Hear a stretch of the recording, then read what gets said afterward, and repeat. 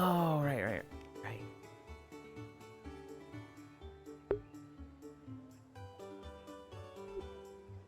I opened Chatterino. And, hi, Kimmy. I just opened Chatterino. And it looks very weird. It's very, I have a lot of highlighted messages, and so I was like, what the fuck is... Somebody, like, adding me every single line in my offline chat? No, it was a scammer DMing me yesterday. You look very odd? What the fuck? No, you! We're live. Hi, Ronmu. Hi, Kimmy. Hi, Wrath. Hi, Smile. I was watching Kimmy before this. She was streaming not Final Fantasy Prague. Oh my god. It was Fellowship. It was kind of nice to watch. Hersey just weighted the channel with 3 viewers. Wave. Fucking wide stare. L and right. Cute dork. You look very odd. Hi, Techno Morningland. The only game in your top 5 I played is Minecraft. I'm uncultured, Lynn. What? That wasn't in my top 5. What? That wasn't in my top 5, Techno. What are you talking about?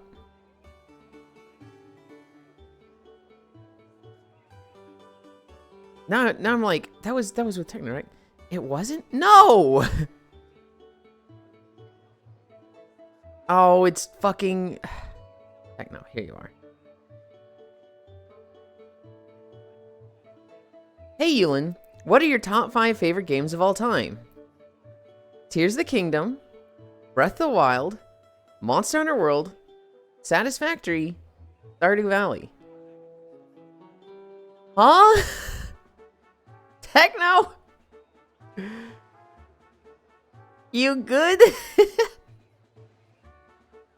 My brain is melting. Dude, I'm still baffled by the message I seen in Fellowship. How do you even get a cat stuck in your butt? How did they even manage that? Like what? I've played none of these. I'm even more uncultured than... They all sound like Minecraft to me. They are not Minecraft. They are not Minecraft. I'm starting my stretches. Ugh. What's the craziest message I've ever seen in a video game?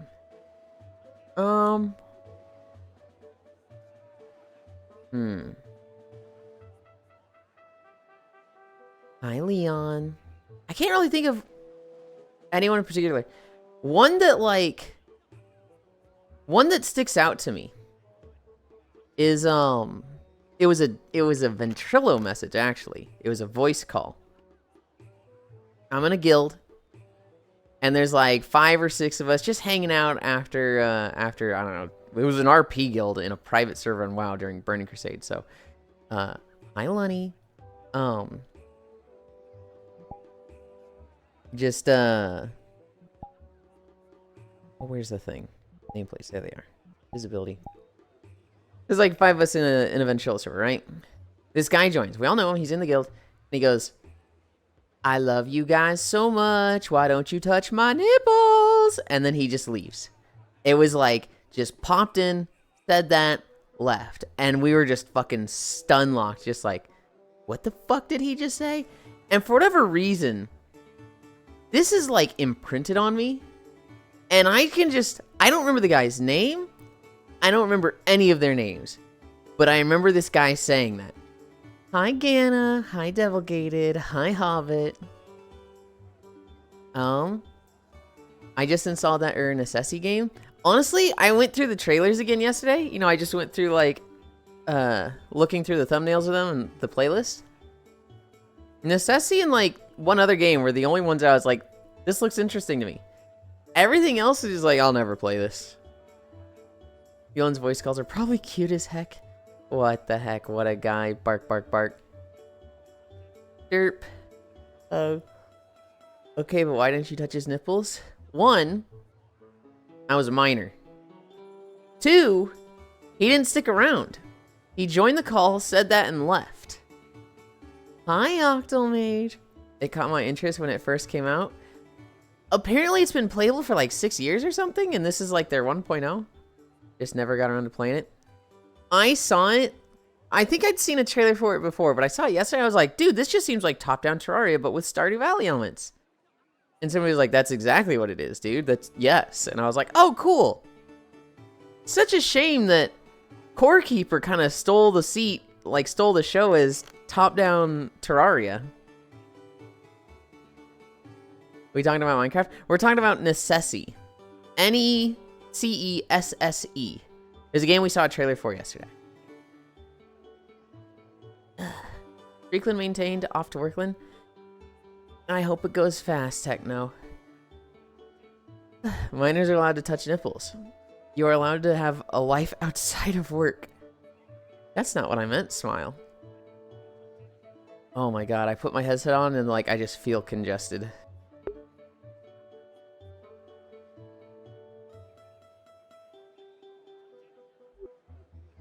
I hate it. Still? No, I was clear.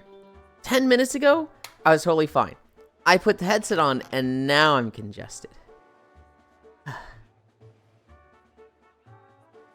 Necessi?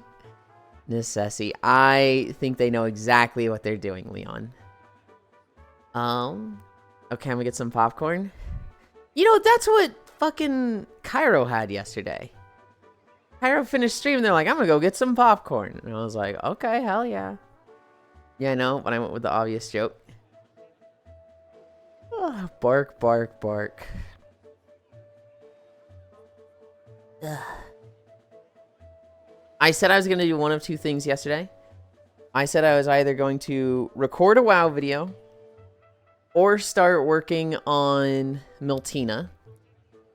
I did neither of those things. Unproductive day. Hi, hamburger. Walk, walk, walk. I played Lemix. I played Monhun. And I looked at Booth for a bit. I can't say I made no progress with Miltina. The headphones get the pressure as well, or just the VR headset? Just the VR headset. It's just like right on the bridge of the nose.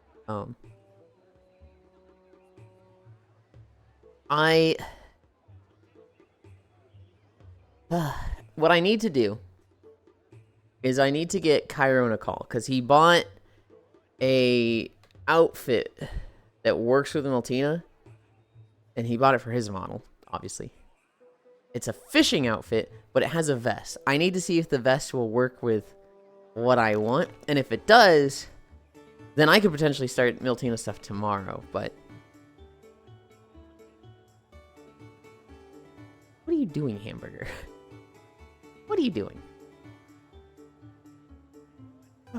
Perfect placement? I can't really make out what that middle one is. Is that like somebody doing like a 1 of 10 twerking? I'm licking booty. Okay. Yeah, alright.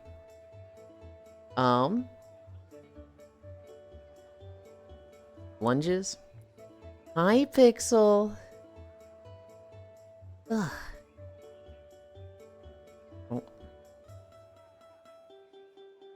Oh. I was so sad yesterday, Pixel. I fell asleep pretty quickly. And I don't know if you were awake when I said it, but when I was like first laying down, I was like, my head feels hot. It's not hurting. It's not a headache, but it feels hot. I woke up after like an hour. It's only like 2:30. And my head is just like, yep, it hurts now. And I'm like, all right, I'm getting the fuck out of VR. And so, it cakes up, you know. And so, like, I was cuddling with Pixel yesterday. And then I just fucking bounced super early. Apparently, Cairo got home early. And he was like, yay, I get to cuddle with you. Where the fuck is he? The shoes go through the floor when you stretch. So, the reason for that, hamburger, to explain a little bit. My trackers are not on my feet. So, here, I'll hold it up like this. My trackers are not here. They're more like on the ankle here. So, if I, like, tilt forward, my entire shoe tilts with me. It's like I don't have ankles. So, whatever my foot is angled, or my leg is angled at, my foot matches it, which kind of stinks. If I had my trackers on my feet, that wouldn't happen that way. But that makes it harder for stretches, so I have to have them on my ankles. So anytime I like lean forward at all, the whole foot goes forward. So when I lean forward for lunges, like this, even though right now I'm kind of on like my tippy toes, like my toes stay grounded and like the shoe kind of bends, right? My shoe can't represent that. And no Halloween fit? Hamburger. Hamburger. Look at the redeems. I guess they'd be over here. There is an outfit redeem. There is a Halloween outfit, but you have to redeem it. I absolutely have a Halloween fit. It's all I want to wear. Farisu redeemed outfit. Hi, Farisu. Well, you get to see it, Hamburger. Shut the fuck up, Cairo. Fuck. Cairo. You were fucking dumb this morning.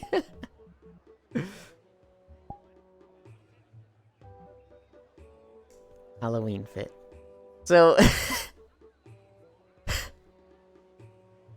Spacefish added a Xenoblade redeem, where it's like, I don't even remember what it was, but it's like just a line from Xenoblade Chronicles. And Kairo's like, I get to torture Yulind! Now I get to torture Yulind in this chat! And then he DMs me, Yulind, you gotta open Spacefish's chat. You gotta watch your stream, Yulind. And like, I have it muted because I was watching Kimmy at the time. I was just like, okay, sure. You watching? Are you watching, Yulind? Yeah, I'm watching. And it's just like a Xenoblade redeem, and I was just like, yeah, okay, fucking goofball. I was very much like, is that it? I feel so tortured. He does have little brother energy. Hi, Cairo. Yeah, literally when you left, Cairo was on, so I cuddled him. Well, good. He's got no ankles. Halloween outfit, well, Moogle fuck. Too late. Squish, huh? You're so mean. Let me have joy and whimsy. What would you prefer, Cairo? That I be real with you? Or that I message Spacefish, hey Spacefish, I got you, I'll farm reactions from Cairo. Cairo redeems Xenoblade Chronicles redeem. Oh my god, whoa, Cairo, how could you? Oh, jeez, oh. Alright, let me know when you need some more, when you need another 100 bits, Spacefish. You said Farisu's name as in furry suit? No, it's Farisu. It's right there. Farisu. He's using Phasma sounds to torture her. AF Kaylin. Hi, Zuby. It's okay, Cairo. You'll grow up one day. Hi, Global. Both of them beat me to it. Think he wants your signature on the license. Sometimes it do be like that. I don't know. Go to sleep, you nerd. Where were we? We're at lunges. We're still doing lunges. Oh, lunges look terrible in this outfit, but that's okay.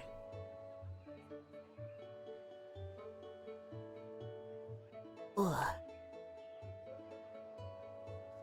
It feels so weird being like so happy with this outfit, and I'm already like planning to like switch bases and not have something like this. I imagine I'll be swapping between the bases for a little bit. Because I still really like this outfit. Even once I have Miltina done and ready, I'll still want to be doing this one a lot. Yeah, but you pronounce it like furry suit? No, I pronounce it like Farisu. Because that's her name. Furisu.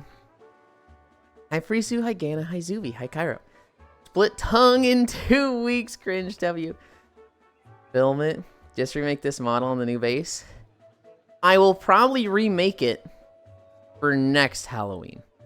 I'm not going to make another Jiangxi outfit just to remake the Halloween outfit when Halloween's past. But I'll probably make like a Miltina version of a Jiangxi a year from now. Why do you hate me, brother? First off, Zuby, sister. Second off, they don't hate you. They love you. They just also love split tongues. Next Halloween is like a week ago. The meme, Yulind. Okay. I didn't catch the meme, but I wanted to make sure. We did our lunges. We are at hamstrings. Ugh. Ugh. 4 away, fuck you. I English am opposite of bad. Split tongue goes hard. Risu wants a lot of fun stuff like that. Get split tongue me. First on the lower bunk bed with a tear in their eye? Heck no. What the heck, Zooey? How can you say no to the cute girl that's asking you to get a split tongue with them? That's messed up.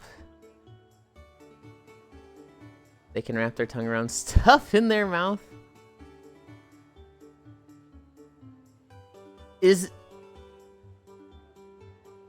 cute girl wear? I have a question. Freezy, you might know this.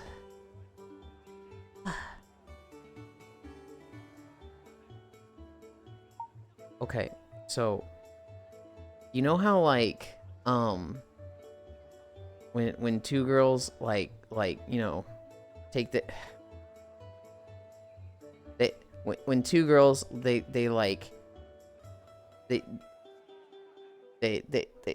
open legs and together, and it's called scissoring, right?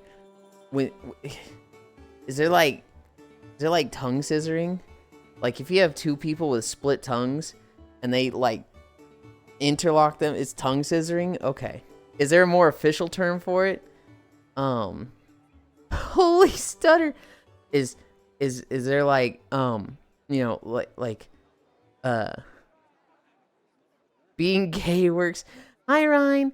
I'm just wondering like what's a fictional character that has a split tongue? Does Nightcrawler have a split tongue? Would you call scissoring, like tongue scissoring, would you call that night crawling? Would that be a more like slang acceptable term for this? Like, yo, those two are night crawling. Okay. Hi, Eto, tongue scissoring. Eto. There's gotta be a more like fun term than tongue scissoring, right? There's got to be something like night crawling or something, right? Like, what's a fictional character that has a split tongue? I can only think of Nightcrawler, and even that one, I'm like, I don't remember if Nightcrawler does or not. Weish Damon. I would get a split tongue. I think they are cool, but I'm not that much of a showy show-off. Just say you're lesbian already. Yes, holy stutter, being gay works cringe. Yulind asking the important questions, Yahoo. Yulind, get that you're normally this slow in the morning, but like I'm going to need you to step it up a little bit. Hi Ryan, tongue scissoring. That one girl from the one manga. Yulind, what the fuck? Hi Ryan. It's a legitimate question. I want to know. Lord Voldemort. Tongue tag teaming. It's not tag teaming because it's scissoring, but like just with tongues. Tag teaming is something different. Where are we? Oh, we're at toe touches, right? Hi Eto. Oh, I don't know if Eto has seen this outfit. You're cute. No, you. Hi, Katie Mouse. This conversation needs more tongue. No, it needs less stalling, is what it really needs.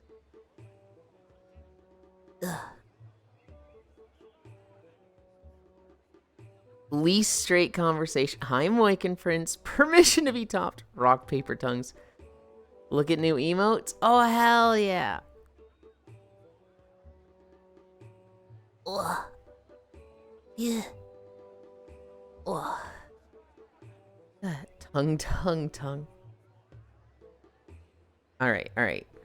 There's wave and heart. I like the wave. I like the eyes on the wave. Split yours, then we have double. Which tongue beats which tongue in this scenario? Honestly, if it wouldn't affect my whistling or my squeaking, I would. There are no losers. I don't see myself ever getting a split tongue. To me, it's just like, it's not like off-putting, but it's not like it doesn't do anything for me, so. Want to get your tongue split with me, Yulind? Well, I'm very flattered to be asked by the cute girl. No. No. I have a friend with a split tongue. They regret it? Really? Oh, where it splits.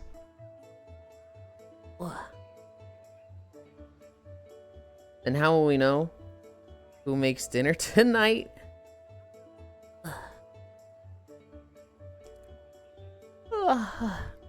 But he also got plastic surgery to add modifications to his body.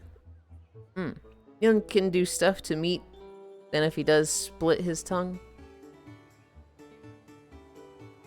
Is bro hot and covered in tattoos? No reason. Ow. Ow. Ow. Ow. Ow. Oh, you meant split stretches. Yes.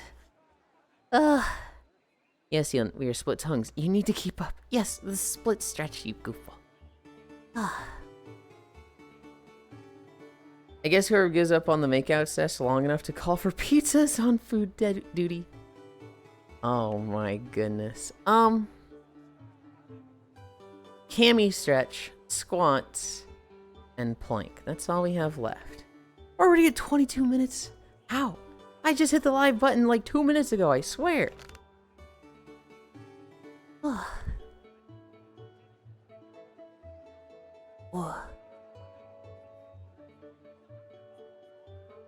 1, 2, 3, 4. I declare tongue war. Incredible. 5, 4, 3, 2, 1. You can't call for pizza. That's not how being the house husband works. What's the point of naked apron if you don't even use it? Now hang on. Now hang on.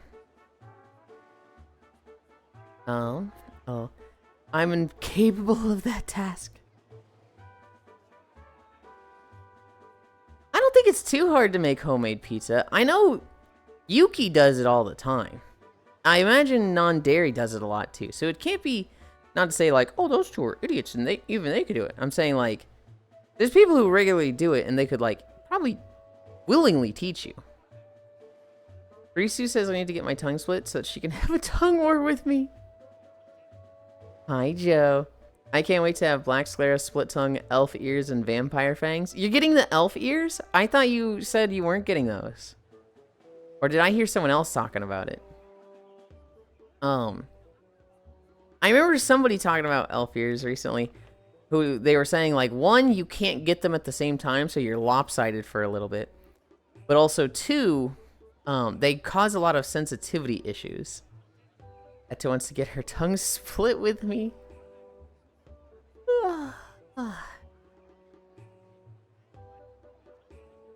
You can always learn.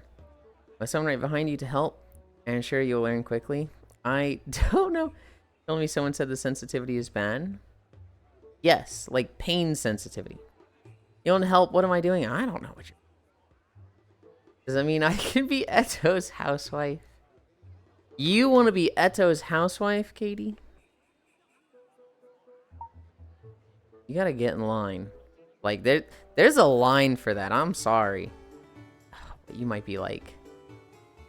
priority queue. I don't know. A lot of people want that position.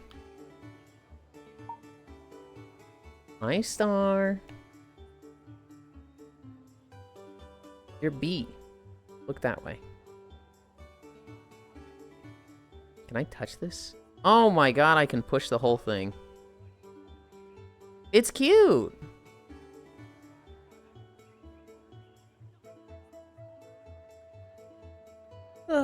It's the husband part. Pass. Eto, can I be your housewife? Okay, okay. I'm at squats. New furry unlocked. Y'all. Okay. 1, 2, 3, 4, 5. 1, 2, 3, 4, 5. Fine, fine. You can be the housewife. Would Eto be satisfied with just one housewife? I feel like Eto could be like the queen atop the harem. I feel like she could pull that off. 1, 2, 3, 4, 5. 1, 2, 3, 4, 5. Yeah, my camera's in a weird spot today.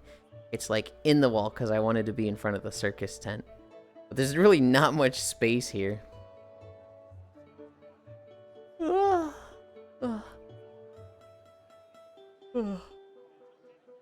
Shoomp. And why are you here? Because I wanted to be in front of the circus tent. Right there. I've like done everywhere else in this map. I've been in the like main courtyard a few times. I've been in the alleyway. I've been near the doctor. I've been in front of, oh, what was her name? Tabitha? Who was the girl that ran the bar that was fucking awesome? And she like, when she meets the shaman guy, they like really hit it off and you're like, oh, they fucking. Eto would get tired of me too fast. I would have to start my own hair. Look, a household is only as good as everyone who is contributing to its welfare. Actually made small modifications in reference to manga. Oh, okay. I do really like the hair. I really like the hair color. That's a really like nice gradient. The shrimp and then the stock stillness with the wings buzzing. We made this stream about Eto. I'm okay with that. Hi, Logitech. I hit 2-1 verse. I was like, God damn. You know a manga called The Top Dungeon Farmer? Nope. Young feels at home this close to the circus. What the fuck? This is 1000% honestly.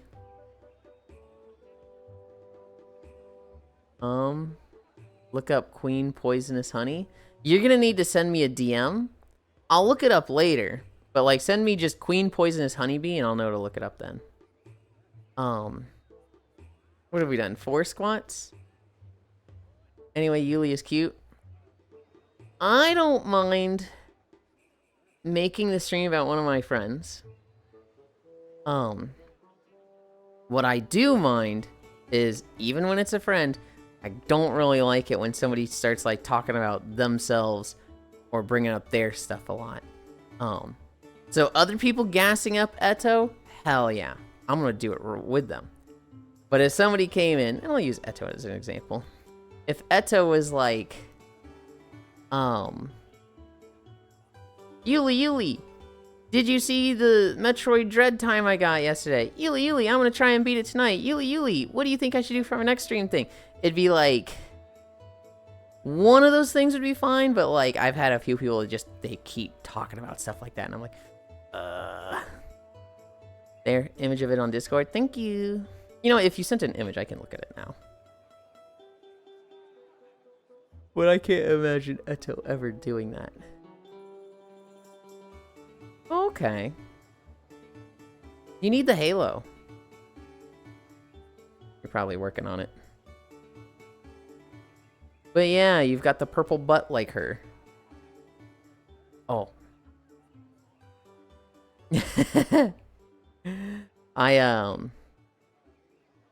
Ooh, and the eyes.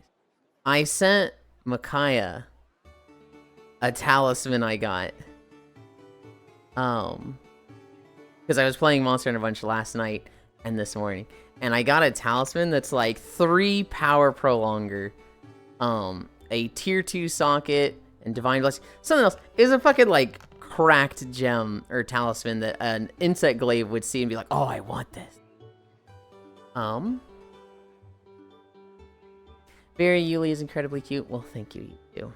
Yuli a bitch. Shush. I have permission to smother Eto in compliments. Oh, of course. Absolutely. Hi, Harley. Jersey Pat. God, you're reminding me of someone I had to remove in the past. Oh, also, it's got second species. It can be. I had to do it recently, Eto. I had somebody here who. Hi, Monkey Monk. They talked a little bit too much about themselves, and I had to give them like, hey, we're gonna teach you about streamer etiquette, and it's not a fun conversation. Second species it can be. Oh, I see. That's neat. Yuli, I still need to get a treadmill. Who is? Me talking about people talking about themselves too much on other people's streams is reminding Eto. Hi, Joe. Is reminding Eto of someone in the past that just talked about themselves too much. You know, Katie, when somebody just has bad stream etiquette and it's like they constantly bring up their stuff, they constantly kind of just like interrupt the stream. They constantly like, oh god, if they're streaming at the same time as the other streamer, like this is more of a VR chat problem. But like both people are streaming and they're standing right next to the other person and be like, hey, thanks for the follow. Hey, thanks for the gift sub. Hey, thanks for the, PayPal. And it's just like, ugh. Who is your B friend? Their model is super cute. That is my friend Starbucks Coffin. Or Star Doppler. Star. I always call them Star. But like their name is Star something across everything. They are turbo fucking cute. Although they have the attention span of, well, what would be something that has a very, very small attention span? They have, every time a little like knick-knack comes out for VR chat, like, hey, here's a basketball prefab, or a yo-yo prefab, or an engineer toolkit prefab. They cannot help but get it. Need keys. They cannot help but get it and like play with it. They cannot just sit there for 2 seconds because they are just too. Giving you a fucking noogie right now. They have very small attention. They're cute though. I love them. They're ADHD. Well, yeah, but I wasn't gonna say. I just didn't want to word it that way. Same way. Oh god, I've done like 5 squats. And I'm just I'm yapping the whole time. Who is giving you to modify your ears to resemble that of an elf is called autoplasty.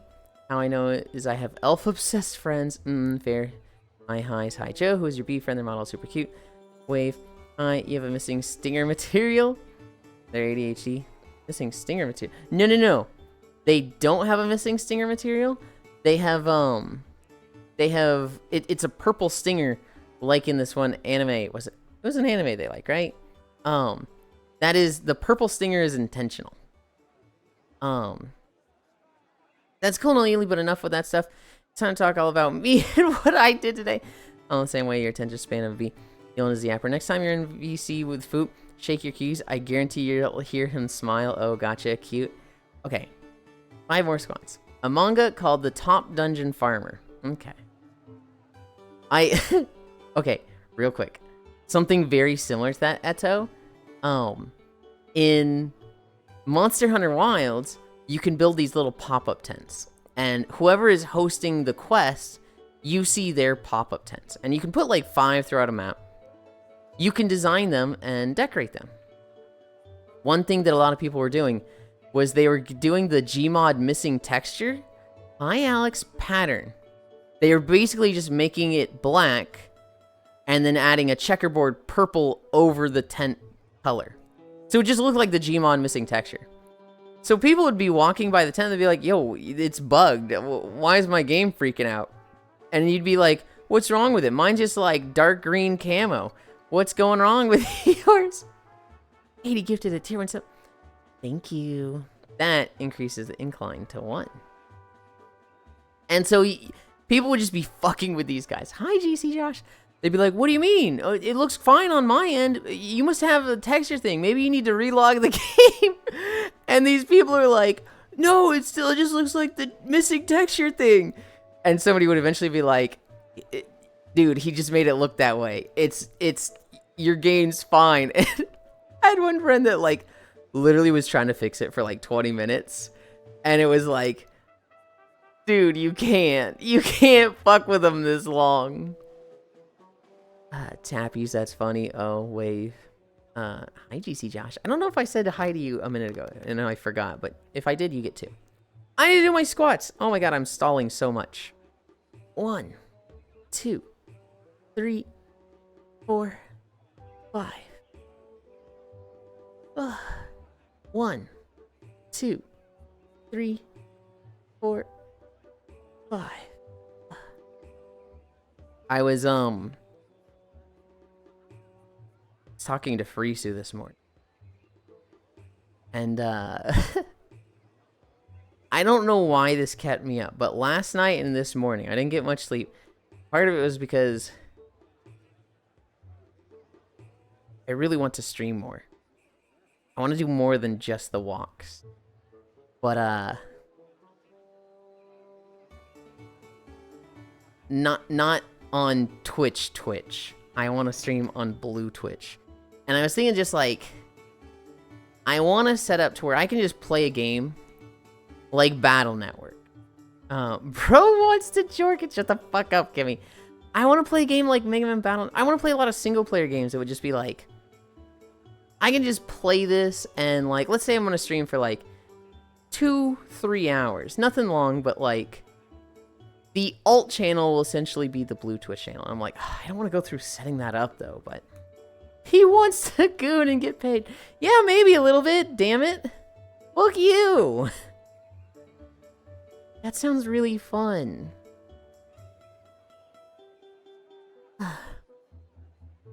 Damn, we gonna goon together? Maybe. Okay, here's... You know, I've did it and it is fun. We can go jorking on the Battle Network. Part of it is that... You know, I just want to play more games and stream more things. I had a lot of fun playing Mega Man Battle Network, and I want to play all 5 of the other Battle Network games now. If I wasn't lazy, I'd do it myself. Hook up the Pie Shock to your balls, and I'll give you 20 bucks. Bug you. The other thing is... We recently got 2 things. We recently got SPS set up. And we also recently got a bunch of toys through Throne because now I have the house to myself. And I got a shit ton of not safe for work stuff, right? Did you finish Battle Network 2? No, I've only played 1. Well, I've played 3 and 4 20 years ago, and I played 1 recently. You can get chastity shockers? What the fuck? Those 2 things, having SPS done and new toys, you know, like, new Lovin's toys, just has me like, I really want to be lewd with that stuff. And I hadn't talked about this on stream yet, I think. I had an experience recently where I was in a world cuddling with a bunch of people. Initially, it was 3 people. It kind of turned into 5 or 6. And it turned into... I feel like I'm really not supposed to talk about this. I marked this stream as not safe for work. It turned into... The 5 of them were cuddling and laying on their back and looking up at me. And I was kind of like... hooked up to toys in a... did you all know that Loven's has group calls? You can set it so that like 10 different people control your toy and it like rotates between them who's controlling it. Anyway, I was doing something like that. And I was like, this fucking rules? I want to do this more. That sounds chaotic. It's 1 at a time. Oh, you told me about this. It's 1 at a time. So it'll be like, you know, let's say you have 2 toys connected, right? There's 5 people in the call and 2 toys. Let's say Max and Edge. Oh wow, Yulind. User 1 and User 2.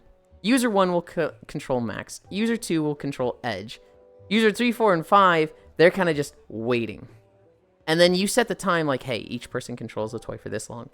Let's say a minute goes by and you've got it set for a minute. It will switch. So user 3 will then control Max. User 4 will then control Edge. for the next minute. That's how it works. I think there's different ways to set up so that it switches who, what, when. But that's how it was. Dude, I think you can also give up control. So if somebody was like, I just want to be here but not have control, I think they can just hit pass. I'm learning so much about you, Yuli. Eto, I'm very much an exhibitionist. I fucking love people watching me like that, and it's very much like, damn, we're gonna get them together. To be honest, I've done it and it's fun. We can go jorking on the Battle Network. If I wasn't lazy, I'd do it myself. Hook up the Pie Shock to your balls, and I'll give you $20. You can get Chastity Shockers. Did you finish Battle Network too? 2 and 6 are the best. $20 is $20 until it involves his big balls. Yeah, okay. That sounds chaotic. Oh, you told me about this a while, and I'm learning so much about you. Majority of people who have my lovin's have control without request. I'm aware. It was something that initially I was like, I don't know about doing something like this in VR. It was a nap time after a walk, so I was like, this is supposed to be a wholesome community time. This isn't supposed to be fucking everybody connect the lovin's and rail Yulind. But I was just really fucking horny that, oh god. Yeah, wholesome. Look, nap time after walk can be wholesome. Sometimes it's just us cuddling and hanging out and talking. A few times, Rhine Force. Ein shows up and clothes come off, and, then it's naked cuddles, and it's very fun, but... Hi, Master Nova. Thank you for the follow. Classic Rhine move. Rhine likes naked cuddles, and they are very open and free to talk about that. 1, 2, 3, 4, 5.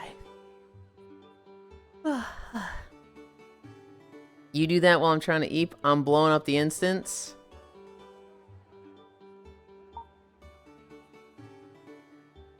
One, it's my instance. 2, that's a risk you're taking in my nap time, Skyro. I'm waiting for you to fall asleep next time, Cairo, and I'm ERPing over you. I want to be like doing the whole, oh, I have to hold my moans and otherwise I'll wake Cairo, as I'm right above you.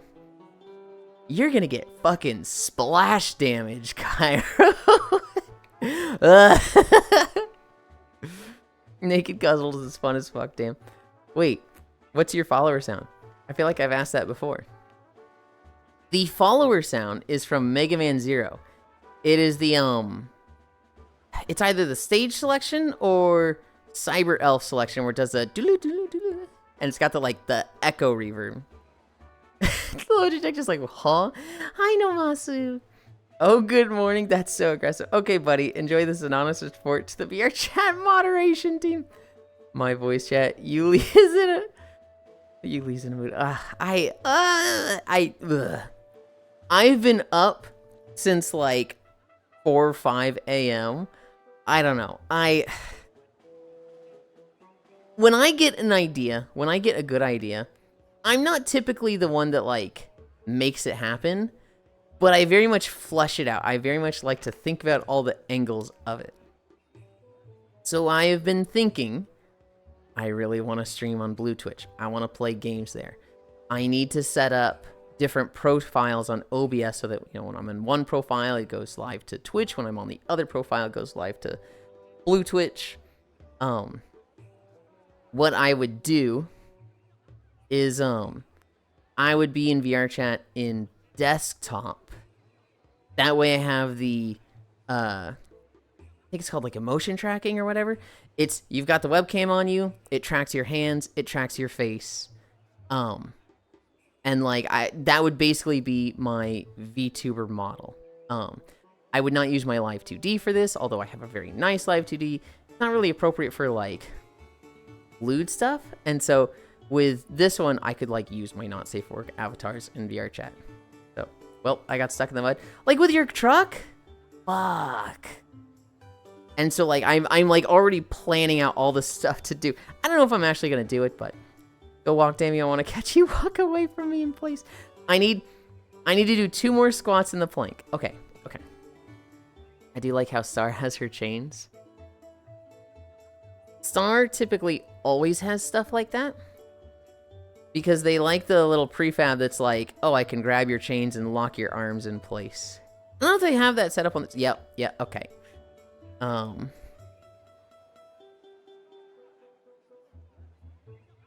Yeah.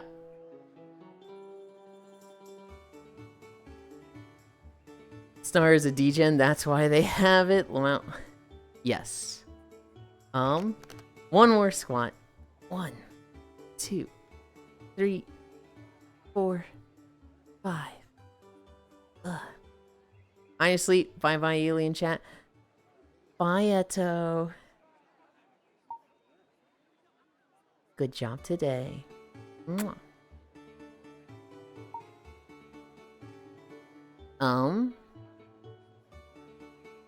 Planks. We're at planks.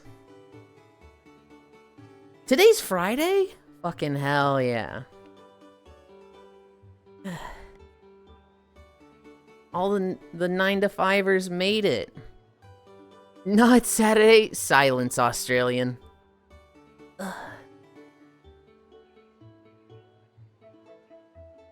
We will start at 46:40. No, 47. We're at 46:50. Mean, not sad. Look, you say what day it is, and the Australians cannot help themselves. 47 start, 50 end. Yeah, it's Saturday. Stop living in the past, old man. It's one of those things that, like, if you think somebody is young in your chat, you say, dude, you sound like you're 11. And they go, no, I'm 12. And they always out themselves. It's the same thing with Australians. You mention the date, and they're like, no, it's the date after that. Same thing with people from Arizona.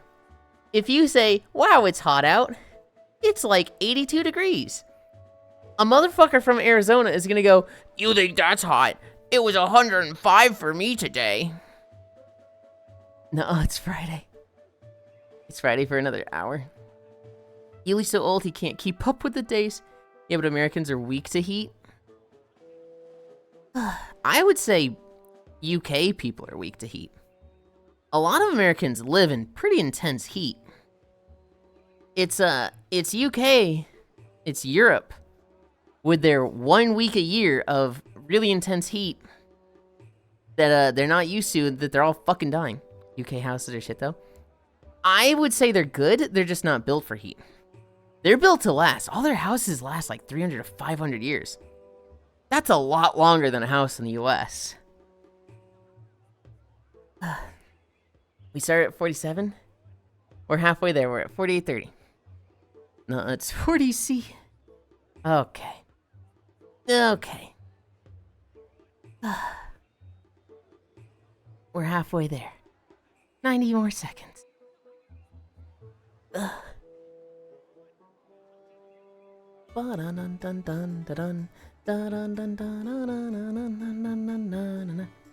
long can you hold plank, Yuli?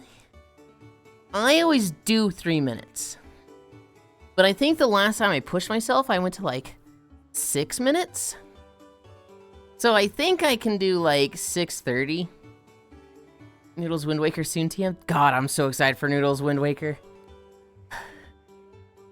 45 more seconds. I don't like to go longer than 3 minutes, Wrath, because I already take so long getting through my stretches. I don't want it to become a thing of like, hey, we're gonna see how far we can go. Today we're planking for 12 minutes, and that's 12 minutes of me just... I think that would be really bad for just 15 minutes of every stream just being that.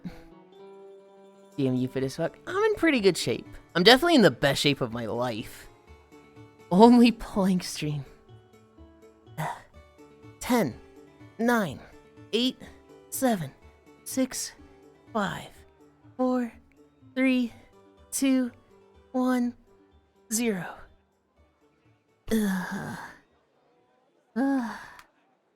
Bye, Star.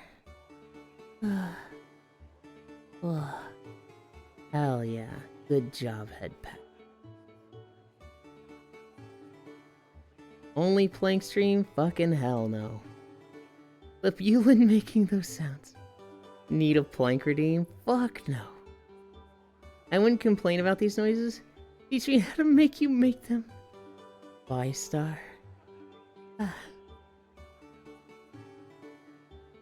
For those smile. You have to join VR chat for the nap after. And there has to be no non-looties there. And then you have to convince me to put the toys in. And then you can hear them all the time. Wee wee wee. I should not be encouraging this. I should not be encouraging this. What time is it? 9:51. Ugh. I just want to lay.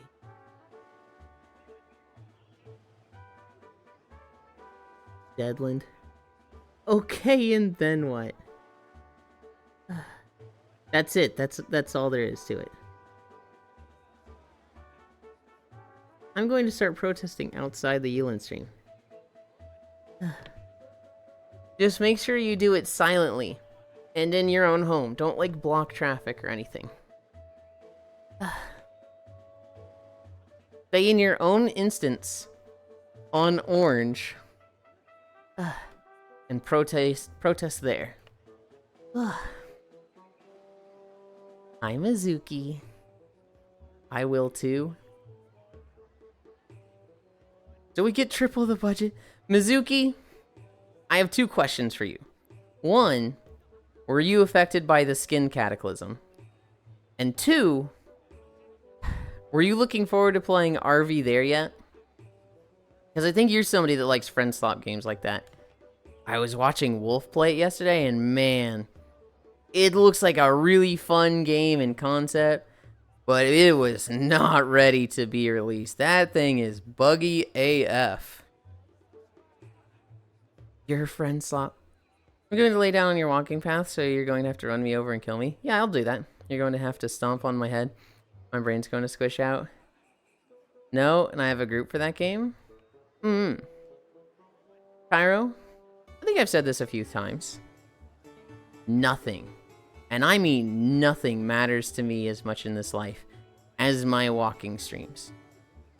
I will do anything to keep that going.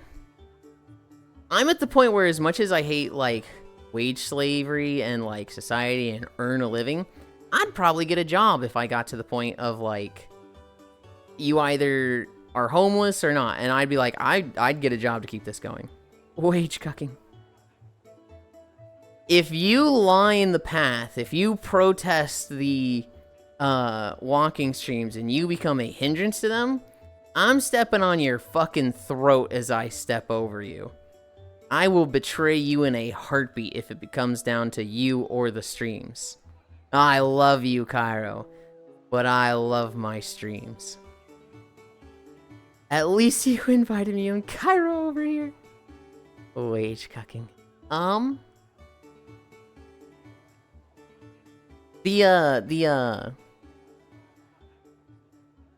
Brochos at 12 plus Oni plus me over a stream for a few days means a lot, big haired boy. I tried not to, but I didn't want to. I guess technically I did choose you 3 over the streams for a little bit. I will say it was begrudgingly. Let's get walking. Let's get walking. We've been stretching for a fucking hour.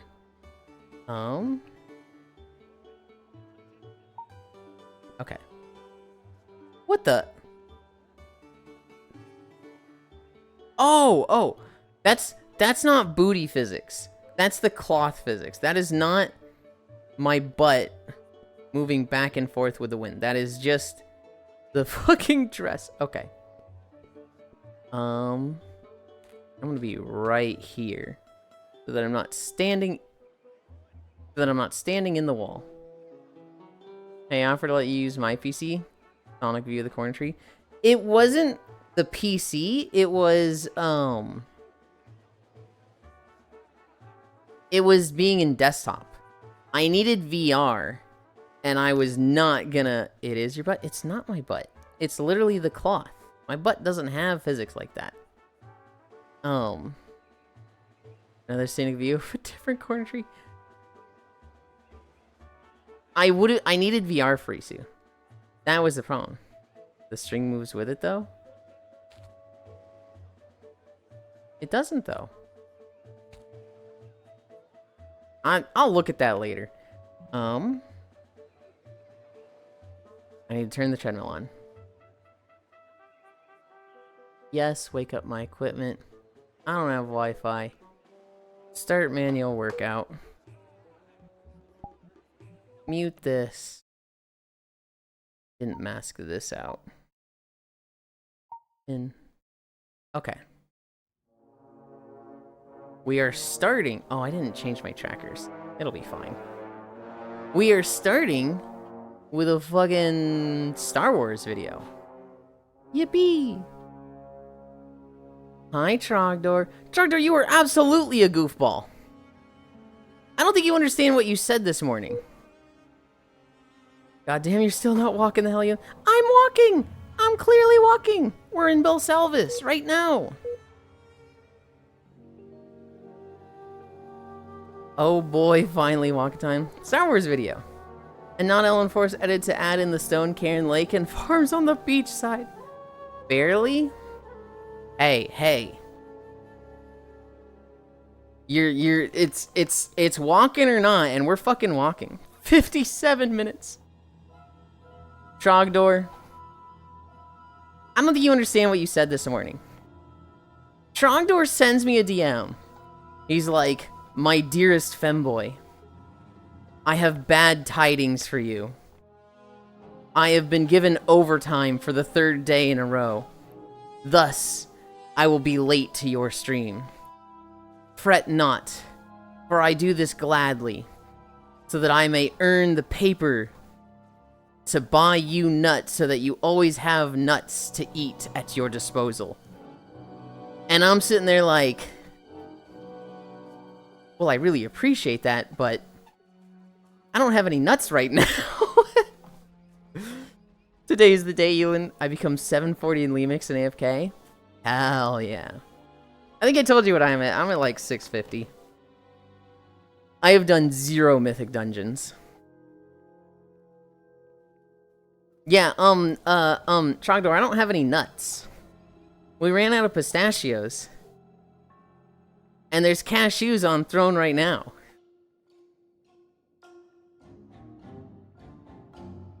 I've done 5 mythic dungeons. Just whenever I get a research quest and I have something, well, like the hero chivos. So what's the problem? There's no problem. I'm just saying, like, you're sitting there claiming to make it so that I always have nuts, but I ain't got nuts. I've soloed a 15. Yeah, but you're like 740 and 200 versatility. We are not the same. I'll buy you water chestnuts, baby. I don't know if I want water chestnuts.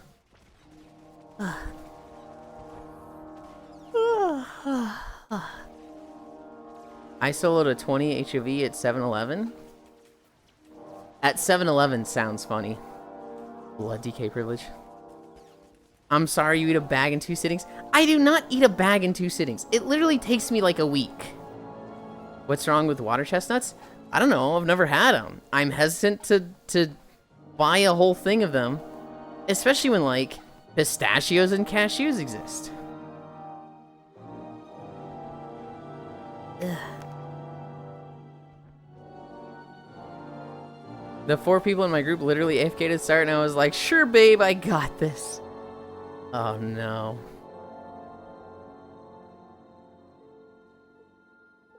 Frisu. You know what my experience was in the last dungeon I did? I had a tank, a healer, and another DPS that were all golden. They were all, like, ready to go. And then I had a hunter just AFK at the start, blinking at a sink because he's so fucking derpy. Anyway, I can tell the others are getting antsy at the start of this Eye of Ashara. So I was just like, fuck it. I'm using Cloak of Concealment now. And we skip all of the trash to the first boss and start fighting the first boss. Now we left the hunter behind. But that's okay. He has camouflage. So this hunter is going to be totally fine catching up. He's just going to camouflage, catch up to us. We can start without him just fine. Bro doesn't have camouflage on his bar. Runs through all of the mobs. Gets to us at the first boss. Doesn't use Turtle. Doesn't use, Play Dead. Feign Death. Just gets to us at the first boss and falls over dead. And we're like... Really, dude? You'd used none of your class abilities, bro. Please, Blizzard, bring back swimming horses. Blizzard, remove the ability for these horses to fly. This is such a fucking upsetting and frustrating thing for them to do. After I invested so much time into Legion Remix, specifically for these horses, they had better reimburse me the bronze I spent on these horses. I was joking with Farisu about that post Logitech. Did you see that? Did you see the people complaining about the swimming horses that don't fly anymore? And they're like, they better refund us. It's like, if this was a game store mount, sure. If you spent money on this, sure.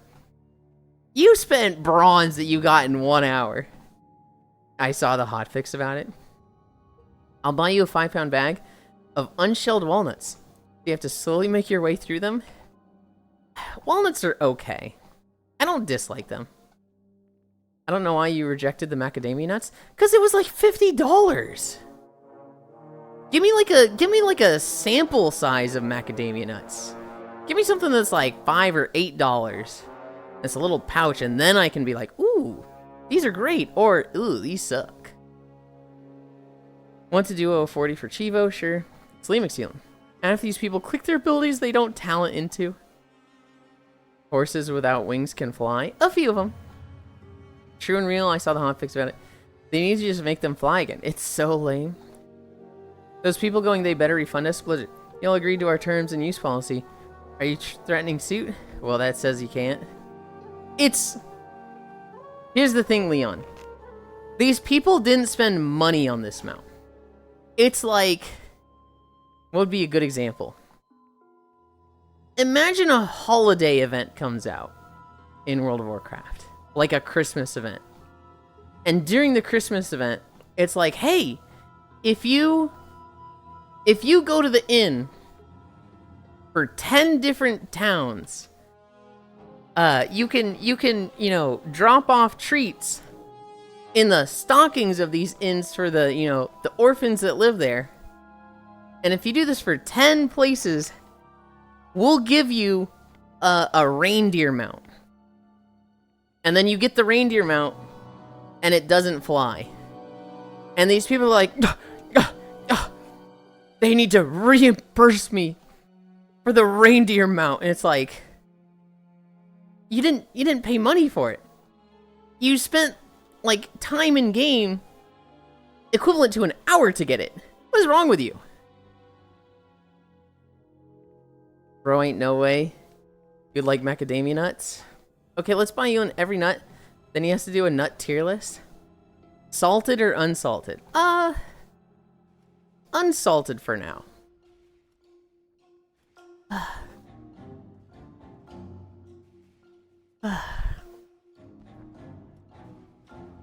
Reimburse me for the time I spent grinding the love rocket because they gave it to every Joe Schmo who logged in and pressed Q. Unbelievable. And 1,700 plus runs for that. And now people get it first try every time. I hate Blizzard. Gotta remember that salt is spicy to this motherfucker. He'll dry up like a slug. What the fuck? We have been in this map. Hi, Wheeze. Oh my god, I forgot about that.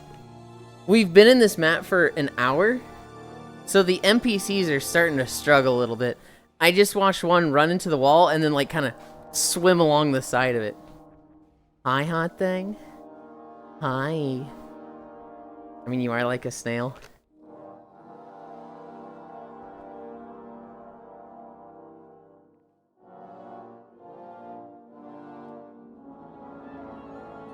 I'm not thinking about what to say to you, Kyra. I'm thinking about how much of... Fuck it. Weez will be okay with this. Weez and I were, like, really close to dating. I don't know if Joe is still here. Joe probably knew that. Weez and I were, like, really, really close to it. And it's still... It's so funny to me that we didn't. Because in Dream Shelter, everybody was pushing us together. Everybody was like, oh my god, Weez and Yulind, you two should date. You two are so cute together. And like, we were spending a lot of time together, having a lot of fun. And then at one point, we were talking about kinks. Weez, can I talk about this? Do you remember the specific kink, and are you okay with me sharing that? Hi, non-dairy. I was thinking about you because we're in a Star Wars map. Go for it. So we're talking about kinks. And the topic of, like, ERP in public comes up. And I'm sitting there like, oh, I could never. That's, like, really off-putting to me because I feel like that's very discourteous to others. And Weez is like, oh, that's my fucking thing, getting a sneaky in the corner. And, like, we said that at the same time, looked at each other and went just like, what? And it was literally, it was the fucking Family Guy meme, where, like, the O.J. Simpson trial verdict goes through, and Brian and his roommate are like, what? Well, I guess we can't be roommates no more. And it was like, that moment was for both of us just like, yeah, this would probably not work out. At least that's how I felt about it at the time, Weez. The irony now, Weez. Not that I'm into a sneaky thing. Not that I'm, like, into, you know, doing stuff in public. But with an audience? Oh my god, that's the fucking best. I have gone, like, full exhibitionist, Weez. I mean, you're like a snail or a hermit crab. Hi, Oku. Yellowland. Yellowland. What? One grain of salt would give this guy a headache for a week. It's time, Yulind, the final Lemix reset for my gear. Where were you with your decisively chosen main? Oh, God. I've kinda chilled out. Why are you looking thicky as fuck, by the way? I snapped a pic of you the other day. What the fuck? I don't know. There's a lot of side showing, so. Oku. Have you seen the fishing gear outfit that came out for a bunch of models? Have you seen that one? Cheating on me again. Cairo, this was 5 fucking years ago. Go for it. Damn, I hate all this kink stuff. Hi, Zvi. Kinks here, kinks there, it never stops. I can't afford to keep replacing these hoses. Check your DMs, also no I haven't. Is that Booth or something? It is Booth. I sent it to Cairo. Oh, that's a cute picture of me. I sent it to Cairo. Well, Hobbit sent it to me. I sent it to Cairo. It is called Fishing Master Cyber Critter? I don't know if that's the author or not. Did you see how wide your hips are in that pic? I did. There's a little bit of perspective fuckiness. Because that's me, like, sitting with my legs together and, like, sticking my right hip out. Like, that's... You should just make that your default. Kuronatsu my default? Hobbit put the idea in my head. Hobbit put the idea of, I get that program that makes it so that it's like, oh, you get an outfit for, let's say, Miltina. You then run it through this program and it does all the weight painting and sculpting to change it to a different base. It's very fucking tempting. Have you read Blizzard's Yulind? No. I've never read a ULA in my life. I've never heard of that program in my life, but I don't know why not. Just move bases. Sounds like a headache. It's... Fishing outfit looks cute as hell, though. I really want to see somebody play with it in Unity. Because I really want to know if I can take that vest. Like, I want to know if the vest is connected to the shirt or isolated from it. Because if the vest is isolated, then it's like I can recreate my hiking outfit on Miltina. And I kind of feel the same thing as you, Oku. Where, like... Okay, here's my two options. Either switch to Miltina. I set up, you know, the bases that, you know, are easy to put stuff on. The safer version, the not safer version. I duplicate the presets anytime I want to put an outfit on it. I would have to set up my... Well, I don't know if I'd have to set up my facial expressions and animations. Because I'd get face tracking in like a month or two with the big screen and Babel. But I'd have to do the initial setup, which I'm not excited to do. But then it's like, oh, I get an outfit, I put it on. Anytime I want to do an outfit, it'd just be easy. I would just need to get through the initial setup. The other hand is I stick with Kuronatsu. I get a base like Miltina. I run I get that program, and I learn how to set it up so that it can switch from like, hey, take a Miltina fit that to Kuronatsu. I don't know how much effort that would be. But then I would need to get like a head swap eventually because this thing doesn't have face tracking. I'm probably just leaning toward Miltina because Miltina's got a great fucking ass and I kind of want that. Fishing outfit looks cute as hello. For the thing I sent you, let me check on my Ari. Oh, do you have it, Hobbit? I didn't know you had it. Yeah, please tell me. I've been like... I showed it to Cairo, and he's like, oh, I'm gonna get it. And I was like, yes, excellent. Now when he puts that on his avatar, I can be like, check these settings for me. There's no Miltina fit on this thing. This outfit sucks. There is. There is a Miltina fit on it. I remember looking at it specifically. In the United States, all title ownership rights, intellectual property rights, in and to the game, and all copies thereof remain the property of Blizzard. You're granted a limited license to use the game access and virtual items within. You are overthinking that, Leon. Like, yes, but you're overthinking it. You're explaining a joke I made right now. Yeah, I used it on Irie for a bit. I took off a bunch of the extra bits and bobbins.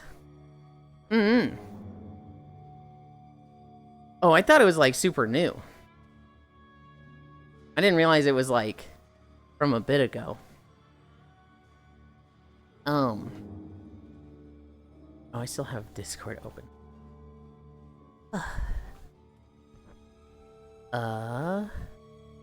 Notepad, there. Nah, it was February? Okay. Okay. Yeah, I have found plenty of shoes I can use. Vest is separate? Okay, joke, never mind. If the vest is separate, then, like, I have everything I need for the outfit. I do need to learn recolorization. I really struggle with, like, recolorizing stuff. And, like, I'll see Oku. Oku has, like, a lot of training with recolorizing stuff, and he's, like, a fucking wizard with it. I want to be able, maybe not to get as good as Oku is. Hi, Noodles. But I would like to I would like to see a color and be able to match something to that color. I've been doing that a little bit with my pajamas outfit, where I took the flip-flops from my beach outfit, and I just put those with the pajamas. And I have been trying to change the pink parts of them to match the sweater. Me when I spent like 3 years studying traditional art and color theory. Yeah, I don't think I'll ever be as good as you are at it.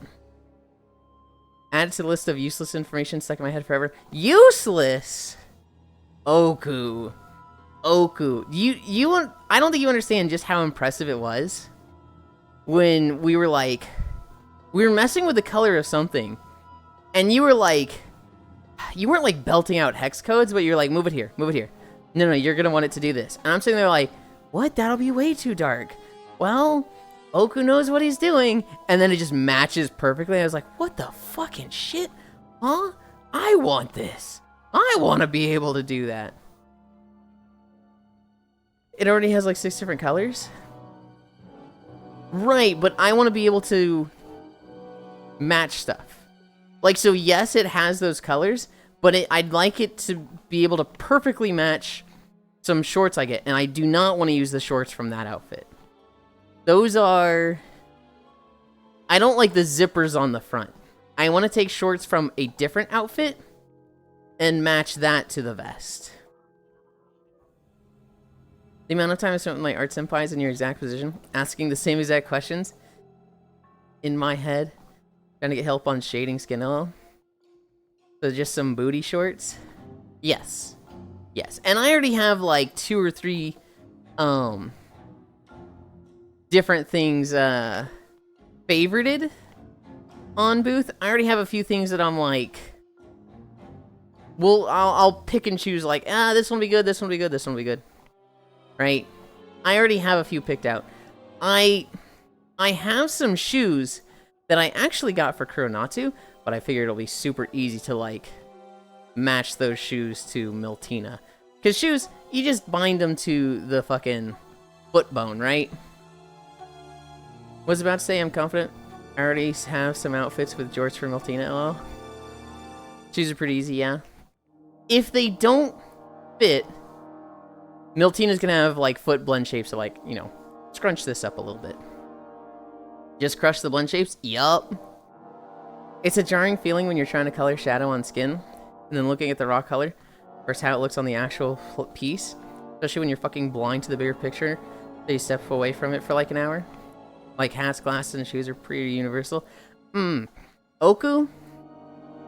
That has happened a few times in my life, where I'm just fucking struggling with something.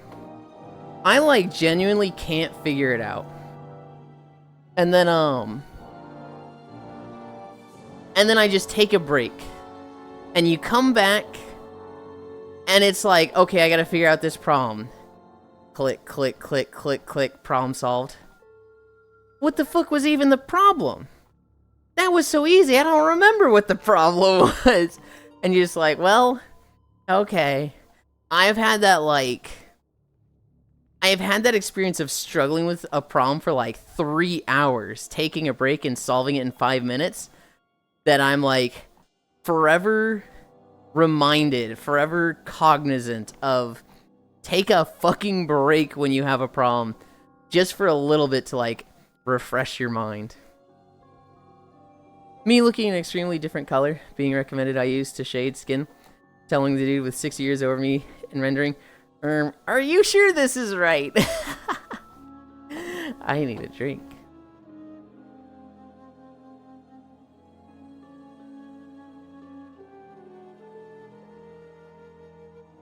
See, that's when you word it as doubt, but trust. That's when you, like, vocalize it as, this doesn't seem right to me, but you know what you're doing. I trust you. And then when you're right, you get to be like, damn, you really do know. And they go, yup. But when they're wrong, you get to go, I knew something was wrong. And they go, yeah, you sense that out. You gotta portray it so that you got the win-win situation. I agree, taking a break to solve problems is vital. takes year-long break from PC troubleshooting. No. No, not a year-long break. Good Lord, Zwei.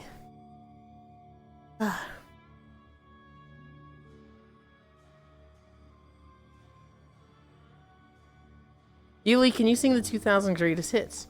Noodles needs driving music. Noodle does not need driving music. She has plenty of music already, okay? She's a lot more in tune with music stuff than I am, okay? She has shown me like 5 different music things. I have showed her 1 thing. I've shown her 2 things. I have shown her 2 meme songs, not real songs, but meme songs that she really liked. I showed her the Bear Skinhead song. The Banjo-Kazooie track over Skinhead by Kanye West. What about me, dork? I said you are a lot more in tune with music than I am. I've only ever shown you 2 songs, and you constantly play music I've never heard before. Hi, Freya. Hi, love. Love you long time. X-Kiss Hug Flower, and thank you, Matthews, for my sub-gift. Guy who got mad at me for not knowing music. Yeah, see, that is a thing, Cairo, because if I have heard of it, I'm expecting you to hear of it. The other thing, Cairo, was it wasn't like, oh, I've never heard of this song. It was, what the fuck? I haven't heard of this song. Who the fuck has heard of this song? Ain't no way. I'm just a teenage dirtbag baby is a popular song. Ain't nobody heard of that. You're trolling me. Nobody's heard of this song. And everybody's like, no, dude, everybody's heard this song. It wasn't just, I haven't heard of this song. It was, nobody has heard of this song. That was like, what the fuck is he talking about? I didn't say that. You said that. This is misinformation. Nope. Kairo's spreading blatant misinformation. What about me, dork? Damn right I am. Hi, Yulind, my love. Excuse you. You listen to music? I've had phases of music. Pump the brakes, Fox News.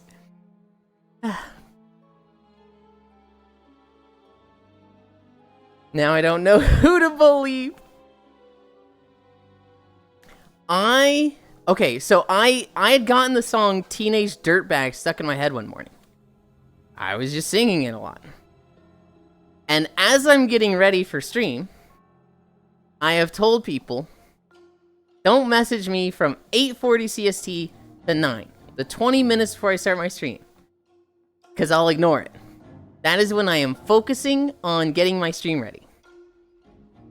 And even if I have time to look at messages and check them, I'll be like irritable and be like, grr, I hate that you message me right now. It's not fair. It's just a dumb brain thing of mine, Wheeze. And so Cairo messaged me in that time window. And instead of like reading what they said and like giving them a proper response, I just responded with, "'Cause I'm just a teenage dirtbag baby. Come listen to Iron Maiden maybe with me. Ooh. I'm just a teenage dirtbag baby." Anyway, I responded with that. Apparently, I responded to that. I responded to the one person who has never heard that song before. Because Cairo was just confused out of his fucking mind. You haven't heard of it either, Wheeze? I'm getting a phone call.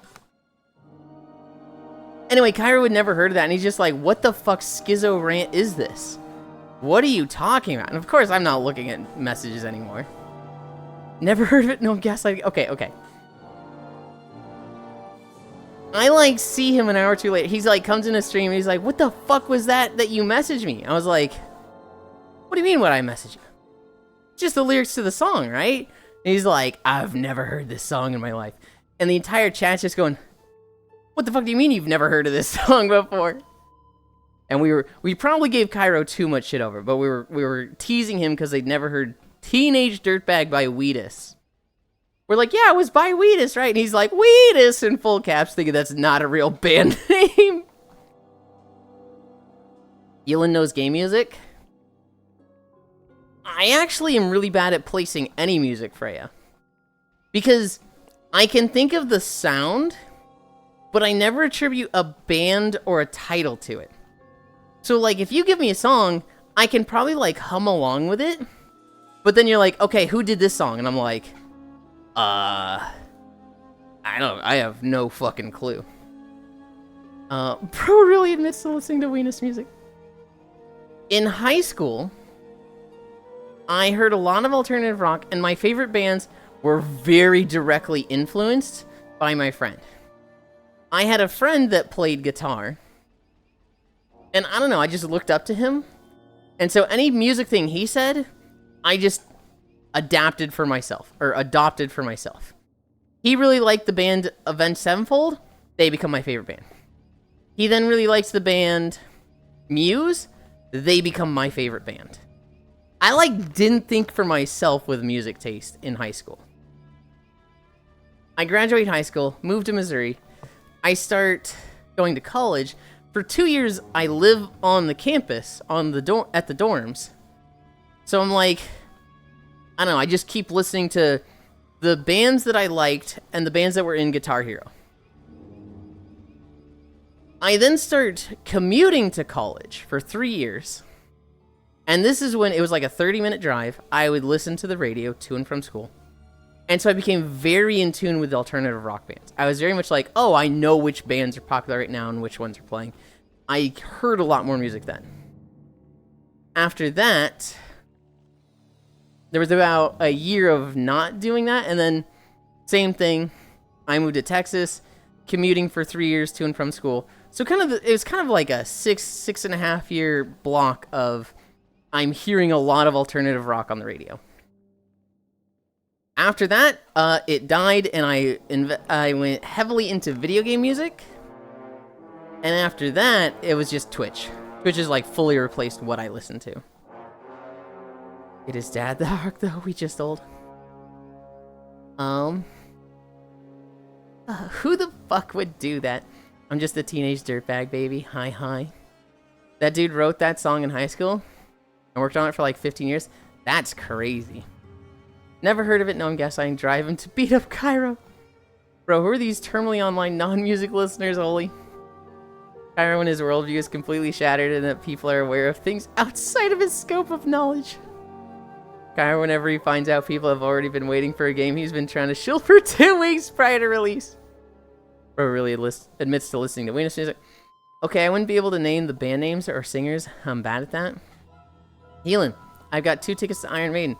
Baby, come with me Friday. Don't say maybe. Okay, buddy. Well, you didn't mention A7X.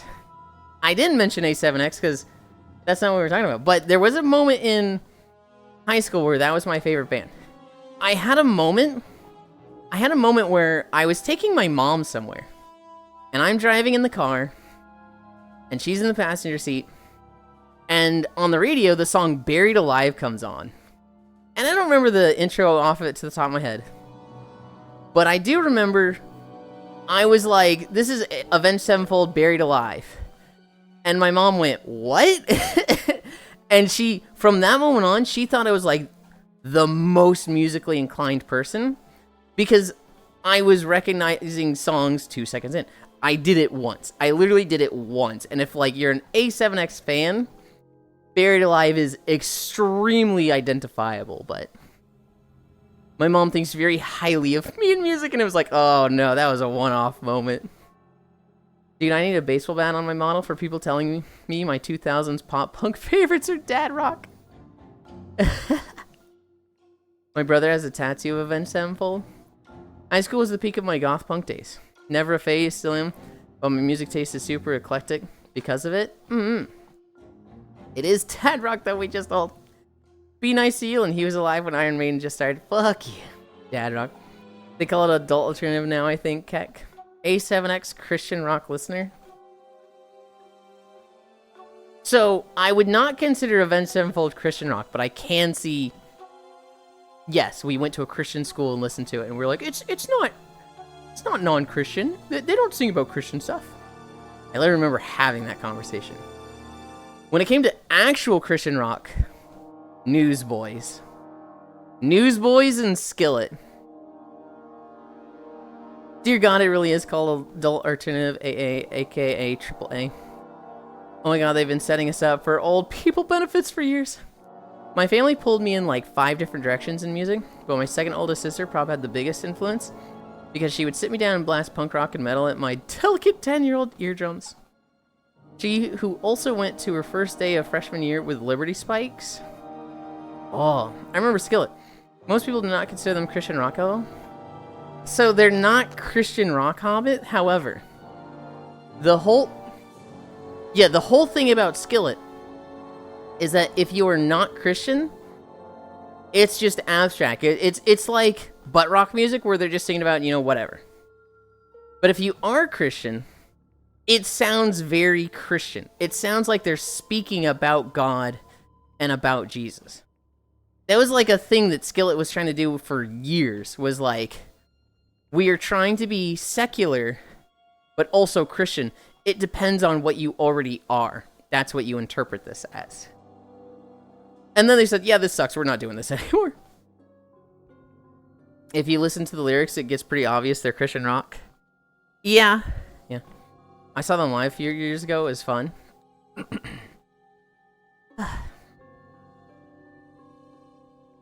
I remember, and holy shit, this would have been like a year ago at this point. I had just done a walk, and Freya joins me, and Ellie joins me. And this is when I thought, like, Ellie was only ever a goofball. I had never seen a serious side to her. I had only ever seen her in VR where she was very new to everything. She was very much like the new kid on the block, right? And I'm laying down, and Freya and Ellie's like, yeah, I know music. I'm kind of a music nerd. And I'm sitting there like, yeah, of course you are, Ellie. Just like you're a nerd with everything else, and then you don't know anything about it. Hi, Senral.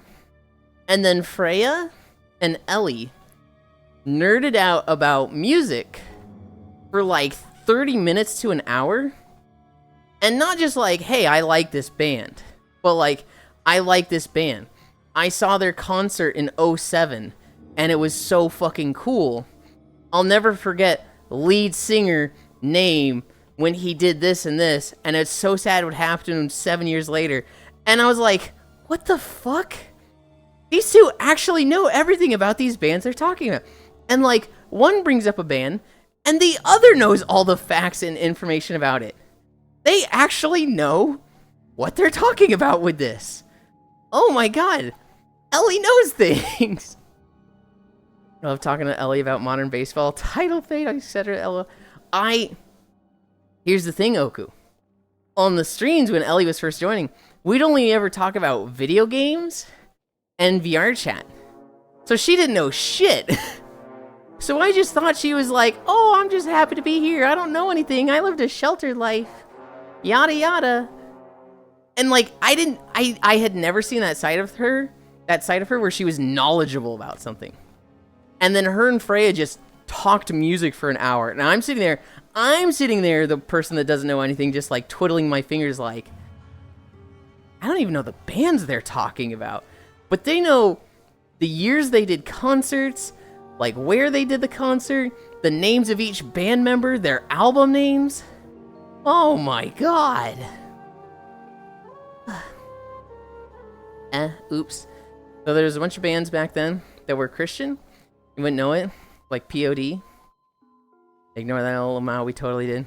I love talking to Ellie about modern baseball, title fight, etc. Trying to talk about skateboarding. Listen, we didn't mean to third wheel you. I don't have a problem with it. Because I think I fell asleep to it. And I like falling asleep to people talking around me. It was just, I had never seen that side of Ellie. I never really did much skateboarding, but I have seen Ellie on their board. Ellie loves that shit. Ellie loves skateboarding. Hi, Shion. Ellie loves music. Ellie loves Nokotan at this point. She's seen it 5 fucking times. They were recently playing a lot of the new Skate and voice chat. How are you doing, Yulind? I'm good. We're at 1.6 miles. It feels like we just started. But we're cruising. It's Friday. I'm happy for all of my Monday through Fridayers getting to a weekend. I'm in my Halloween outfit, so it's already a good walk. I miss chatting with Ellie. DM her right now, Freya. DM her right now. 1.6 miles there. Okay, look, we started a little late, okay? Yes, I stalled for a bit. I was really slow going through my stretches. Yes, we're only at 1.6. Fuck you. I'm still doing 5 minimum. I hope we get Star Wars back-to-back. I hope you get overtime tomorrow. That's cruel. I didn't mean that, Trogdor. I just got defensive.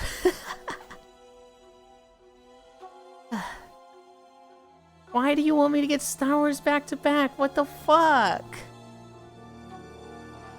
Well, Yulind, I have 100% crit on Blood Decay, Pog. Have you targeted crit at all, or is that just...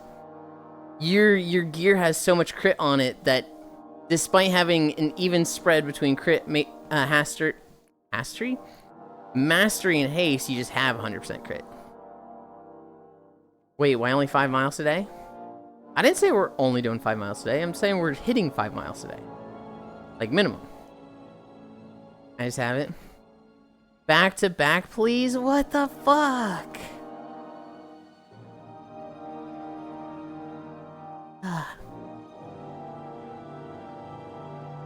Oh. Took my daughter to her first trunk or treat at her school. She wore her Sally dress and dragon hoodie.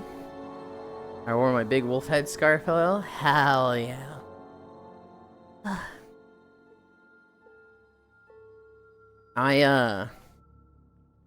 It is next Friday?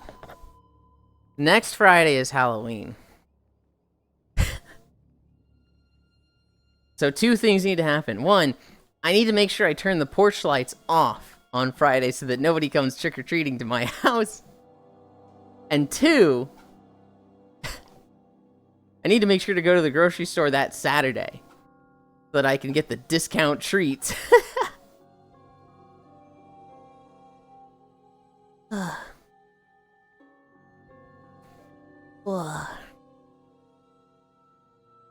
I need to download Star Wars porch lights off. Sign that says "feck off" on.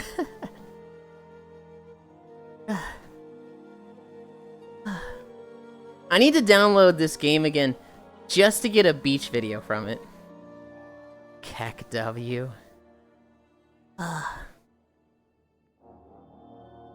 mean, so here's the thing. Even if they come trick-or-treating to my place and they, like, you know, ring the doorbell, I'm not gonna fucking hear it. I cannot hear the doorbell from my room downstairs. Which is a little concerning, but... If I am expecting somebody at the door, like, let's say my dad's like, hey, the HVAC services are gonna come look at the air conditioning. Make sure to let them in. I'm like, oh god, well, make sure they text me when they're like 5 minutes away. There's the one benefit to living in an apartment. No trick-or-treaters here? Wait, you don't get trick-or-treaters at your apartment? Because I got trick-or-treaters at my apartment. When I was in Dallas, I got trick-or-treaters to my apartment.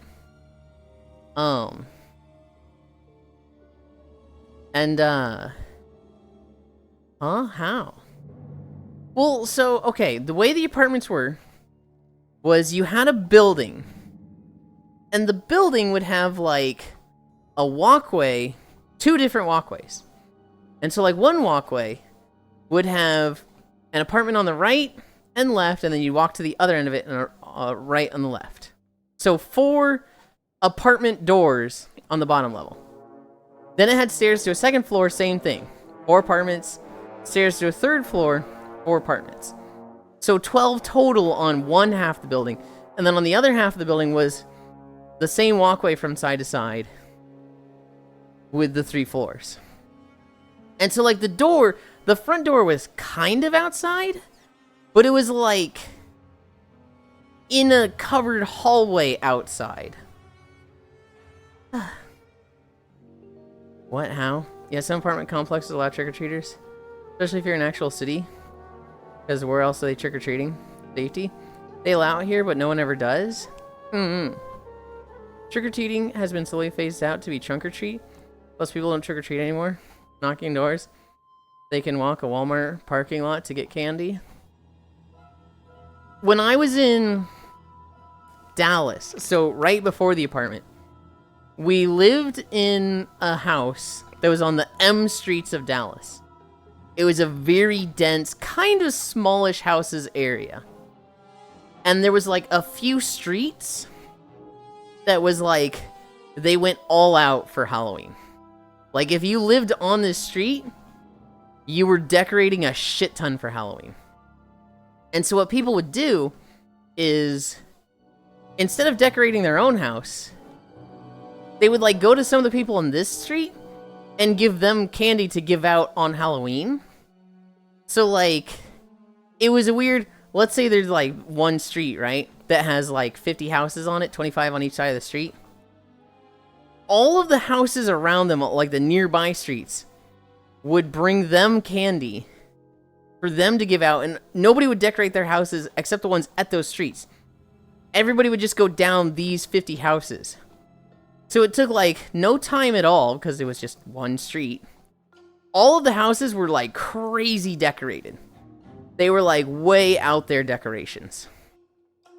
And then you got a shit ton of candy because they had a shit ton of candy to give. They weren't, like, buying their own candy to give out. People nearby were giving them candy. There was a weird, like, weirdly organized system for it.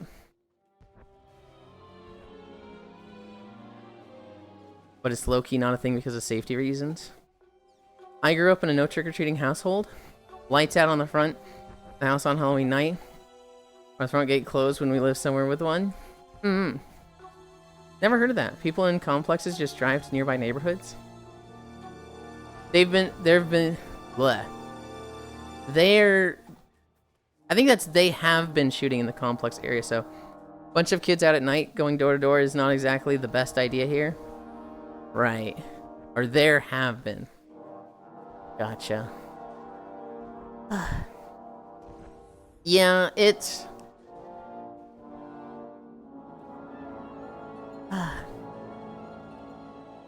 it's unfortunate.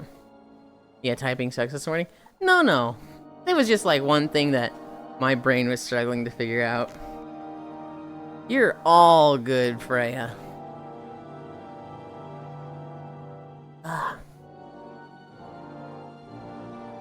Also, we're at 2 miles. I want a drink.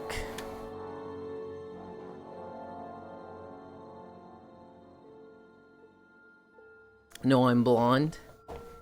That's wild. I have always been so fucking privileged, guys. I don't think I've ever lived in an area that was, like, at risk of anything or had shootings. Like, never in my life. When I first grew up in California, I lived in a town called Thousand Oaks, which is right near LA. I was too young to really remember it, but from what I remember, it was a decentish, nice neighborhood.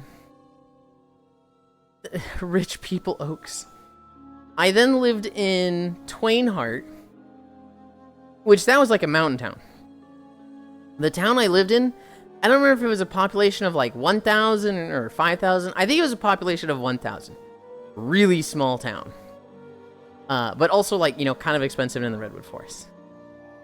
Then I lived in Lafayette, Colorado, right between Boulder and Denver. That place was nice. Never had an incident there. Then I lived in Fairfield, California. Okay. Fairfield is actually a pretty high crime area of California. Fairfield is a pretty gnarly city.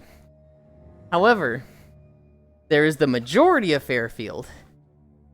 And then there's the Rancho Salado golf course and gated community off the side of it.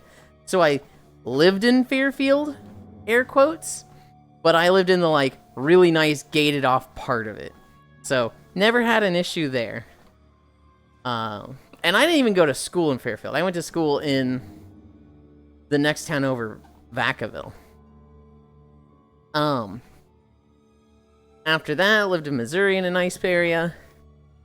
After that, lived in Dallas, which the M streets were a little... There wasn't, like, a lot of, like, crime near there. There was just a lot of people. The M streets is, like, right next to the commercial district of downtown. Not downtown, but, so there'd be Dallas. You go east a bit, and then there was, like, the Mockingbird Street. There's why it's called the M streets. Which is, like, where there was a lot of stores and grocery stores and stuff like that. And I lived in the house is, like, 3 blocks down from the grocery store. So just a shit ton of people.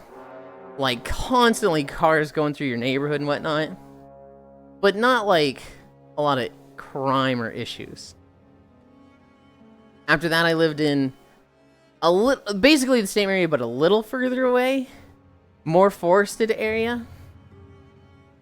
And then I lived in an apartment in Irvine between Dallas and Fort Worth. And that place was nice. The apartment I lived in, the apartment complex was like 90% Indian people. It was like a fucking group of Indians came over and they just kept getting their like family and friends over. It was just like, you need a place? Come to the apartment complex with us. So they had like, I described the buildings earlier, right? Each building had 24 apartments, and they had like 30 of those buildings. So whatever 24 times 30 is, that's like the number of apartments they had there. 90% of them were Indians. And I had an apartment there, and they were super nice. I got along with all of them. Literally like no crime. Well, I had a coworker who was there, and he said the kids keyed his car, but he was also an asshole who would be like, he'd be the type to like yell at the kids, "You better not key my car! I'm watching you!" And then they would key his car, and he'd be like, "I fucking knew those!" Like he was like, all of his pain was like self-inflicted. Anytime I talked to him, he'd be complaining about something, and I could just play the scene of Avatar: The Last Airbender, where the fortune teller's just like, "You've got a lot of pain in your life, a lot of suffering. It's all self-inflicted." And Sokka's just like, "What does she mean by that? It's not self-inflicted." And then he kicks a rock, and it ricochets off a sign and hits him in the back of the head. And it's just like, oh my god, that's just this guy. Like, that's just this dude. Is him complaining, pissing people off, them getting back at him, and him being like, "See, I knew I was right the whole time." Rich people Oaks. Wanna come live with me for 2 years? We had a violent stabbing a few days ago? No! Wait, is Freya hot stacked blonde? I just had the realization. He probably told them to shut up. Freya, I mean, hot, yes. Stacked, yes. Blonde, yes. But not the hot stacked blonde you're thinking of. Her hair is very short. She's like... Okay, have you ever seen the video? Have you ever seen the video of the guy with the corn on the cob, and he's like trying to pick it up and it's too hot? And his girlfriend just like slaps his hand away. She just bare hand grabs the corn on the cob, takes a stick, just fucking stabs it into it, and then like kisses it and throws it on the table and then like winks at him. Freya's like that. Like, Freya looks like the type of girl who's like, she's got a motorcycle and she's like, "Hey babe, want to go for a motorcycle ride?" And you're on the back of the motorcycle like, "Yeah baby, this is so cool." Based. Too hot to touch. Oh. Yeah, no, too hot to touch for wimps, But Freya's not a wimp, and she'll just grab it with her hands. One more to 740. I'm so close. Hell yeah. Nice, I love Indian neighbors.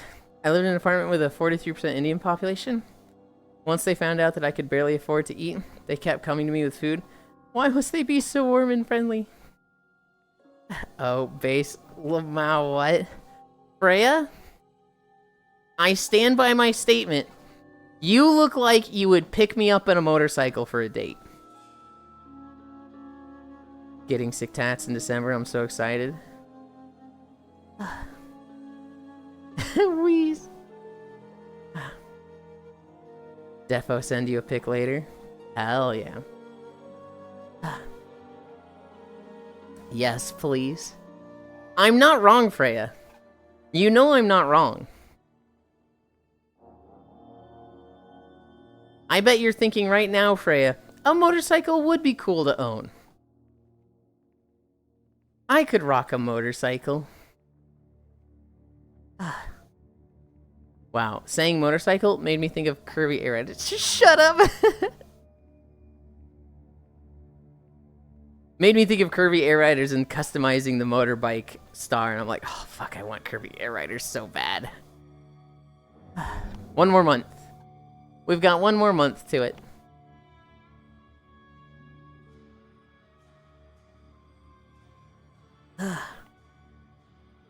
Kirby Air Riders hamsters so fast.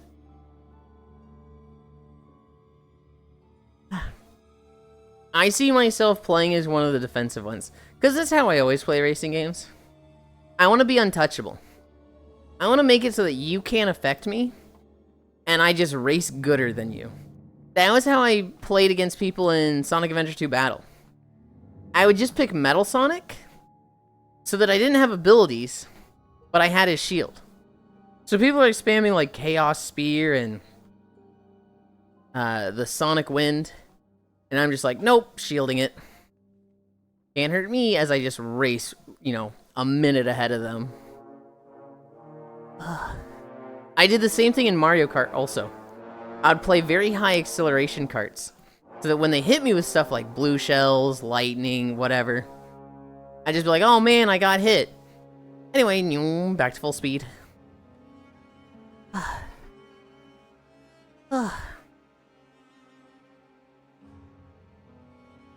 You know, blue shell can be dodged in every Mario Kart?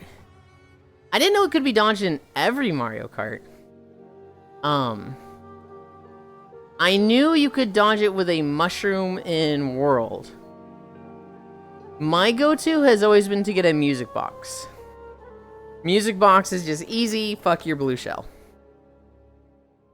I only know how to dodge it in 64 Wii DS.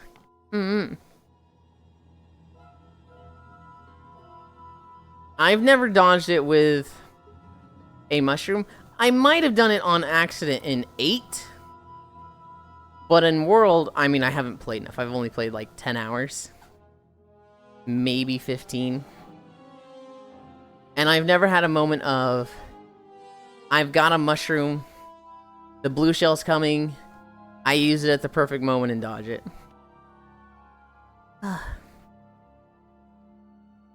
Music box. I love music boxes, especially when they're at least 50 plus years old. A Mario Kart music box, Leon. What the fuck when we play Mario Kart World? We haven't played it together. I didn't say that we did. Or are you asking when are we going to? I don't know. I feel like I missed the wave for that game. Yes? Did you mean this? Or did you mean this? Yes. This fucking guy. Okay. Okay. I feel like I missed the wave for Mario Kart World. It came out, and everybody was playing it, and I just didn't have it then. Pick number 3, my lord. 2 fingers. Lizard, lizard, lizard. I actually added a 7TV emote yesterday. I forget who it was that sent me one. But somebody sent me a 7TV emote. And we added that one. I'm glad you understood my reference. Oh, it's Shrek. Add Jorkin? I'm about to ban Jorkin. I'm about to add Jorkin to Automod. And I'm about to add the phrase add Jorkin to a like 24-hour suspension time. Yeah, I'll add Jorkin to the fucking Automod list. Jork the Gurk. Yulind question. How do you feel about streamers who rely on your support? Subbing to them, only to then flex on Twitter the CSGO knife they just bought for $600 after the market crash? I can understand the like, wow. You literally depend on people like me to pay your rent, and you're going and buying a CS knife. I can understand the frustration with that, because it feels like you're doing them a favor, and they're spending the money irresponsibly. However, the reality is, and my full thoughts on this Trogdor is, that's not your business, and that's not your, like, you don't have any dictation over how they spend their money. If somebody streams and they get their money to pay their rent and their bills, and they're constantly saying like, oh guys, I'm so poor, I don't know if I can afford rent this month, that is emotionally manipulative, and fuck them for saying that. But like, once the money leaves you and goes to them, that's their money. Unless you have like a written agreement, or maybe a spoken one, that's like, you are going to spend the money on this, you don't really have any say in how they spend it. And, you know, people are allowed to buy nice things for themselves, right? Complaining about that is like complaining about somebody's disposable income. It's like somebody working a 9-to-5 job at a cubicle, and then they buy, I don't know, they buy a new PC for themselves. And it's like, don't you think this is a waste of money? Like, yeah, you could probably look at it as a waste of money, but it made them happy, and hopefully that fits within their budget. Buy nice things for themselves. I'm very much of the opinion of, you, no matter how much you give on stream, you don't have any dictation for how that money is spent.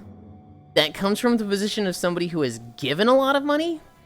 That comes from the position of somebody who has received a lot of money. There is no trade.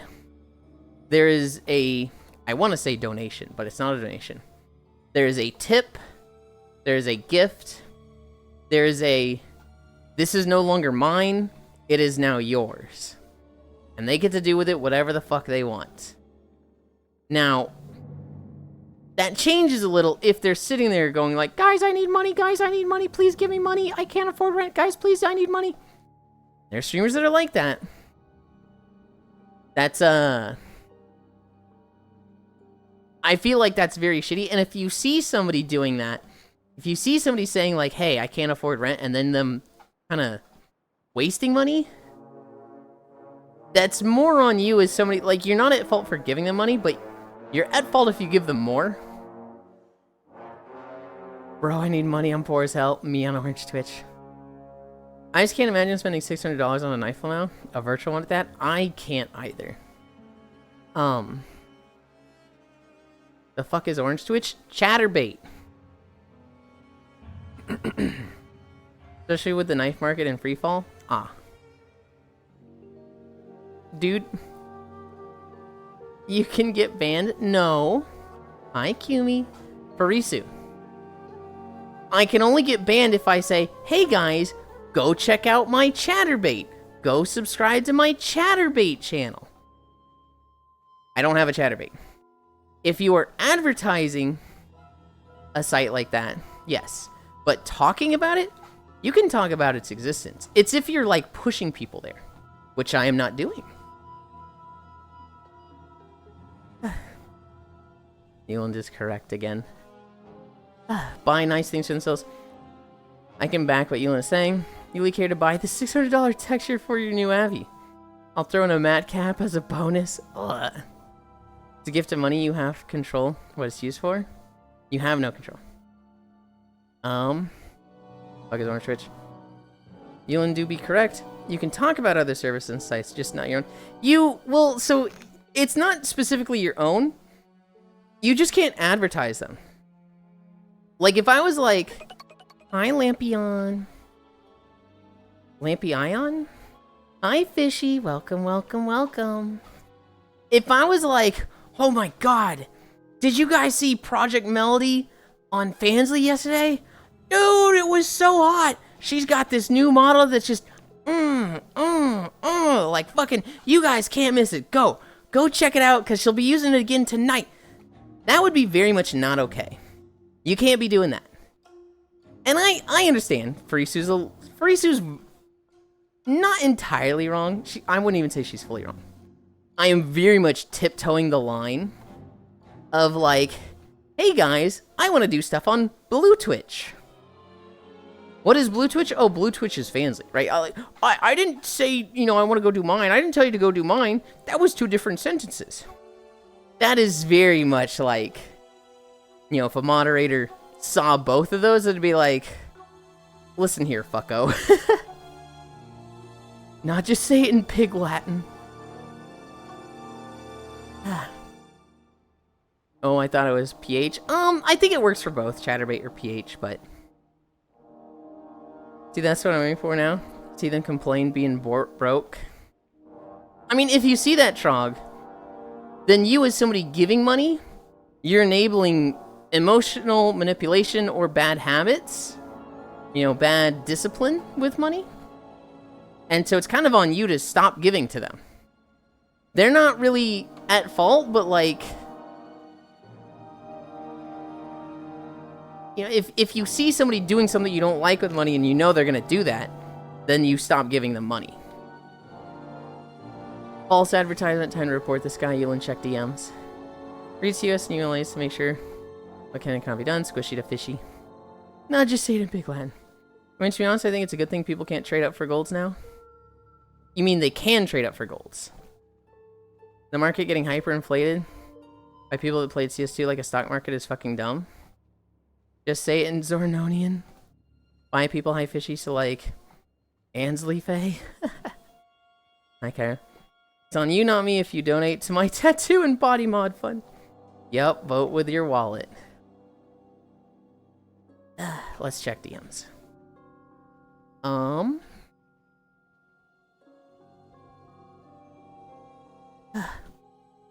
I fucking hate how accurate you are sometimes.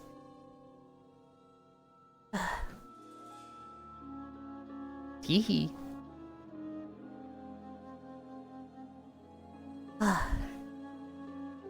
Oh, Yulind. What's up, Hobbit? I watched a bunch of stuff on the CS skins yesterday. So I'm a lot more knowledgeable than I was yesterday. There's another tool for Unity you might like. Oh. It adds blend shapes and lets you move things like sleeves back. Oh.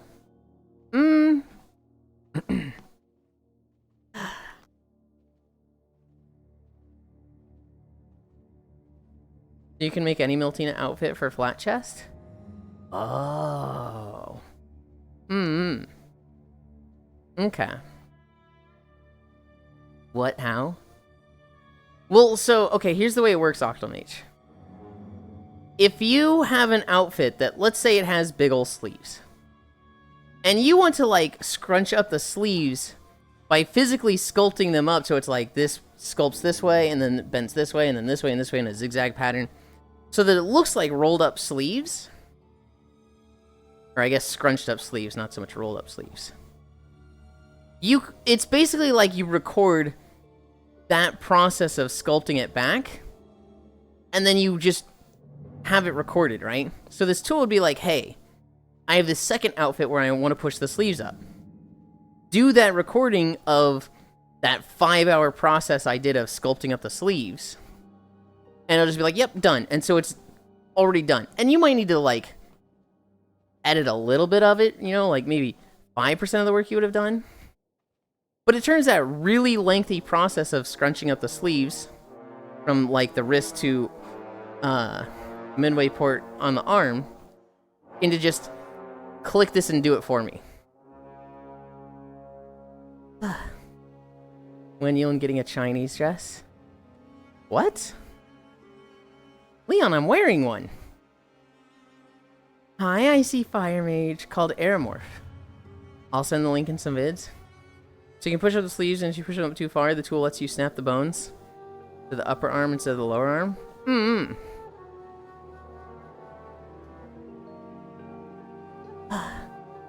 Icy Fire is here.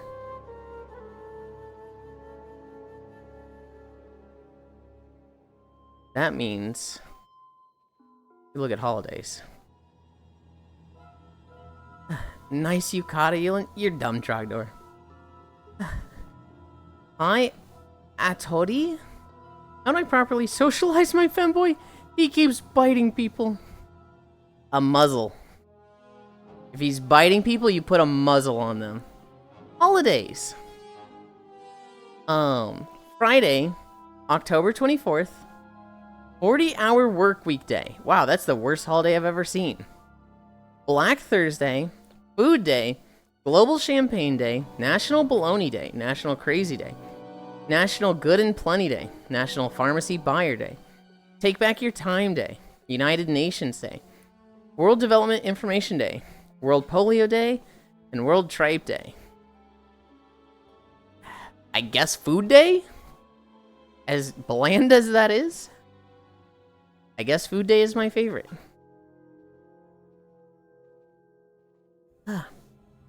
Considering Phone Watch never lets me show it, I'll just share that I have a 20 stream streak.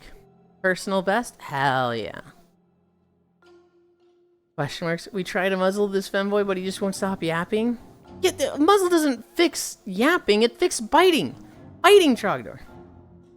I meant a traditional kipao, Yulind. Well, you said Chinese dress. I don't know. Maybe if I ever, like, have one I really want, but...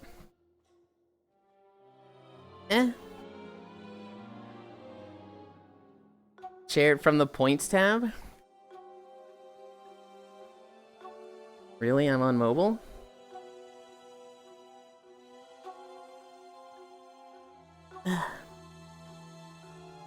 What are we at? 3 miles? We're at 3 miles? Will it work? Icy Fire Mage watched 20 consecutive streams and sparked a watch streak. Hell yeah. Anna with the save. Yippee!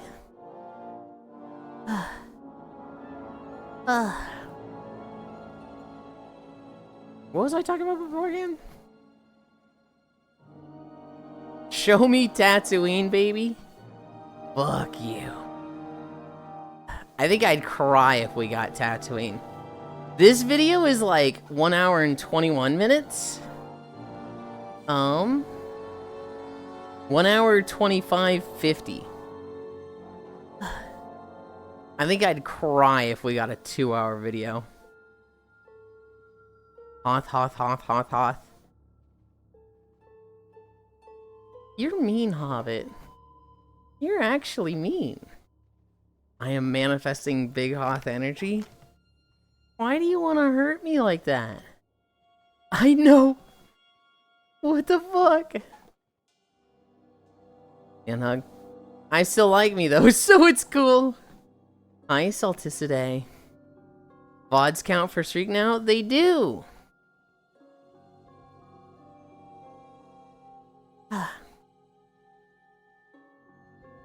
I'm hoping I get a short video. I want a nice, compact walk today. I have been up since 4 fucking a.m.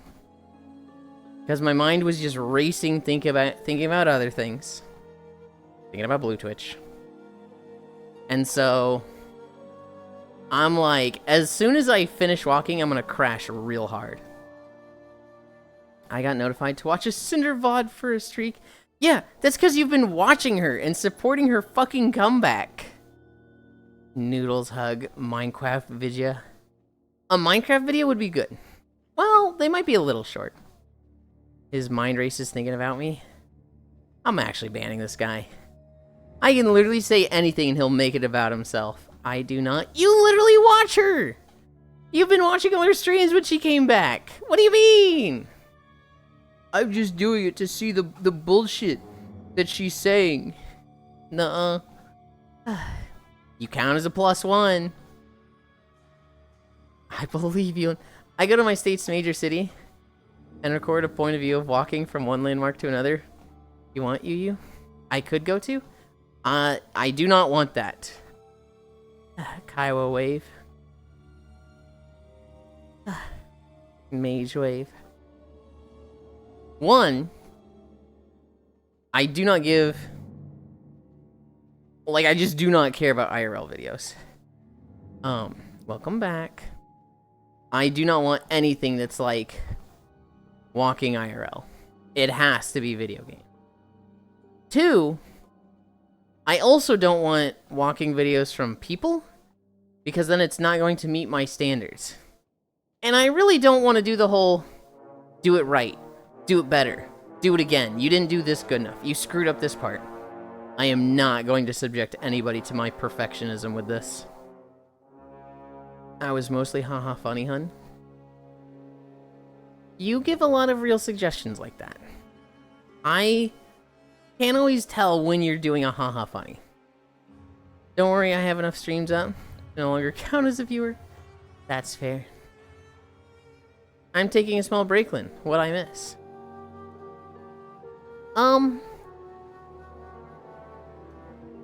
What were we just talking about? We were talking about the Counter-Strike stuff a little bit.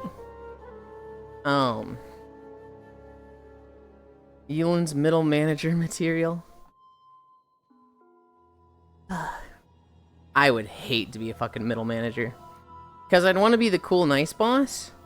But then I'd be like, these idiots can't fucking do a good enough job. Nobody can do as good a job as I can. Techno hug. Yeah, the CS skin stuff. From what I'm hearing, most people in the West are like, yeah, that's fair, that's good. Now normal people can get skins. This is for the best.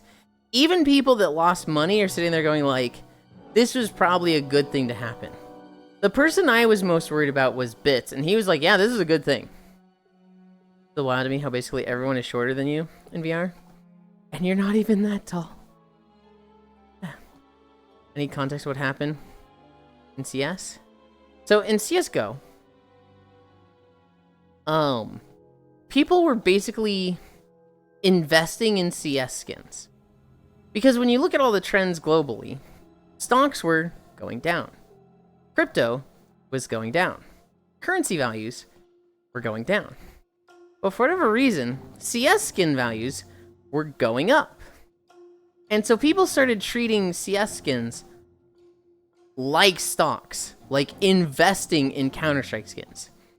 It was at the point where there was $6 billion of CS skins in the market worldwide. And most of that, each skin had a value. But it was the rare skins for knives and gloves that had the most value. These were the exceedingly rare tier, and they were worth a shit ton. There was one gun skin that was worth like literally $1 million. Like just this digital skin on the game was worth $1 million. Now, people were putting a lot of money in these, and especially in the last few months, a lot was coming from China. Now, here's where the problem happens. Worldwide, people are getting addicted to like gambling for skins on CS, opening chests and seeing what they got. And Valve was getting more and more pressure from governments to stop this. Valve had the argument of, yo, all this gambling isn't happening on our website. You know, it's not happening on our stuff. This is all happening on third-party sites just with stuff on our game. This is literally not on us. But, you know, that doesn't fly in the court of law when a government is investigating you for, like, money laundering and promoting, you know, gambling for kids. So Valve, in an effort to move it to, you know, more of the money towards themselves and kind of just not crash the value, but take the money away from third-party sites and stuff, they recently made a change where you could go from, I think it's the 6th tier of items to the 7th tier. So if you have the 1st tier, if you have 10 of the 1st tier, you can turn in 10 of those and get something from the 2nd tier. If you turn in 10 of the 2nd tier, you can get an item of the 3rd tier. And that stopped at the 6th tier. The 6th tier was the cap, you couldn't go higher than that. But they recently made it so that you could turn in 5 of the tier 6 items, covert items, and turn that into 1 item of the 7th tier, exceedingly rare. So if you had like 1,000 of the 1st tier, that would eventually become the 7th tier. Now, all the money that was in the 7th tier is suddenly like tanking because it's extremely more accessible. Before, you could only get that from opening cases, but now people just have items that they can just turn into that. And so, the 7th tier has tanked in value. The 6th tier has skyrocketed in value, but the 6th tier was kind of like worthless. There were some things from the 6th tier that was like, oh, this is worth 300, this is worth 700. And those are shooting up. But overall, it's the 7th tier that was like, this is worth 300,000. This is worth 255,000. Those are all plummeting. And Valve did this very suddenly, very overnight. Like they pushed a small patch, labeled it as a small patch, and were like, yeah, so we're doing this small patch. It's going to change, you know, these values. This gun's getting this adjustment. This, hi, Keo. This map is getting this adjustment. And then not even mentioned in, like, the article for the patch, but way down below in the patch notes was, oh yeah, also you can turn 5 covert items into an exceedingly rare item. And so, like, nobody realized it at first, but, like, very quickly people were like, hang on, what the fuck? And, like, I said there was $6 billion in CS skins globally. That is tanked to $4 billion. $2 billion has just evaporated and disappeared. And there's a lot of people who, they had a lot of money in their skins catalog. There's a video of a Twitch streamer who, like, he had 58,000. And he's like, okay guys, here's a screenshot from my skins. Here's a screenshot, it's 58,000. Let's update it to what it is now. And he updates it and it goes to 18,000. And he just starts like, because he essentially just lost $40,000 overnight. There's a lot of people in China who, well, let's put it this way. There is a noticeable spike in suicides in Chinese youth from this CSGO patch, which is like, oh god, that got really dark suddenly. But yes, there is $2 billion have just disappeared globally because of one little patch change with this. It's still wild to me how basically everyone is shorter than you in VR. You're not even that tall. Back to Webtoons. Take care, fellow nerds. Nah, Bits is having a blast. They've been angry that people are more interested in cases than actually playing the game. That's funny. I forgot to add my cutie at the end. I'm tired. Can't believe there's $4 billion worth of money circulation for weapon textures. I think it's a good thing, but the problem is the uncertainty it created. The fact that one company can affect a $5 billion market with no regulation, shareholder input, or governance was a huge wake-up call. I mean, it shouldn't have gotten to be that big of a market in the first place. But it's a much needed change for the casual gamer. Because now casual gamers can actually get these exceedingly rare skins. And it's not just like, oh, this is only for people spending thousands of dollars. Oh yeah, both RuneScape games had a problem with people gambling. Good riddance to Duel Arena. And these addicts will try to make a gambling game out of fucking anything RNG. Long term, it will spread the money around. Price-specific money has left the ecosystem. That will never return, and maybe that's what Valve wanted. Yeah, but if you have gun skins, they went up in price. The patch was just that you can now trade up for knives and gloves. Yes, the 6th tier covert, you can take 5 of those and make those an exceedingly rare. So it's 5 for 1. So all the covert stuff, which a lot of people had like 500 in their inventory, can now be traded for exceedingly rare. I did see that Trainer X bragged that his inventory value went up because he has a ton of reds. And their prices ballooned after the change. Yup. I think it's in the 3 bill range now. Oh, God. In an ideal world where video games were played by video gamers, that footnote would actually be a footnote. Yeah, this is another reason as to why I don't invest time and money into live service games. For that topic, there's been a number of suicides reported from this all over. Just a lion's shares from China? Yeah. Yeah, there's a market in China for that. Hi, Violet. Someone gonna have to have a heavy conscience from that choice. Well, I disagree, Violet. Because while you literally said, hey, we're going to change this so that there's less money laundering, there's less money going into these third-party sites, there's less, this, and people literally killed themselves over this, Violet. The alternative was promoting children gambling, and like this is a step in the right direction to stop children from gambling. It's like a lose-lose, but like I do think it is a good thing. I wonder if anyone will try to sue them somehow. Oh, of course they will. Rare-based Bits take. Bits just really likes playing CS and wants people to play with. In my opinion, the heavy conscience should be on the people deciding to play video game skins, like a stock market instead of actual stock market investments. Agreed. I mean, like, it's one of those things where it's like, it's almost as stupid as investing in toilet paper. Oh, God. Okay, we got a fucking long one. It's like COVID happens. Somebody goes and buys a fucking pallet of toilet paper. And then, obviously that's not a thing, right? And everybody's like, hey, why do you have so much toilet paper? Oh, I thought I just needed to. And it's like, okay, well, I don't pity you at all. Even though now you, like, have lost this space in your house, you're out $2,000, you're a fucking moron and it's deserved, right? It is much more drastic. It really sucks that people are dying and killing themselves over this. But, like, you invested thousands, tens of thousands, hundreds of thousands in digital video game textures that have no physical value. It's like,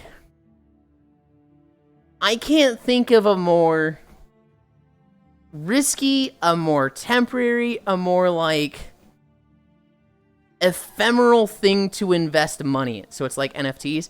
It's even worse than NFT. Well, no, it's about on par with NFTs. Yeah, it's literally about the same.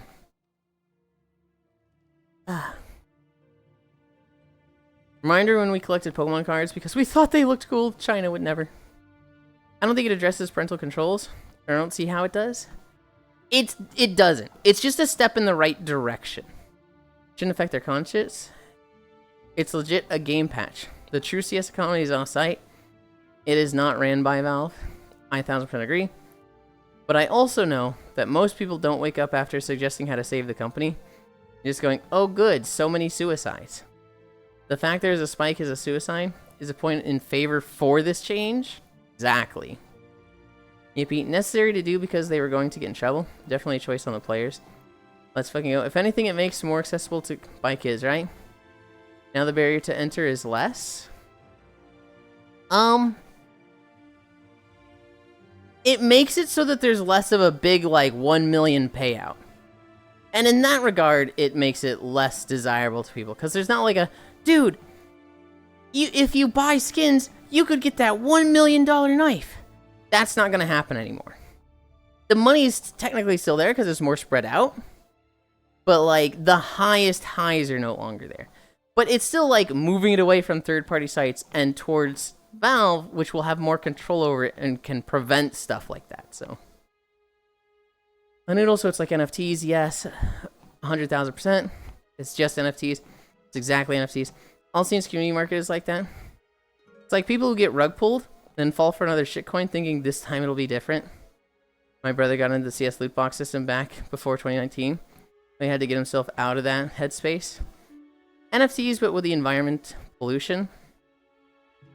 All the money stays in the Valve market ecosystem. To get actual money, you have to pay outside of the market and trade said items. Not oh good, I said oh god.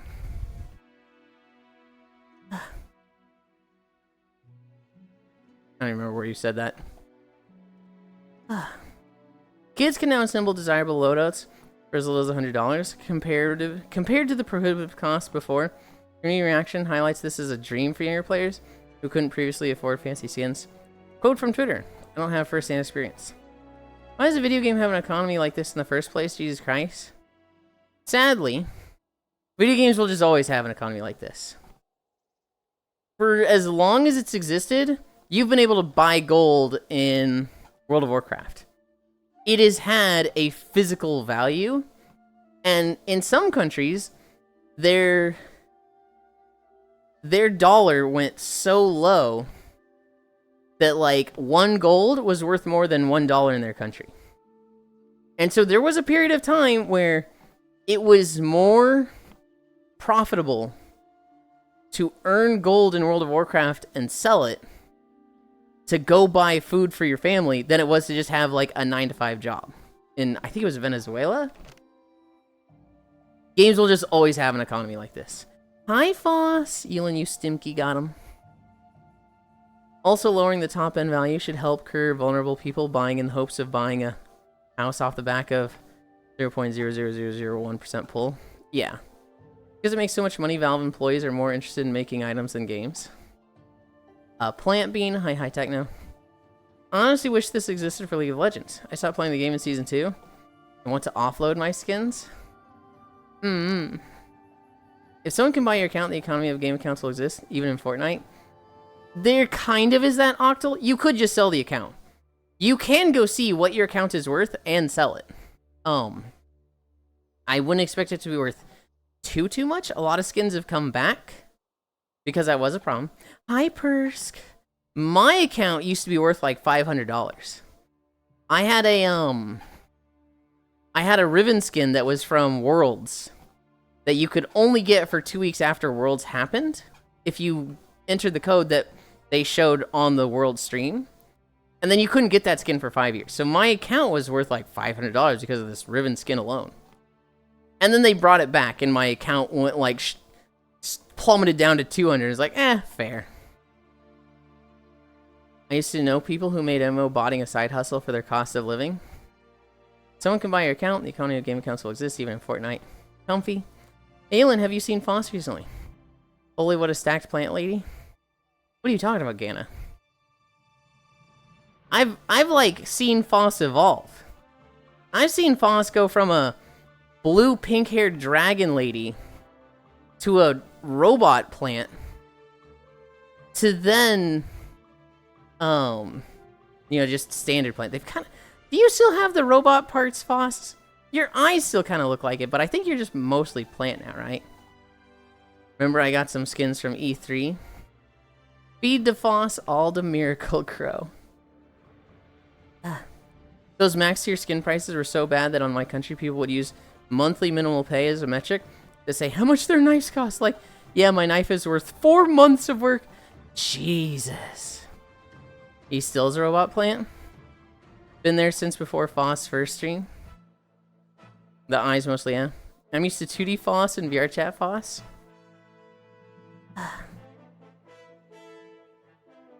Hi, Gigi. Hello. I just need your help real quick. You're so quiet. I don't need to do anything. Oh, wait, yeah. Now I can hear I you. need your help. You could just keep walking. Okay, I'm okay. Trying to. I just need to play music to this, and it's, I'm assuming you're streaming, but it's non-copyrighted, so you'll be fine. I am. Just let me know if it works. I have to turn myself low again because I'm not Okay. sure what's on. I'm used to 2D Foss and VR chat Foss. Yeah, I hear it. Good job. God, derp. What? Felt the robot thing was just a bit of over design a little. GG Marin. GG duh. Yeah, Gana, it's getting colder, so I'm not as sweaty and feel more comfortable using my 3D model again. Hi, Kumi. Love. Yeah, Foss. Their 3D model and 2D model are seasonal. Because, well, in the Foss household, they fucking hate air conditioning. When I say they, I mean 2 of them are begging to turn on the air conditioning, and 1 of them is like, nope, my air conditioning. So Foss is usually, I think his AC is set to don't turn on until it's 80 degrees, and Foss is upstairs. So for Foss, it's like 90, but now that it's cooling down, Foss can actually use their 3D.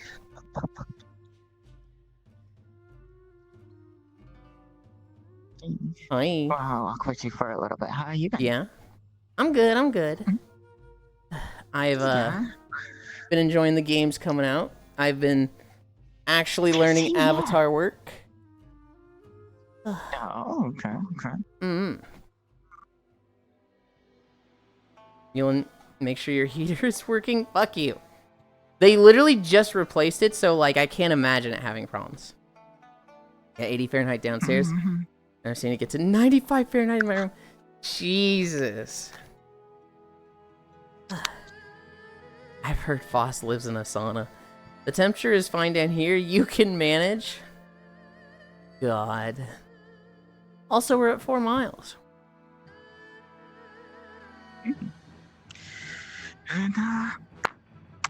What have you been playing, Gigi?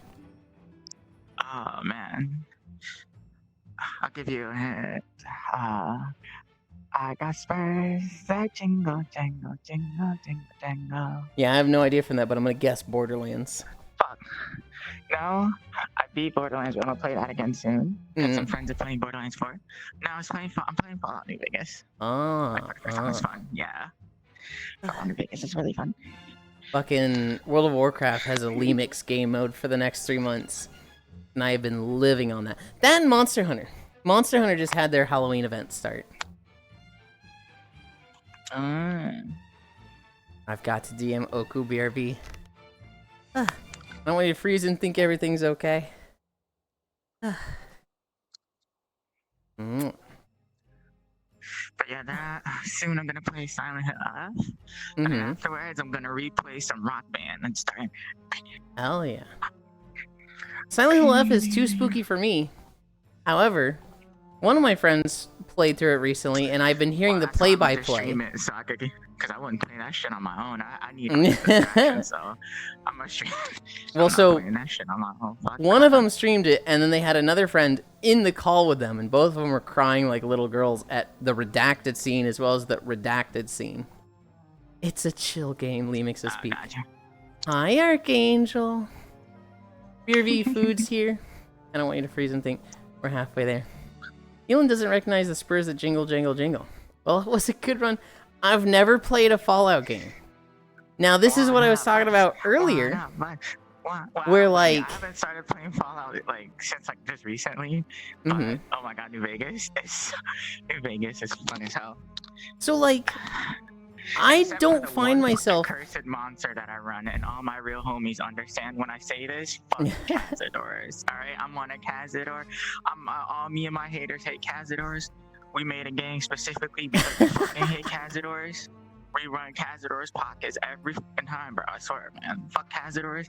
There's no reason that they exist. They serve no purpose on Earth. They serve no purpose in life except for just fuck you. Fallout is a game that I would like to make walking videos of. But, like, I don't know when I would, like, go through the game. And so what I'm kind of thinking of is, I stream on Blue Twitch, and that's when I go through a lot of games like this. That seems fun. Fallout looks amazing, except for the jump scares. Nope, no thanks. You know, plays New Vegas for a 50-day. It ends up streaming 24 hours. I would not play Fallout on a 50-day. That is too long of a game for a 50-day. That is more likely to be a Blue Twitch consistency thing. Yes. I don't know. I don't know if Blue Twitch would have a schedule of like, hey, we do this 3 times a week, or if it's just whenever I fucking feel like it. Whenever you feel like it, honestly. I feel like that's the better way to do it. Well, so I'm good, dog. Okay. Again, thank you so much for the help. Yeah, anytime. Yeesh. Have a good I will one. repay you for your kindness. Okay. You don't have to. What the? What? You can beat New Vegas in 10 minutes. Oh my god. Cairo, Yeah? you know damn well I'm not going to do that. What the fuck? Yeah. Who wants to beat that game in 10 minutes? Why? It's So like, much content. that's like, you could beat Breath of the Wild in an hour, just run straight to Ganondorf. Nobody's gonna play that way. That sucks. This guy's not a gamer. I forget this guy's not a gamer. Just bucket-head it. Man. I'll try to come around and see you more. I'm sorry though, it's like I have to go to work since that's I have to get this done. You don't still have 2 Yeah, I jobs, have do to get you? this done. No. Good. Well, no. I don't like, okay. no, sort of. What does that mean?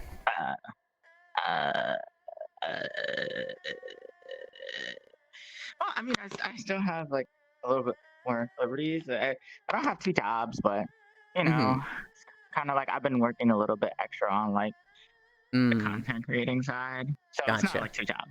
So I just but I remember don't at one consider, like, point. content creating work because it's just mostly fun for me and like just exploring with like video editing, Yeah. stuff like that, and I just remember at other one point things. you had like 2 standard jobs, and you're like, I don't have time for this anymore. I was like, fuck, no, that sucks. Yeah. Yeah. No, I work one. I got promoted at one of my jobs, so Oh yeah. Good job. And I also do the Twitch thingy. So Hell yeah. that helps. Hell yeah. I was like, I'm not gonna be stressing anymore that much. Mm-hmm. So, and plus, kind of pays a little bit more. Mm-hmm. So I was like, cool. Can like get therapy and all that shit now. So Mm-hmm. it's not like I don't consider even Blue Twitch like a job. It's just for the love of the game. But, Yeah. I mean, it's a bonus. So yeah. Mm-hmm.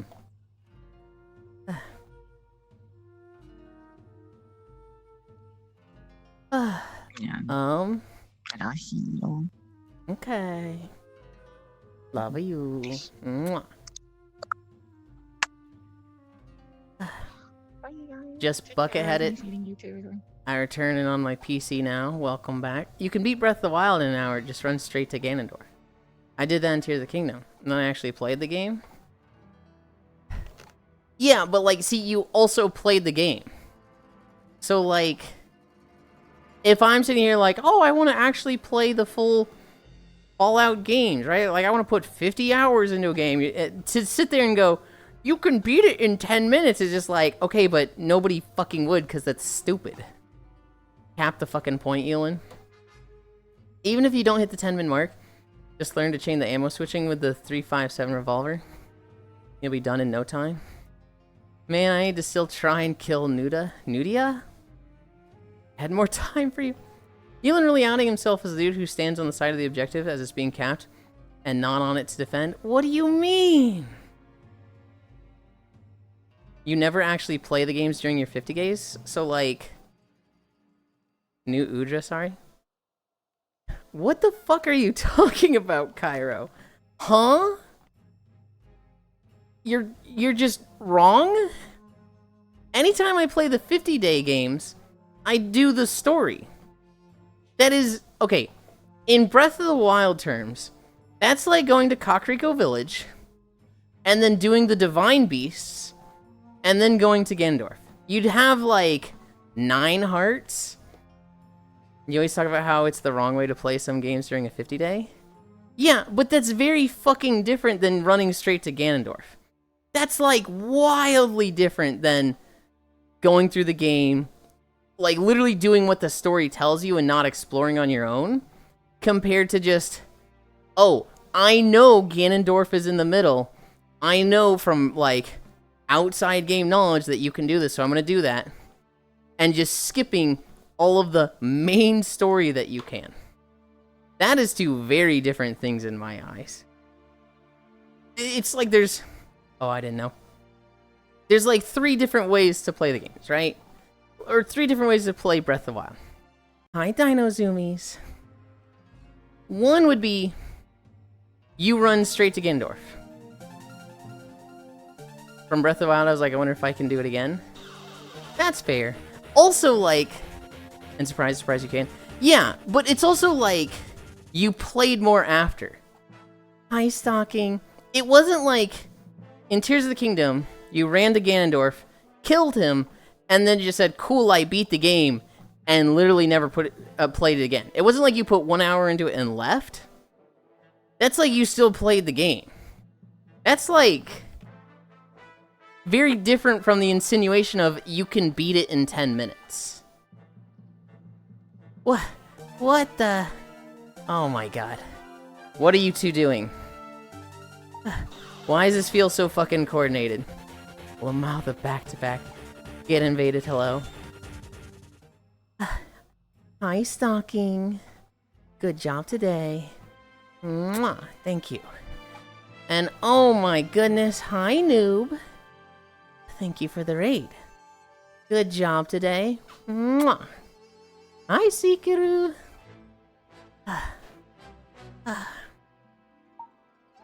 Okay, happy Friday, cuties. From Breath of the Wild, and Surprise You Can.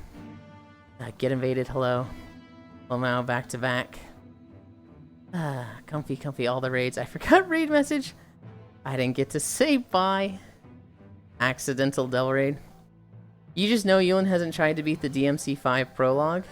I've never played a Devil May Cry game. I'm sorry. I've been lurking already. I have never tried to play a Devil... No, actually, that's wrong. I did play... Hi, Kefir. I did play Devil May Cry 3 a little bit. I think I got to Cerberus, and I got his weapon, and then I put it down and didn't pick it back up. Oku, if you're referencing the fucking... Yulind doesn't do objectives because of the conversation yesterday with Cairo, I wanted to stab this guy. Because Cairo's like, I'm the best dude on my team! And he had 19 deaths, or 19 kills and 16 deaths. And I was like, really? Your KDA sucks. I wasn't looking at score. Cerberus was a wall for most people. I'm pretty sure I beat him. I don't know what the combo was yesterday. I think I missed stream. I'm used to dealing with people in like League or HOTS where they look at just the kills and they're like, I'm doing the best on my team is trash. Which is literally like what Cairo said. He's like, somebody on his team was like, my team was trash, and Cairo was like, fuck you. I'm used to seeing people with like 20 kills, 17 deaths, and it's like, I'm carrying the team, and it's like, in League of Legends terms, you are literally fucking griefing if you are a mid lane assassin, jumping into the enemy team, killing their support, which is a low priority target, and then dying for it, and we're losing, and I'm so used to people doing that and being like, what the fuck, my team sucks. KDA is so much more important in League than just raw kills. So, like, if somebody has a lot of kills and a lot of deaths, I'm sitting there like, I fucking hate this guy. But if they have, like, 20 kills and 3 deaths, holy shit, they're doing work. It's almost like there's a role in Battlefield where the main purpose is to support people. Get this? The class is called support role. Were you playing support? How's everyone? If they have like a objective score, I mean that's important. I was basically experiencing the same thing playing PA, my Dota game yesterday, where my build was stacked and I was in a position to like 3-shot crit their supports. Were you dying for it every time? Because if you have somebody that's like, but then no one would initiate and it was like, the fuck am I supposed to do to be the front line or something? I mean, so if that's like what you have to work with, that stinks. In League of Legends terms, I don't know how familiar you are with League Oku. You have the two most important people on the team, the mid laner and the bottom laner. Those do a shit ton of damage, and they're usually not that tanky. Your top laner is kind of under that, but your top laner is like, they typically can't carry, because top lane is such an isolated, it's called the top lane island. Yes, I play in a ton of League. Okay, then you're familiar with all this, and this explanation is more for other people that don't know. This is more for Cairo. Your top lane is typically less valuable than your mid laner and your bot laner, because you have to pick defensive champions for top lane. People that can, like, get away because, you know, they're never going to get help for the first 20 minutes of the game. So they're typically more defensive characters that can't snowball and really take a game out of control like mid lane and bot lane can. So it's like mid lane, bot lane, most important. Bruiser tank picks, less important than them, but still kind of threatening. Then I would say jungle under them, and it depends on the jungle patch. Sometimes jungle is like heavy gankers that can take a game out of control and they can be just as important as the mid laner and bottom laner. Sometimes they're a literal second fucking support and useless. And the support easily at the bottom of like, you don't give them gold. Killing a support is like the least valuable thing to kill on the enemy team. And so having somebody be an important role like mid laner, Yulind, we've literally talked about playing only League off meta. I know. I just wanted to check. Having somebody be like a mid lane assassin, diving to kill the support and dying for it every time, and being like 15 and 14 and being like, my team sucks, is like, you're actually griefing me. I actually hate you because you are making the game so much harder by taking an important role and squandering it, and you are infuriating because now you're talking shit like you're important when you don't even understand how bad you are. I was playing engineer, which might as well be the vehicle anti-structure support. If you ever play Dota, you should know it's extremely CC heavy. Yes, I play a ton of League, Bruiser, tank pick. I know how it works, I just don't play it because it's ass. League is a good game, it's just its community sucks. But like, League with a 5-stack is probably really, it's a really good gaming experience. I wouldn't get sat from raid, I probably would. Tyro, you would definitely get sat from raid. Because you're the type that's like, statting defense and stamina gems, and going, well, the tankier I am, the less I die. And, you know, a dead DPS does no DPS, so you're at the bottom of the damage meter. I still don't get why the LoL lane meta is so fixed, when it seems like the easiest way to throw off the other team, by even just swapping top and bottom lanes. That happens a lot in pro play. Hi, Comey. Me when the 16-11 top laner chasing the jungler into a 5-man gank every time pulls his hair out over his team pushing objectives. God. True, bad DPS are dead and do 0. That depends on the 5-stack. It does depend on the 5-stack. For me, the last time I really played League a lot, I had a really, really good 5-stack, and it was such a fun experience. Yeah, if they don't have to deal with the dredges that are PvP communities, League is pretty chill. Yulind, did I tell you that I was given a new laptop? You didn't, but that's awesome. The League meta, Zvi? When somebody understands it and can break it, it's like fucking game changing. I remember it wasn't Worlds, but it was like a big summer tournament. And this one team, they like didn't pick a support. They picked Aatrox top. And at the time, it was really well known that Aatrox is really good and wins top lane, but they're hard countered by this other champion. So picking Aatrox with that champion still available was like, what the fuck are these guys doing? So the enemy team picks the counter pick, right? But then, the first team that picked, they then picked Cassiopeia. So the enemy team is like, wow, they first picked top and mid. That's crazy. So they picked the counter to Cassiopeia. But then the first team picks the counter to the Cassiopeia counter. And the second team is going, hold on. Do they have two mid laners? Are they doing support Cassiopeia? What the fuck is happening? We don't really know. And then the team finishes out with, you know, a jungle and a support, which I don't remember what the jungler was, but the AD carry, they picked Tristana. And it was like, what the fuck is, I don't remember if they picked Tristana or Caitlyn, but I think they picked Caitlyn.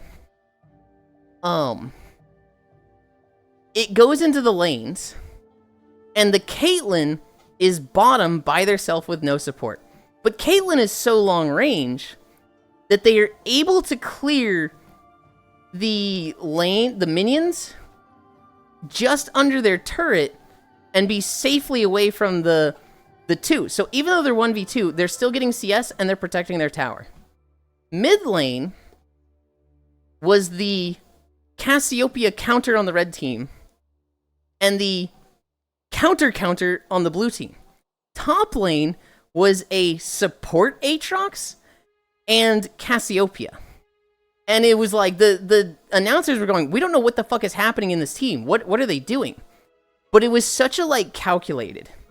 It was such a, like, if we pick this, they pick this. If we pick this, they pick this. And if we pick this, we pick this. They knew how every single lane was going to go, had practiced it religiously, and literally just baited their enemy into picking exactly what they wanted. So they basically just threw away the meta and stomped them. It was like a 13-minute game, which at the time I think was a world record.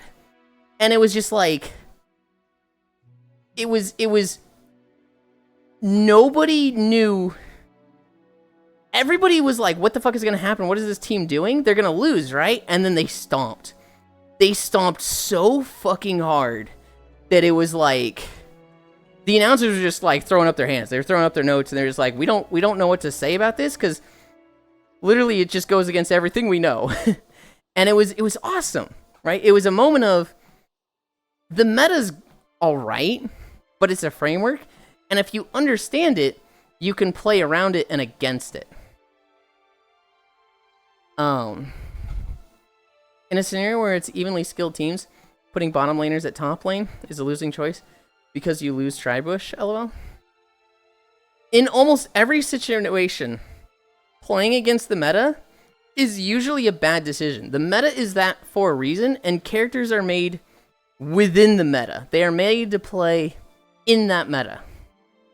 And the reason for the meta in League of Legends is early game, hi Scriggles, early game objectives, dragon, is very important. So if you have 3 lanes and 1 jungle, you have an extra character somewhere, so you want them to be in the lane where they will be the most impactful, which is bottom lane. Middle lane is kind of too short to get a lot of effectiveness out of supports, but in the long lanes, top and bottom, a support can be very effective at keeping somebody safe and alive. So you put them bottom because that's where the AD carry is, which is right next to the dragon, so that when your team decides, hey, we're going for dragon, you can have 4 people there as opposed to 3 people there. Which means top lane typically needs to be characters that are good at staying alive. You don't want AD carries or mid laners there because mid laners are typically mages that don't have a lot of escapes. That's why you put them in the short lane. AD carries typically don't have a lot of escapes, but they usually have a support protecting them in the long lane. And so you need characters that are very mobile or very tanky in the top lane. Otherwise, they're just gonna die. World's games were good today. Like last time I played, I was doing bot duo with a friend. It was just us drinking and singing while bullying the shit out of our lane. No kills with your team, just didn't get to stay in lane. Counter pick, God chat, Yulind wasted his 20s playing mid. Fuck the meta, big Wayne move. I mean, he's still playing WoW in his 30s. Look at this here, Yulind. Hi. Also, the meta is hard enforced by Riot themselves, yeah? Spriggles. I think it's just impossible to balance if anything can play anywhere. Rip my favorite Morgana jungle. I don't think the meta matters all that much outside of the upper echelons of rank. For the most part, yeah. At my level of play, you could take Morgana anywhere. You could play bottom with her, you could play support with her, you could play mid with her, you could play jungle with her, you could play top with her. At the highest levels of play, if you take her bottom, you're really taking attack damage away from your team and hurting your team in that regard. Unless you have like a mid laner and a jungle that are heavy attack damage. It constrains what your team can pick. Picking her support, I don't think that's as good now, but might be viable during the meta. If there's like a really heavy CC meta, Morgana becomes a godsend. Jungle, she's okay in the jungle. She has a really fast clear, but she's counter jungled a lot, especially early on. And so, especially if you first pick her jungle, that's extremely risky, and you are going to get bullied, and basically you are saying, hey, team, we need to literally outplay the enemy. We need to be better than them, because we just have a distinct disadvantage for the first 20 minutes. Mid lane, she's like made for that, so she's good there. Top lane, she's probably just gonna fucking die there. She is very low mobility. I'm just here totally understanding everything. If you're where most people are at, which is like silver gold, you're fine just playing clown shoes, as long as you're not just sandbagging. I just think about it, and my point about Triburst is actually moot. It's not like Dota, where you do safe versus off lane. It's safe for safe lane in League. Which, thinking about it, really doesn't make sense. The reason the meta is what it is because it revolves around Dragon. You put the support with the not safe AD carry bot lane, because that's the long not safe lane. You put top laner by themselves top lane, because that's a very unsafe lane. And so you have somebody that can kind of take care of themselves there.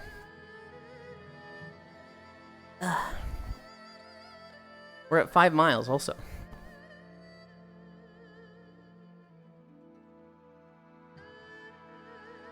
Yeah, but now you have the pre-Baron objectives.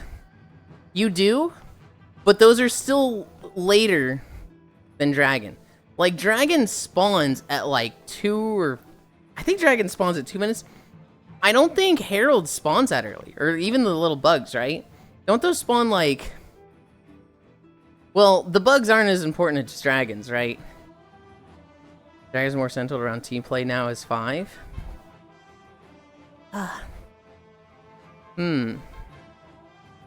I would think dragon is still more important than just the little bugs. I would think that, like, you can't do a herald until like 8 or 10 minutes.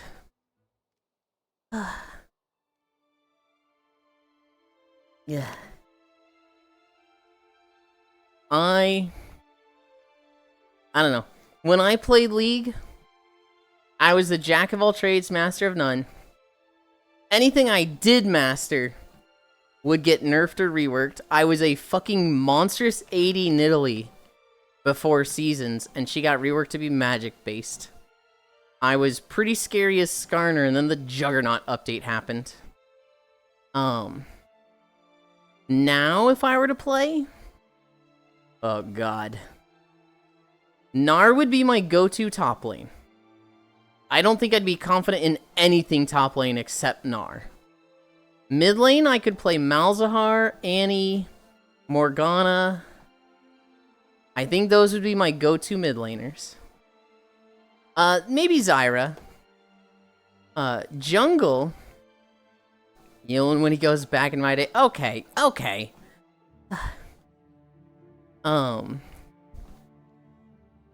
Jungle. I was a very scary Shyvana for a long time. I don't really like her AP build. I very much liked her AD bruiser stuff back in the day. But I can play the AP build. Shyvana. I've done a little bit of Xin Zhao jungle. I hate new Skarner. Not new Skarner, but like Crystal Skarner, I hated that. I'm trying to remember. I feel like I'm forgetting a jungle. Oh, Sejuani. Sejuani I feel very comfortable with. Bottom lane, if I'm AD carry, it's Misfortune. I'm literally only going to not lose with... No, Severe. Misfortune or Severe I'll do okay with. And I'm not going to carry, I'm literally just okay with them. Support. Support is probably my most versatile role. Well, 1 a.m. Are you going to bed, noob? Bard, Morgana, Sona, Zyra, Nami, Leona, Alistar, Taric. Am I forgetting anybody? Annie. Thresh. Nautilus. Nunu when he was a support, but he's... I don't think you can do that anymore with him. He lost his attack speed buff. Oh, Lulu, Janna. I felt confident with like 15 supports in bot lane. I was very much a, I am counterpicking to fucking ruin your day. My top lane picks have always and always will probably be Trin, Darius, Riven. Riven? I like seeing Riven players. Now I just play League Arena if I don't have anyone to play. Random and fun. AP build I always found more fun. Warwick when his R was point and click. AP, is that AP Nidalee? I played Nidalee when she was a lane bully and you would just auto the fuck out of people. And like, either outmaneuver them or just out-trade them. You're talking about AP Shiv? Oh, okay. And then once you, like, had a few kills, you get a Bloodthirster and just run away with the game. With Shyvana... Well, it's such a wild topic to listen to. With Shyvana... I don't like how AP is just, oh, you missed a fireball, you lose this fight, because that was everything. I really like fucking punching people. Here's the way I played Shyvana. I didn't gank, I just took the enemy jungle. I just took every objective... I took their enemy jungle, like, their jungle was mine. I eat it up, nom nom nom. And I would just be, like, brazen with it. I would just walk into their jungle, walk through wards, and just take the stuff. Even if I knew they saw me doing it, I would just still go do it. Because if I saw, like, their jungler anywhere on the top side, I would just go bottom side and take that everything there. And they would come and stop me, and I would just ult over a wall and walk away. And I would go into my jungle, get my rage back, go back into their jungle, take half their stuff. It got to the point where, like, they were putting everything into wards to stop me. And, like, I just killed so fast that I was pretty much killing my jungle and their jungle and starving the enemy jungler. And then when it came to team fights, it was like... their jungler would be, like, 3 to 4 levels behind if I did everything right. And was just a wet paper bag and fell over. In my best games, like if I counter-ganked, let's say I saw their jungler going top lane, so I was like, okay, I'm gonna be top lane. And then they gank my top laner, but I also gank at the same time and just turn it around on them. I've had games where like I get 2 kills early, and I take that into a Ravenous Hydra, and it's like... Old Shyvana with a Ravenous Hydra is, I kill my jungle even faster, I'm sustained so I'm always at full health, and you can't fucking fight me. I just start taking turrets, I start taking their entire jungle, every dragon I want. I'm no longer ulting over walls to escape. I'm like, I see somebody on my screen, I ult them. I smite them with a chilling smite, and I just fucking smack them 5 times and they die. I was a fucking monster with Bruiser Shyvana. And if I got an early lead, it was one of the few characters I knew how to snowball with, and like, I take the win. Like, I just forcibly, game is mine now. Time for me to go to bed. Good luck with the rest of the stream. Thank you for comfy vibes. Good night, noob. Sleep well. We still walking? We are. We are. We got 2 long videos today. Well, such a weird topic to listen to. The bird damage on her ult farm W, though. That was me playing mid-fizz and LeBlanc. I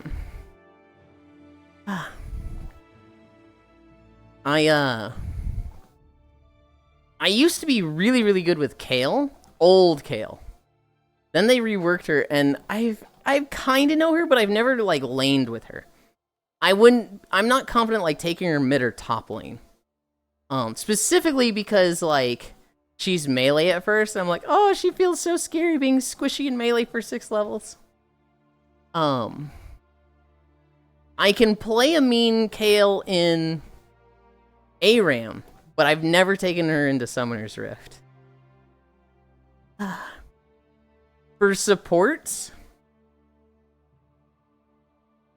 Kale, since her rework, has been End before 16 or else.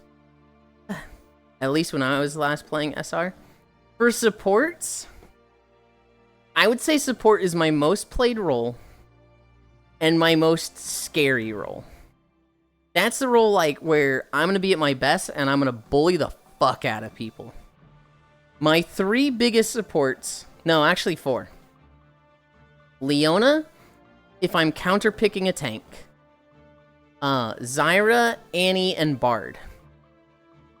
Leona is just like, I don't play her too often. But when Blitzcrank and Thresh were the meta, I could just pick Leona and, like, they would hook me and, you know, I just Zenith Blade their AD carry and win every time. It was such a, like, okay, this is fucking free. Thank you for bringing me closer to your AD carry. Janna carried me to my highest rank. Hell yeah. I've never been too much of a Janna. She was always a counter pick for me. Janna was always like, oh, the enemy team picks Zed, so I'm picking Janna. Zyra, I'm just a monster with. I'm not going to get kills, but I'm going to push you out of lane. I'm going to harass the fuck out of you with plants, and you're just going to take so much tick damage and so much accumulated damage that you're going to be at 50% health, and you're going to leave lane, because if you stay, then I'm going to kill you. They never stay. I don't get kills on Zyra, but it's just a free lane for my AD carry. Annie is kind of the same thing as Zyra, but I get kills with her. Annie is like, I'm less safe with Annie, because Annie's whole thing is that she's got the stun at the ready, right? Her other thing is that the only champion that has a longer attack range than her is Caitlyn, and Tristana past level 13. But at the lane phase, Annie has a long as fuck auto attack range. So you just have a stun ready, and that scares people. People are like, oh, Annie's got stun, don't fight her. But you just auto them. You literally just throw her little auto attack and chip away at them. Auto attack into the bush to get rid of minion aggro. Auto attack, bush. Auto attack, bush. You just keep doing that, and after a minute, they're like at 50% health. And if they stay too low, well, you've got flash, ignite, and stun. Just fucking kill them if they're stupid enough to stay. Annie is like, why does she have this long auto attack range? It's so mean. At least when I was playing Summoner's Rift, I tried to invest in Kale, but being curb stomped before 6 was not a fun experience. Yeah. Kale is probably my favorite champion. That is the one champion that's like, I love her above all others, just on aesthetics.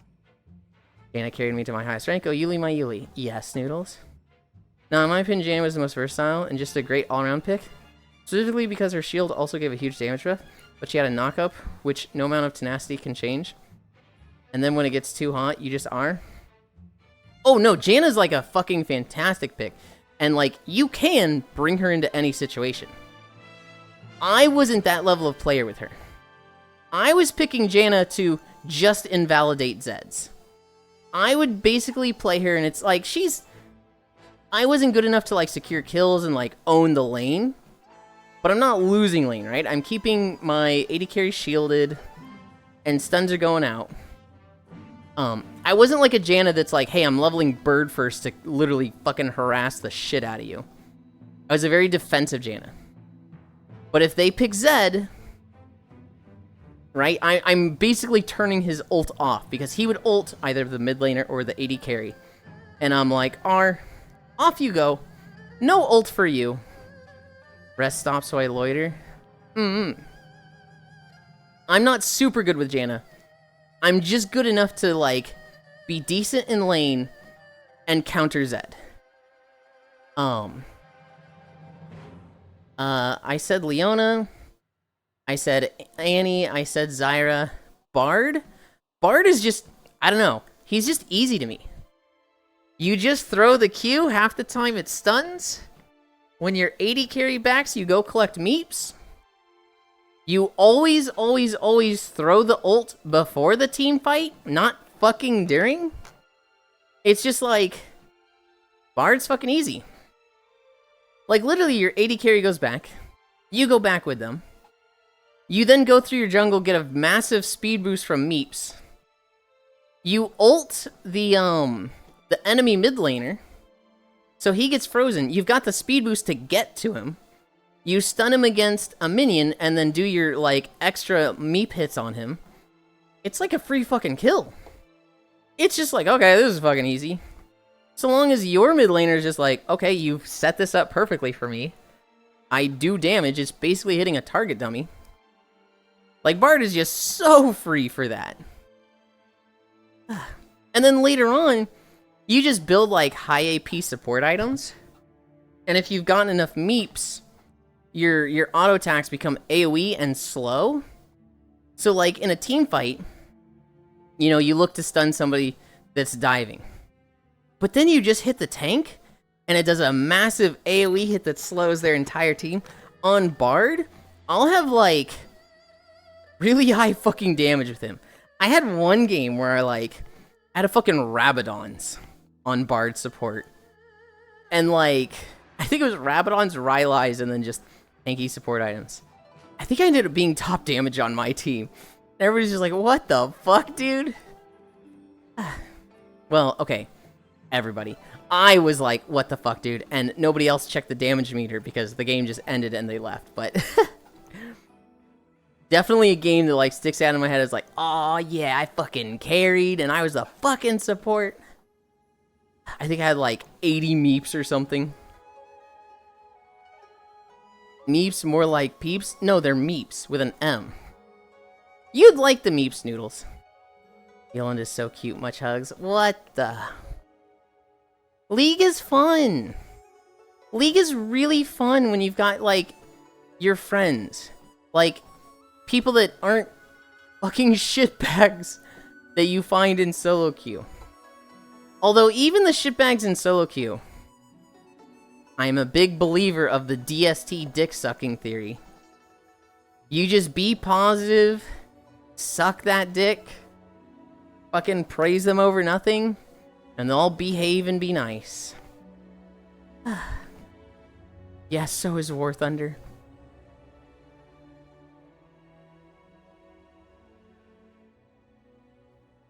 Be positive. You play League of Legends, gang signs. Your top laner dies, and you just say, dang, that was close. You'll get it next time. Play defensive till you get back, right? And they're like, okay, they're not throwing, they're not mad. You see, like, your mid laner get first blood, and you're just like, dude, I was watching that. Pog. And they're like, oh, online person complimented me? Now I want to try harder because I like compliments. It was a support character, probably a grill. Now I'm gonna try, like, super hard and put everything into this game. It's so easy to just... You just be positive, and for the most part, you won't get, like, negative shitbag team instantly. If you don't say anything or, like, feed into it yourself, yeah, you're gonna fucking get it, but...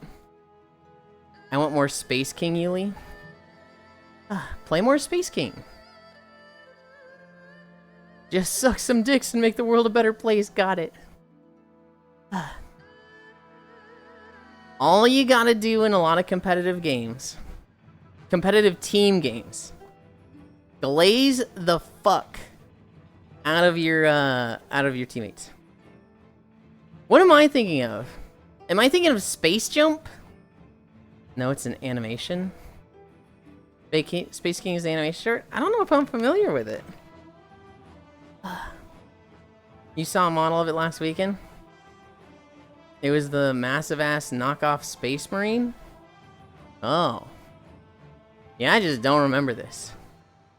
Jerk it to teammates to win, got it? We were bitching about how the door was closing on them? I don't remember this at all. Also to circle back.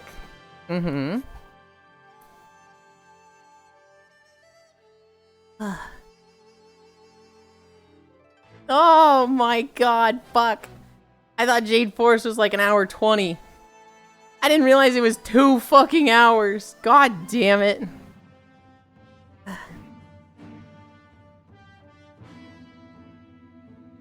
We just did that with like his voice. I thought they had a female vocal. Yeah, no, that was just him. That was just him pitching up. Oh well. Oh my god. I'm sitting here and I'm like, man, we're at the southern end of Jade Forest, but like we haven't gone through the middle. We haven't gone through the temple. Like at all. We haven't gone through the I'm forgetting what they are. The Pearlfin village at all? There's kind of like a lot left in this video. Are we not as close to the end as I thought we were? Thanks for being my BG voice boy wife. What the fuck? Yes, good job so far. The Weenus, Teenage Dirtbag. Pace Studios video is so good. I don't think I've heard a single song by them except for Teenage Dirtbag. I don't think I've heard another one. However, that song and the video, top tier. Are we gonna walk from the Jade Forest towards the Shadowmoon Valley? Good lord, no.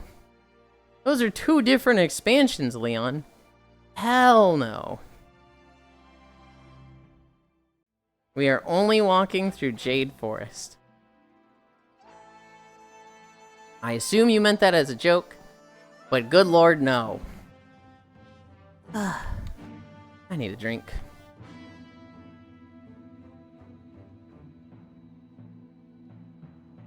Ugh.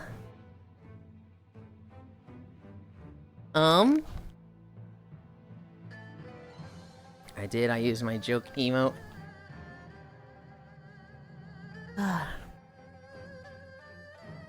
Michael Reeves did a video recently. At least I think it was recently. I saw it on Reddit, so it could have come out months ago, but it was Michael Reeves. He's in the garage. And he's like, I like to work on my projects in my garage. But sometimes my girlfriend will come in and interrupt. So every now and then I lock the door to the garage. But then she gets upset and she wants me to tell her when I've locked the door to the garage. And then it's like a clip of her looking like at the camera, and he's like just holding the camera, recording her, going, so you want me to tell you when I lock the garage door on working on a project? And she's like, yeah, I just want you to tell me that. And so he's like, so I created a device that when I lock the door, it sends her a message on Discord that I've locked the garage. And so he like literally just starts fucking spamming her. I've locked the door to the garage. And like she comes and looks at it and she's like, you seriously made a device that DMs me on Discord when you lock the garage door? That's so petty. That's so petty. And he just starts walking away from her, looking at his camera going, and that's why I'm a good boyfriend, doing what my girlfriend asks and telling her when I've locked the garage door when I'm working on a project. It's just like, oh my god, dude. All of the comments for this were like, wow, he's fucking leashed. This is the most, like, normal thing he's ever made. This isn't dangerous at all. 2K more. We have 2.4 more miles to go, and we're at 6. Hi, Baldir. Femboy Friday side thigh. We do have a lot of skin showing, don't we?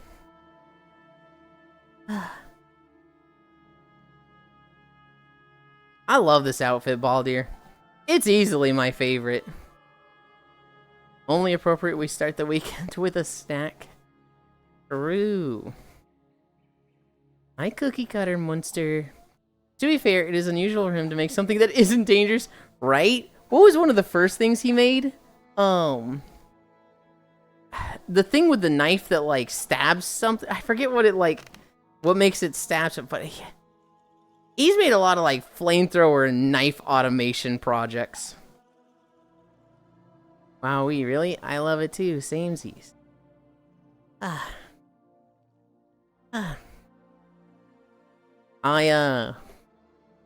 not the first person my fave. The surgical knife thing, Lamau.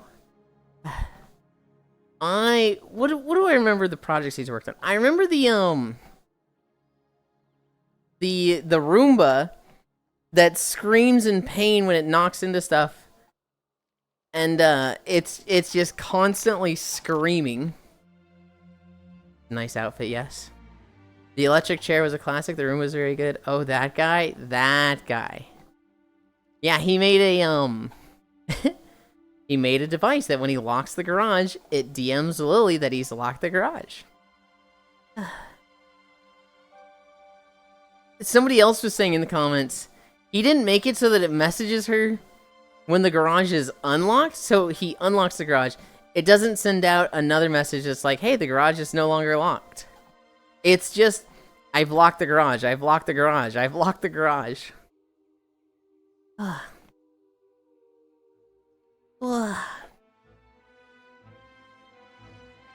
hadn't seen anything from him in, like, here, I hadn't thought of him or Lily in a while. If my partner does that, we break it up. He needs to do the unlock version. Yeah, it would definitely be better if it did both, but for the joke, he only needs to do one. What are the plans today? Tonight is Friday. And so I think we should be doing VR chat stuff with Corvu.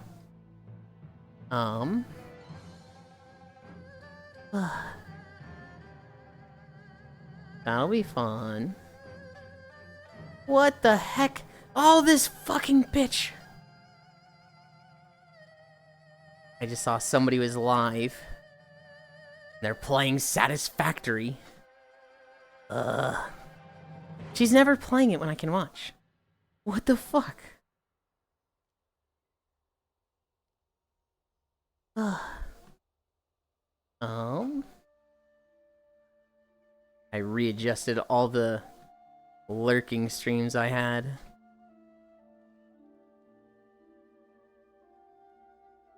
Fries on Friday equals Friday. We're at 6 miles. Oh god, we've got so much more to go. Because they know you're a backseat factory boy, Kappa? I'm not! I'm really not. I judge people for how pretty their factory is, but not their first time playthrough. Especially not like their first 20 hours, because in the first 20 hours, it's hard to get decoration stuff. You don't have access to like steel beams and stuff like that that's needed for a lot of the like coatings and a lot of the different walls. You don't even like have, I don't know if she's set up a fucking MAM or an awesome sink. And so like she might not even know about decorating yet. Stop judging, I'd prefer you in the front seat. Yeah? Oh my goodness. I don't judge first time players. I would literally not be judging her.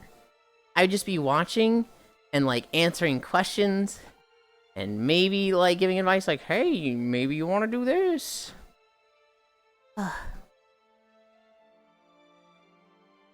I might judge her. I might tease her a little bit after. Hi, Broily. Hello, pretty, sexy, gorgeous Yulind. Thank you.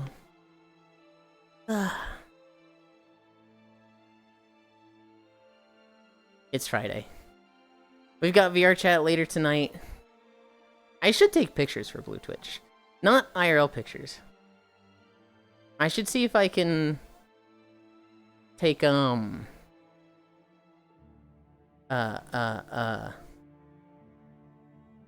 chat pictures. It'd be nice to do, Halloween stuff. Like a Halloween set for Blue Twitch. That'd be fun. Okay, so we do our walk. We take a nap. I do daily stuff, so like I get on Monster Hunter and knock bounties out. I get on World of Warcraft and I knock out a raid and Headless Horseman. Then I get on VR chat. My day, God, I have the whole day planned out. It feels weird having the whole day planned out. I don't know if I like that. Well, no, I do. I definitely like it. I like knowing exactly what I'm going to do the whole time. Cleric, the way that you dress, you look beautiful on the inside and outside also. Thank you, Broily. I'll tell you what, I don't feel beautiful on the outside right now. I feel pretty in VR chat. But IRL, I feel fucking gross and sweaty. Always knock out, never knock up. What? Why not? What's wrong with knock up? Sniffa? What the fuck is wrong with you two? Sweaty cute. What is wrong with you people? Licka? No! No! Hey, mine is normal. Yours is not normal. It's just not quite as weird as Sniffa. It's still pretty weird to be like, sweaty. Ooh. That's still weird. We got some pit peeps in chat. Angie. Spin, what do you mean no? I mean no! That's weird, Noodles. That's weird.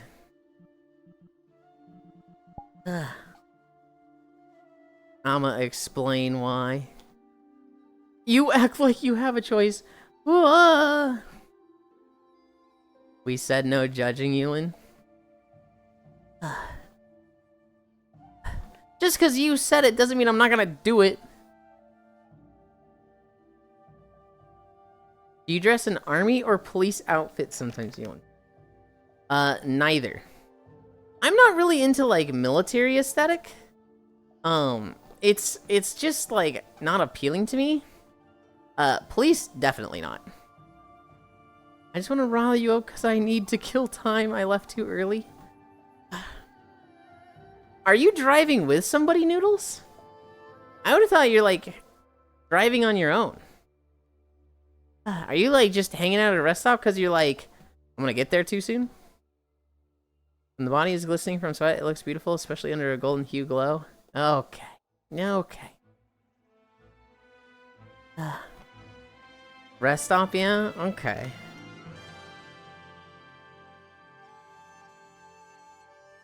That puppy can drive? They can. I got a new license even? Ooh. I went to the store today. Didn't get anything special. Chocolate milk, protein bars, eggs, yada yada, etc., etc. And can drive, but don't do the body. I can drive. I hate driving. I drive as little as possible. Given the opportunity, I will always passenger princess. Anytime I take my parents to the airport, my dad's like, "Hey, Yulind, you want to drive?" And I'm like, "No." Literally, no. But if he's like, "Hey, I'm not feeling it. You mind driving?" I'll be like, "Yeah, of course I will." But passenger prince. Yeah, I hate driving. It's not like super scary. It's just, I don't know. Imagine like you live on a scale of 1 to 10 for anxiety. 0 is like you're feeling no anxiety, go with the flow, nothing can bother you. And 10 is like you're literally fucking shaking, you're so nervous. Whatever scale or whatever rating I'm at, driving is a +1. If I was like I'm too anxious for the day, driving is like, okay, well now you're +3. I'm gonna be you chauffeur. No, I don't want to go anywhere. I don't want to need a chauffeur. I just don't want to leave the house. Just tell me you don't get into the backseat when you're only 2 in a car. I will if it's an Uber. But if it's like, you know, if it was me in Cairo, no, I'm gonna be in the front seat. First time I drove with a permit and with my mom, I drifted my first intersection and yelled, "Take over." Out the window, "Stay in driving school, kids." Holy pixel.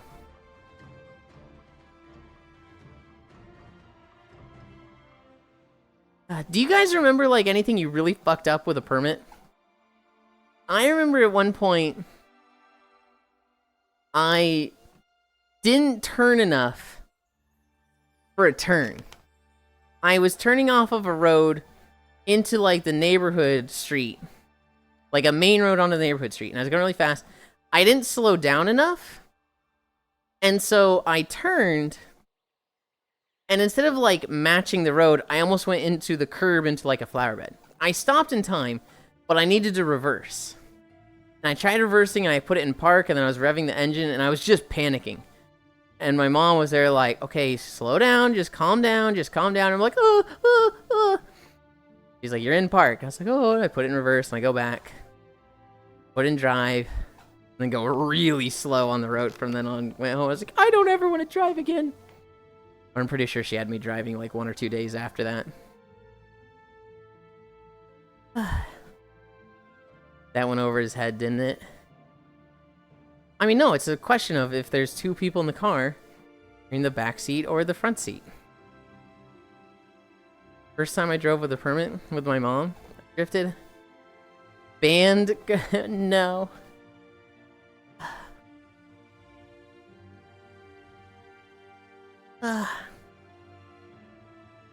We are at the Jade Temple. I don't think we end here. I think we have a bit more to do. Oh, God. I thought we'd done more than this. I was like, we've done like 30 minutes since I last checked, right? We've done 10. Oh, God. I need to fucking... Yeah. Add little, what are the words when it's like gunk in your eyes? Had some of that going on. Last time I drove, I was driving my best friend, Beater, to the scrapyard for him. I drove my dad's Buick when I had a permit. Fun fact, it in manual mode, and I think I put more wear on that transmission than anything else in the 5+ years he had it. Mind you, it's a fake manual mode, so you can only really go up and down. Eye boogers? Yeah, but there's a more, like, technical term than eye boogers, right? Surely there's something more official than that. Flashback to Codename Kids Next Door episode about eye crust. I don't know why, but eye crust feels more gross than eye boogers to me. I call it eye boogers? I think I call it eye boogers too, but I'm like, there has to be a more official term. There has to be something that's more like scientific, right? Eye bogies? I need a drink.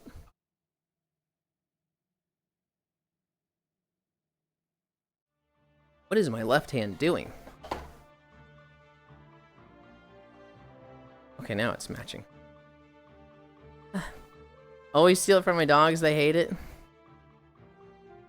Sandmans. You know what? Let's not do that. But it builds up. Just a coagulated eye discharge. The scientific term for eye boogers are rheum. Ugh. Huh. I would not have known that. I've never heard that before. Rheum. Oh my god. We're gonna be like over 8 miles. I don't know in the store, but I really don't want to. That's me every morning, Octomage. Every morning I go to the store. How do you get yourself to do it, Yulind? Well,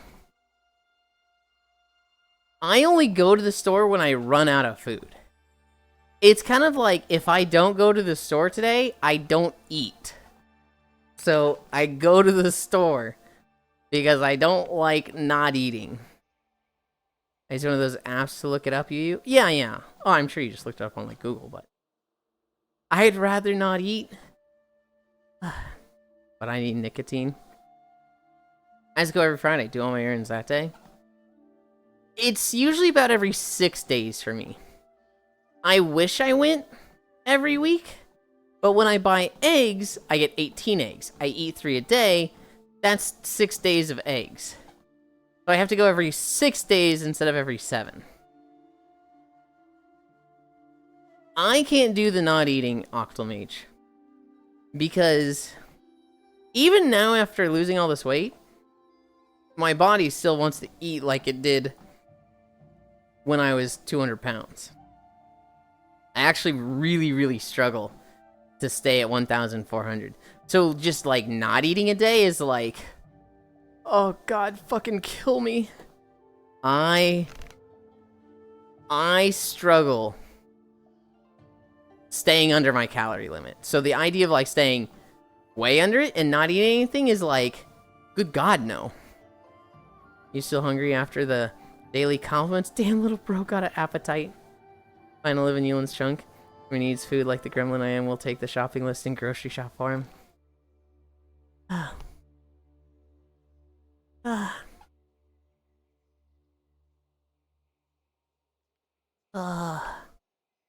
I'm tired. I'm tired. I want to take a nap. I'm gonna fucking crash so hard today. Yesterday, we finished our walk. It was like 1 p.m. I fell asleep really quickly. I had Lunny and Grianne on my right.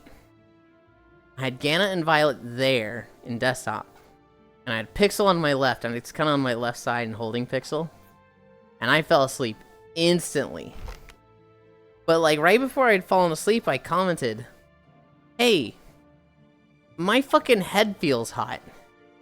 This stinks. I hope this doesn't become a headache. I woke up after an hour of sleeping, and it was now a headache. And so I was just like, I'm not gonna deal with this in VR, I'm getting out. Left them a little, heart XOXO. Took my headset off, and I basically jumped right back in bed. And I think I slept for 2 or 3 hours. I think so. Okay, I would have gotten up at 2:30, and I think I woke up at 5, so I slept for 2.5 hours in my bed. I went to bed at like 2 a.m., and then I woke up at fucking 5 a.m. So I've been up for quite some fucking time. Well, I guess not too much time. It's only been getting close to 8 hours. Which really isn't that bad. But for my sleep schedule, that's a lot. I'm gonna pass the fuck out when I lay down. Hi, tired. I'm dad. Okay, noodles. Alright. You're burning tons of calories and your body is screaming for them back? Well, the 1,400 calories is based on my exercise. Oh no, anyways, Slurk. The calorie amount is based on my exercise. If I didn't exercise, it'd be like, hey, only eat 900 or 800 calories a day. But, given that I'm burning at least like 400, 500 a day, a lot more if there's incline. Yeah, I need to eat a bit more than that. What are you staring at, Violet? What are you staring at? Yulind, you're based in exercise. It took me a long time to get into a rhythm. It took me a long time to find an exercise pattern that works for me. God, it was like, let's see. It would have been, I was 27 when I started being like, I need to exercise. And I think I got Wii U Fit. And there was like 3 or 4 different times where I was like, I'm going to go into this hard. And I'd do like, every day I'd exercise. And within like a month, that would fall apart and I wasn't sticking with it. 2019, I got Ring Fit for the Switch. Hi, Dehi. Have you considered crawling? Fuck no. Crawling? Oh my god, that would destroy my knees.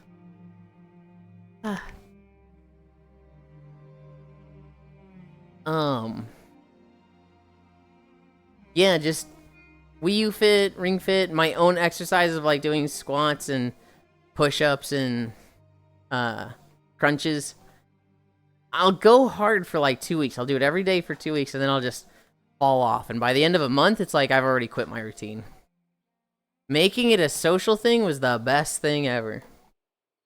Turns out having company and daily positive reinforcement worked. True. True. Oh my god, we're almost at 7. We're almost at 7 miles.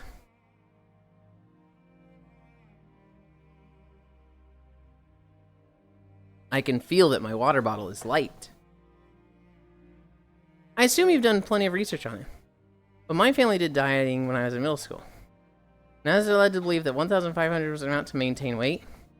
Below 1,200 without exercise to lose weight. So you walking 7 miles each day on 900 cal?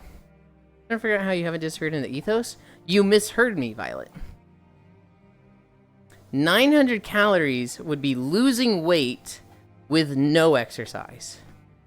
I do 1,400 calories with exercise every day.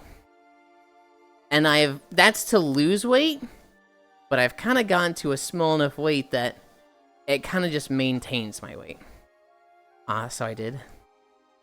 When we were walking from Frosty Rock, the Temple of Anchorage, fucking never! Oh my god, Leon, that would be like a 5-hour walk. No, I think that's actually a 6-hour walk. I think somebody's done that, and it's too long. 1,500 to maintain is wild. I'd be losing weight if I don't have 2K.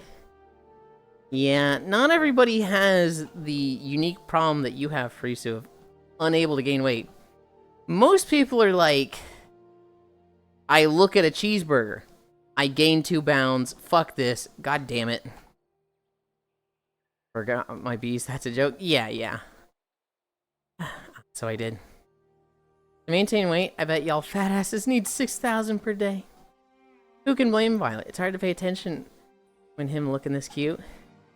Well, Violet shouldn't be looking too hard.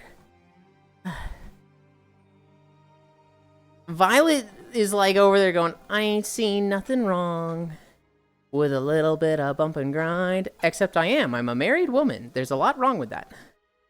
Have I ever told you that story, Violet? For anybody who hasn't heard it, my guild leader in World of Warcraft for many years, from Burning Crusade to Legion, he would sing songs like that. And when I met him in Burning Crusade, he was single. He then got married. Violet feeding a baby with a spoon. The window is mostly off screen, so I can only see chat and LOL. This guild leader, he got married, and he would try to like not sing songs like that around his wife, but he would kind of just like forget himself sometimes and sing it. I don't know that she actually had a problem with it. There was one time where he goes, I ain't seen nothing wrong with a little bit of bump and grind. And then you hear his mouth move away from the mic and he goes, except I do because I'm a married man and I love my wife. I love her very much. And in that situation, I do see something wrong with it. We're like, you're a fucking idiot, Sky. I just want to hit 135. But I'm down to 118. Little bro. Who is older than me? Look at a shake. My ass jiggles for a week. Yeah, Farisu, I'm very... I know there's, like, grass is greener on the other side. But between the problem of it's too easy to gain weight and it's too hard to gain weight, I will take it's too hard to gain weight any day. I would rather just fucking shovel food in my mouth with no consequences and be thin. I just got here, but all I know is losing weight does greatly depend on the person. I was 99 pounds throughout all of high school while eating like an elephant. So 6-hour walking stream. Well, it also changes with age, Foss. Like, metabolism just slows down as you get older. So, like, in high school, I ate like a fucking elephant. And I was okay weight. I had PE classes. Once PE stopped, I started getting gradually more and more. But I never, like, watched what I ate. I definitely ate too much. And I just slowly gained weight. It got to the point where, at the age of 30... I was 200 pounds, and I was like, uh-oh. So 6-hour walking stream win? Never! My intake is 3 to 4K. Violet feeding a baby with spoon. Windows mostly off screen. Yulind, you still have eyes when you get married? Yes. I'm technically a father of 300. Oh, I have definitely had those moments with hubs. Yeah, I'd love it if I just didn't gain weight from all the food I cook. My partner needs to be able to stare at a random person's nice butt with me. Otherwise, they aren't the one for me. I agree. My exact words, I'm straight, but I do have eyes. Yeah. I don't know. I feel like it would be a non-issue for me because I don't like leaving the house, right? Maybe I'd share fucking memes with them or like cosplays or like just fucking outright porn and be like, oh my god, look at this shit. They'd be like, hell yeah. With how degenerate I am, I feel like it's likely that I'm with somebody that I can do that with. But like if I was with somebody, we go out and I see somebody that's crazy fucking hot and I'm like, damn, look at her. I expect them to, like, agree with me? I feel like with how degenerate I am, that's an expectation. Not Hubs and I sending hot girl pics to each other.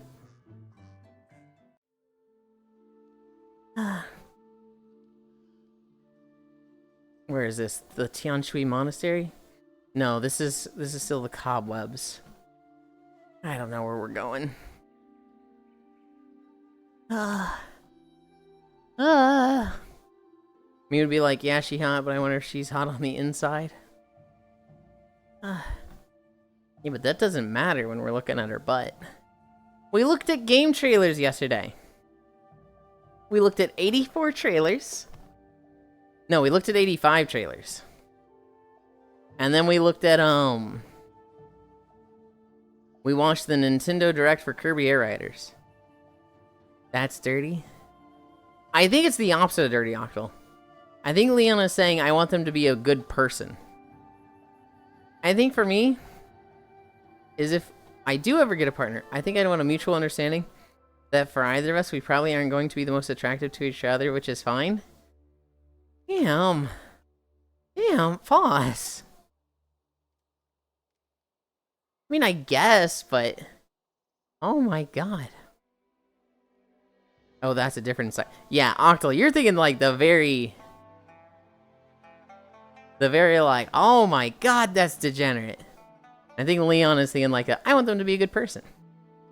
For what Foss is saying, you know, I guess that's true in most cases. But like, I want somebody to tell me, Yulind, you're the most beautiful boy in the world. I don't want them to ever be like, I mean, you're alright, Yulind. There's like 10 femboys I find cuter than you, but you know, I can reach you. It's like, fuck you do, don't say that to me. Ugh.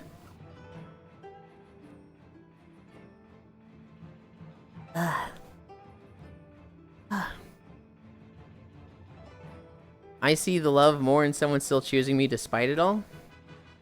Does some Amber Heard is hot? You don't know what kind of person she is?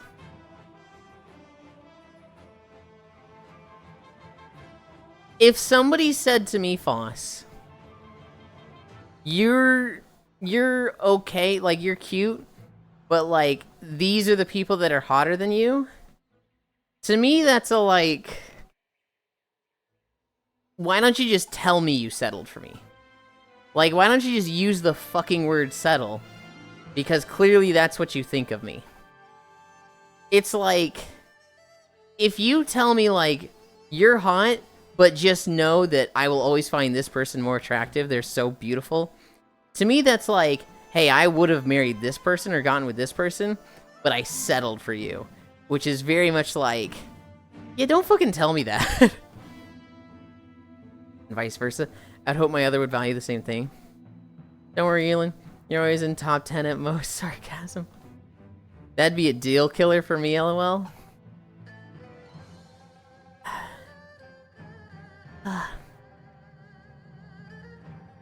That just sounds crazy to me, to be honest. I don't know. I like praise and attention. And I'm all for somebody being like, look at this girl, they're hot. Look at this femboy, they're so hot. I'm all for that. But, like, don't ever tell me, like, this one is hotter than you, Yulind. I find this one better than you. I wish you were as hot as this one. If you ever use that line of words, like that intonation, I'm immediately, like, really off-put by that. I think that comes down to what each person receives with love languages, insecurities. Since neither of us are bothered when admiring someone attractive, there's no issue. Absolutely no love lost between us. And pretending other people aren't hot would be silly. Right. If my significant other said that to me, they'd piss me off. Thanks for choosing me, even though I'm not the hottest. I understand your logic with it, Foss. But it still is just like, it's rude in my eyes. It's just like, yes, I understand reality and I get it. You don't need to tell me. You really don't need to tell me that.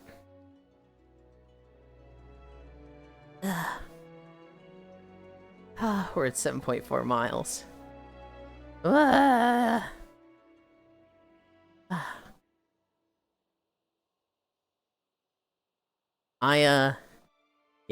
I would just be mad at that.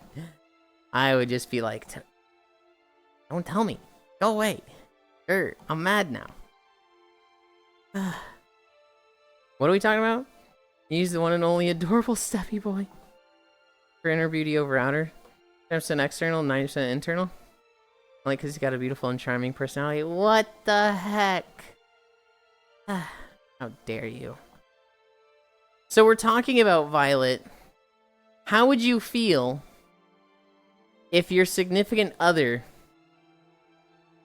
basically said, like, you're not the prettiest woman in the world to me? If, like, they said, Violet, baby, you're hot and great, but oh my god, I love this other girl. Look at her, she's so beautiful. Basically, like, you're not as beautiful as her. She's, like, the most beautiful woman in the world. You're great still. But this one, most beautiful woman in the world. You're being way too aggressive with it, to be honest.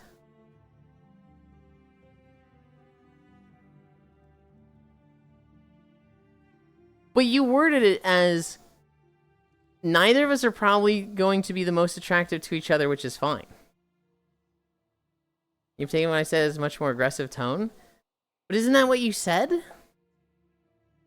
Hey, want to fight today? That is fighting word, Yulind. How you're wording it. I absolutely recognize that as being possible. Does not detract from him loving me. But I ain't gonna lie to myself and say 5 kids and lack of effort on my part has kept me looking fresh. Right, I understand that, like, I'm just not gonna be the most beautiful person in the world. I'm just not going to be. There's people that, you know, they're younger. They've just got better genetics. They've put in a mountain of effort into looking the way they do. They've had a mountain of resources to look the way they do. They're just going to look pristine. But, like, I don't want somebody to tell me. I don't want somebody to compare the two. They can say, like, this person is beautiful. I don't want them to compare me to them. I don't want them to be like, this person is more beautiful than you, Yulind. I don't like the comparison. I don't like the, we're going to talk about me and them in the same sentence. That rustles my jimmies. And things that he loves about me aren't so easy to lose as superficial beauty. Those things about me, stares at me, and I'm beautiful in his eyes. Hot people are nice too. You're implying they need to talk about it all the time? I'm not implying that at all. What? I'm saying, like, even once don't say that to me. You're 10 times more beautiful than anyone 19 and 29. What the fuck? I see how comparing would feel awful. But appreciative observation is different for me. Here. I'm down for, like, somebody seeing a femboy and going like, oh my god, they're so beautiful. Hell yeah, I'm probably going to agree with them. What I'm not down for is them specifically saying, like, they're the most beautiful femboy in the world. That's like, okay, now you've included me in this, and that makes me feel bad.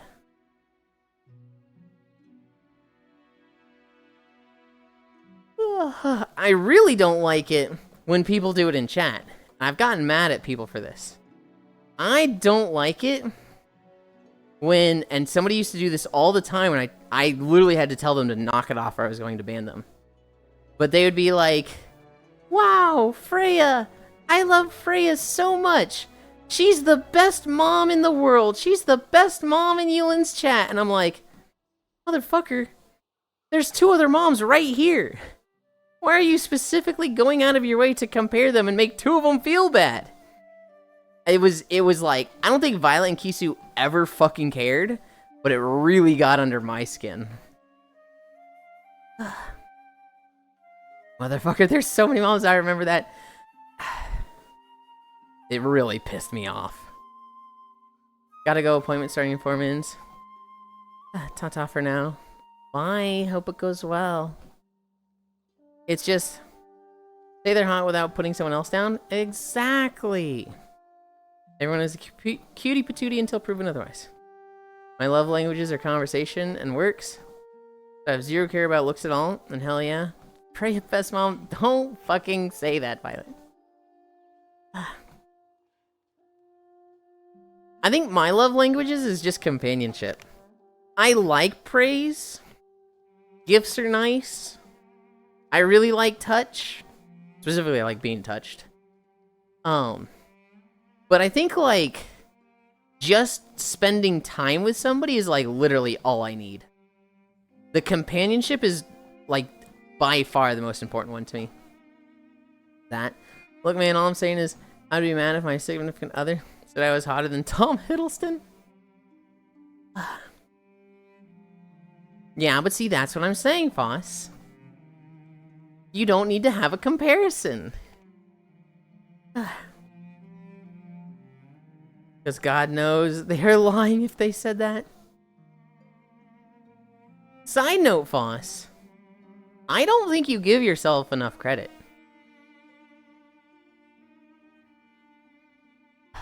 I shouldn't be saying this. Someone recently told me, Foss, that you're really cute. Someone came to me and was like, hey, Yulind, Boss kind of cute though. And I was like, I don't fucking see it because he harasses me all day, every day. He's literally the antagonist of my life. And they were like, oh, well, I kind of see it. And I was like, okay, when I really step back and evaluate it, I can see it. He is very fun. He's very smart. A little bit of a Debbie Downer sometimes. But looking back on it 6 years ago, I really bonded with Foss very, very fast because he was a very quick rebound, very similar to an ex of mine. And it was very hard to like just not instantly feel comfortable around him because I compared him to that ex a lot. Oh, we're talking about love lang. Companionship and camaraderie for me, which causes problems sometimes. Because God knows they are lying if they said that. It reminds me of that meme.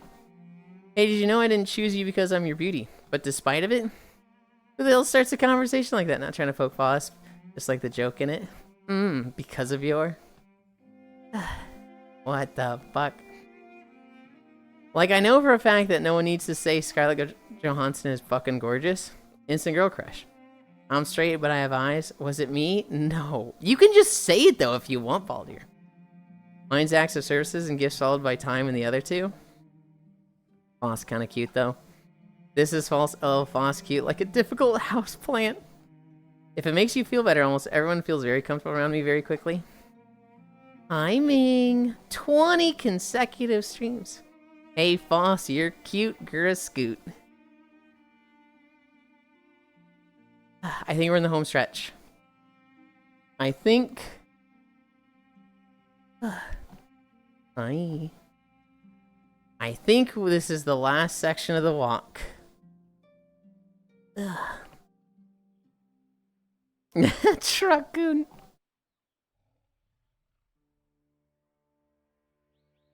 I am so ready to be done walking. I want to take a fucking nap. Ugh. It was worth...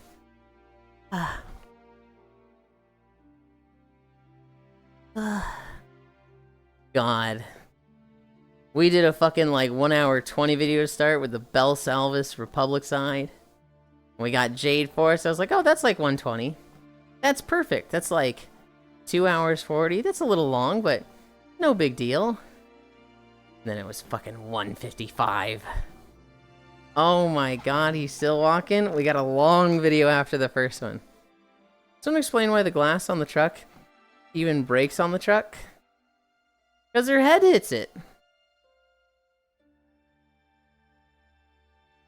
I hate you for telling this to me, because now I'm ungodly curious. That I will not reveal. That I will take to my fucking grave. I am sorry to tell you this. That one... Or just wait until they're drunk. Then die.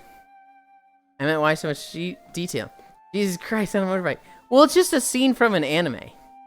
It's not like intended to be an emote Violet. It's a scene from Zombieland Saga, which is an anime about this girl who she wants to be an idol. She's so excited to go to school and apply to the idol club or something that she just runs out in front of her street without looking both ways, and she just runs in front of a car and gets hit. This is like the episode 1 scene of her fucking getting hit and dying. And she's basically dead. I think she's buried underground for like 8 or 10 years. I don't know. I haven't watched it. A guy digs her up. This guy was collecting high school girls that had relatively low decomposition. Opening scene spoilers. He revives them as zombies, and his goal is to make a zombie girl idol squad. That's a wild criteria list. Yep. High school and not rotted through. Just kidding. Yeah, all good. This guy was collecting high school girls. End quote, very creepy out of context. I mean, the guy is creepy. He's so weird. Ugh. Oh god, I feel like I gotta crack my neck and it's not cracking. I hate it. I hate it.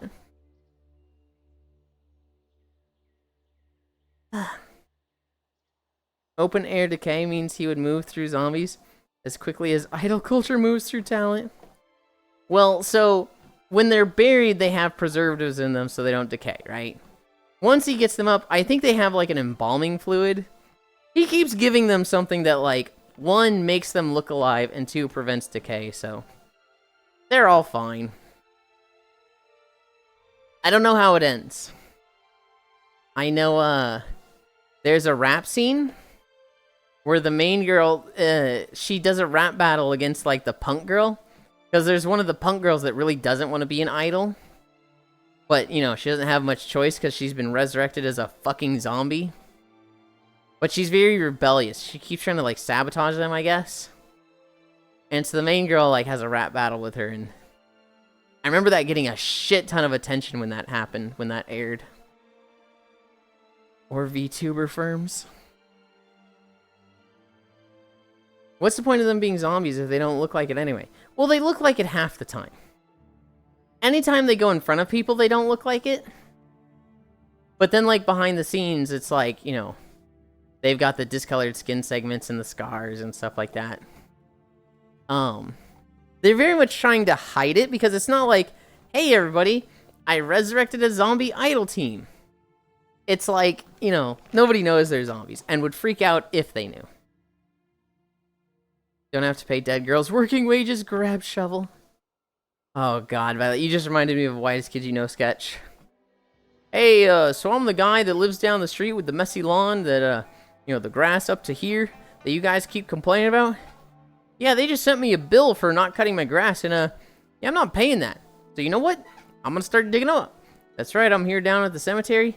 You keep sending me these bills, I'm gonna keep digging them up. Yeah, I'm just gonna do it. You know, there's a law that says I can't dig them up. I don't care, I'm gonna start digging them up. So, get these bills out of my hair. I don't want to pay these. And you know what? Start sending me money. Just address it to Jeff at this address and just put it in my mailbox. If you don't, I'm going to start digging them up. Just have to pay them an unliving wage. Oh, the Wild West water balloon fight. God, I love Whitest Kids You Know. Hello there, sir. Have you ever heard of merriment, of whimsy? No. Well, let me show you some. Pelts him with a water balloon. What the hell? That was a water balloon, sir. I love Franchocho. I have no idea what Franchocho is. Are we done? Oh my god, I thought we were almost at the temple. We're at 8 miles, though. Do I check the time? Do I check how much is left? Surely it's like 8 minutes, right? Oh, good. Oh, God, that's way more than I thought. 46 to 55? Okay, that's not that bad. That's not that bad. That's like 9 minutes. Okay, that's about exactly what I thought. Perfect. I started to bring up the trailers earlier, and then I just forgot to talk about it. We watched game trailers yesterday. In 85 trailers and 1 Nintendo Direct, I was really only excited for 3 games, and one of them was the Nintendo Direct. But of the standard trailers, there was Necessi, which I don't know if I'll ever play this, but it had its 1.0 launch. Apparently it's just top-down Terraria with Stardew Valley elements. That sounds fucking great to me. I'm down for that. Somebody told me they started playing that too. The other game that I thought looked really good was Keeper. Keeper was the lighthouse game that looked really fucking weird and like acid trippy. You play as, I shit you not, a lighthouse. Like, the lighthouse comes alive, and it's got the bird griffin thing. Yeah, the Double Fine game. Got the bird griffin thing that's, like, floating around you, and, like, it seems like you control both of them. But, real fucking weird-looking game. Played a bit. The walking sim, but it's, like, walking through a painting on acid. It looks good. It definitely looks interesting. Other than that, of course, there was the Nintendo Direct for Kirby. Holy shit, I'm excited to play a lot of that. The thing they really showed off yesterday was customizing. They showed off Top Ride, and then they showed customizing the vehicles and hats for the riders, which, oh my god. They also showed, what was it? Road Trip. They showed Road Trip, which looks really fucking good. Top Ride is Yulind code. I think it's the opposite, Noodles. I think Top Ride is the one I'm going to play by far the least. I'm going to play a shit ton of City Trial. This is an innuendo? Well, then it doesn't make sense. You think I'm Top Ride coded? There's nothing top about me. Unless it's like riding a top. With that point, okay, I get it. Haha. Bing bong. I think it's more natural the other way, but it is funny how anti-competition Sakurai was. Not Yulind code because he's not a top gunner. The other game that we saw with trailers, you're gonna hate this, Noodles. RV There Yet. So RV There Yet looks like really, really good friend swap. Back from doing my civic duty. For friend swap, you know, friend swap comes out with like 10 fucking games a week. RV There Yet looks really good. It looks like, oh, this is a really cool concept. This is kind of awesome. However, I watched Wandering Wolf play it yesterday. And while the game has a good concept, my god, it plays like ass. My god, it was not ready to be, like, released. It needed, like, a month or two more of just bug fixing and whatnot, because, oh boy.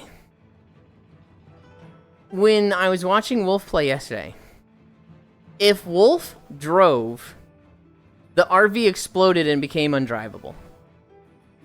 All of the panels on it got sucked into, like, the bottom right wheel. Or the back right wheel, I should say. And we're, like, almost had gravity there and we're impounding on each other. It was really bad. If Wolf tried to use the winch to pull the car up steep hills, same thing. It would break the truck, or break the RV, and the whole thing would fall apart. Regularly, somebody would touch, like, an object, and then it would just remove its gravity, and they would let it go, and it would just fly off into space. They had a dartboard that was just, like, slowly drifting off into the sky. At one point, they had 2 party members die, and they get to a revive station, and they're supposed to revive them. There's literally a prompt that's like, hold this button to revive them. Meanwhile, the people had, like, already rezzed somehow, and were standing right next to them, so it's like, what? Just like, it ran so poorly. Poor Wolf was just like, all Wolf wanted to do was drive.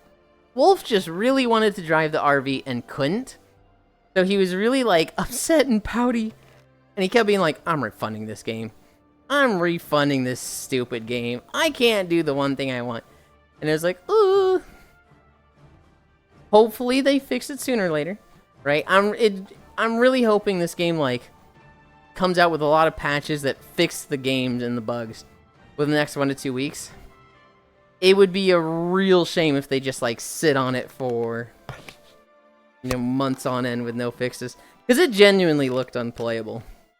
And it wasn't even like they were modding.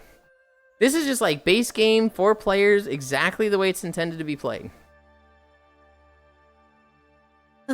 Like, not even having online leaderboards is kind of wild. Yeah, you should upgrade to doing your prelude duty. Better than Darktide. They do have the one rank hobbit where it's like you rank higher than this many players. And that'd be really funny to like, you're rank 1. I'm better than 1 player. Oh god.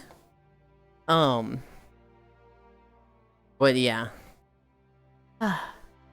No, RV there yet? It looks like such a good game. And I was watching it, and all I could think about was, I want to take this into Wednesdays. I want to take this into the group that we play Peak, Lethal Company, and Repo with. But it's like, it's more so than any of those games, it's scaled for 4 players. And so I don't know how you would scale it for 15.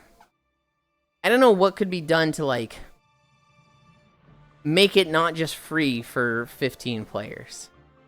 But it would need, you know, the size unlock mod. It would also need a scaling mod. And like, I don't think it could handle either of those as of right now. The game is so buggy and unstable. But I'm very eager for that. I'm really, really hoping they fix it. And then those mods come out. Because it looks like a lot of fun. We're there. We're there. We go up these stairs. We go up to the temple door. And then we're done. And then I'm gonna fucking send you guys somewhere. And then I'm gonna fucking cuddle. And I'm gonna fall asleep.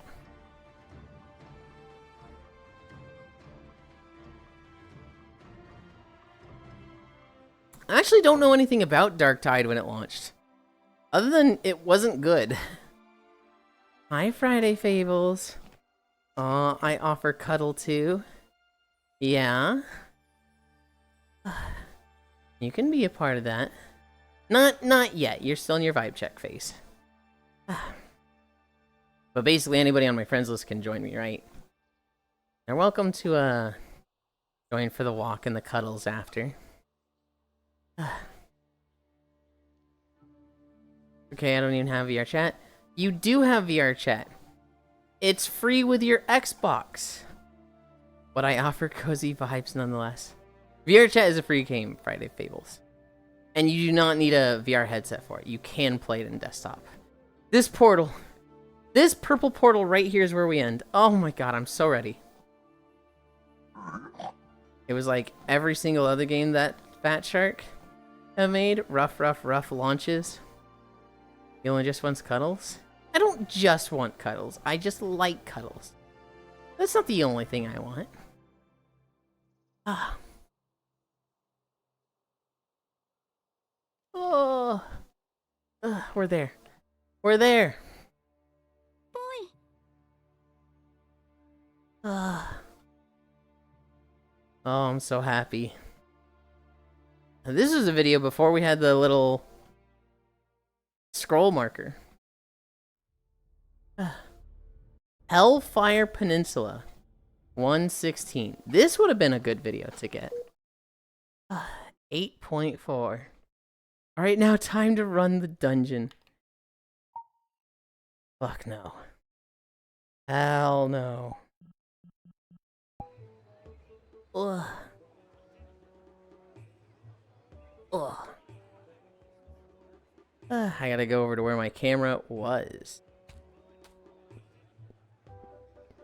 I think it was about here? Yeah, I remembered. Wait, is there? Kind of. Oh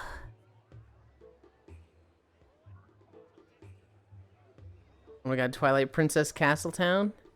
Yup, that's where we are. Not the star tent. I hated this minigame. I did not like this minigame at all. But I've, like, walked everywhere else in this map. I've done the courtyard. I've done in front of the bar. I've done in the alleys. I've done by the doctor. So I was just like, where else is, like, a really notable spot in Castletown? I guess in front of the circus. Let's update our distance.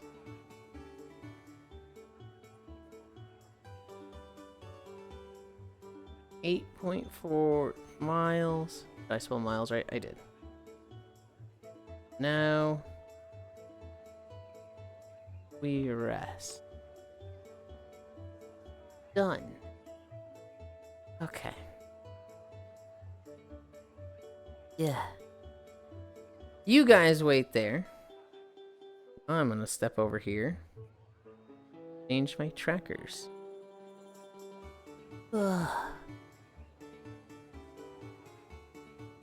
There should be an animation of Link spamming rolls in circles around Castletown. I doubt the map creator is going to add that. This map is actually kind of old, I think. I don't think it's like recent. Oh,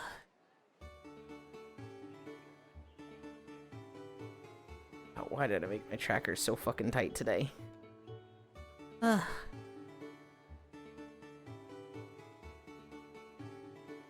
It's really funny. There's NPCs running around this town, and they like get a little bit off path as time goes on.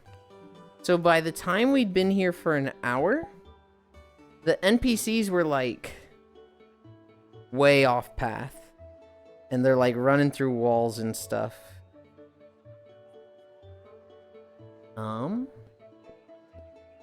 Okay, I'm here. The two little girls that run through now and then. One of them will like go through the tent over there. And then I think there's also a woman that like just comes through the wall here. I was seeing that the entire fucking time I was walking.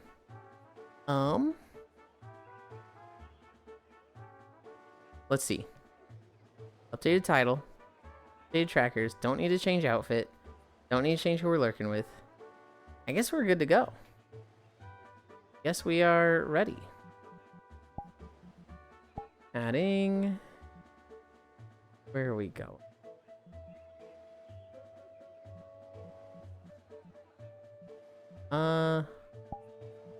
Go to this. Friends. Drop port. I don't know if Nomasu crashed or if it was just time for them to head out. Imagine it was time for them to head out, which is like, oh man. Portal. Yeah.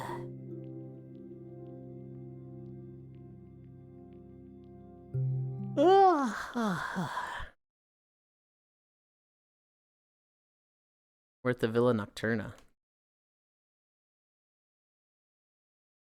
When I think of this map, I think of Hobbit. Because at one point, I was like, man, this map, it's kind of, you can tell it's made for Japanese people because it's so small. The doors are small, the bed is small. And Hobbit's just like, yo, I'd sleep on that dock. I was like, what? On the dock? And I was like, yeah. Yeah, just up at the sky. I don't want to sleep on a bed or anything. I just want to sleep on the dock. It's like, you can't sleep on the hardwood floor. Yeah, I passed out on the dock multiple times. I don't doubt it. For me, that'd be a little bit of a struggle. Was there colliders? I don't launch the menu. Oh, I forget how. There we go.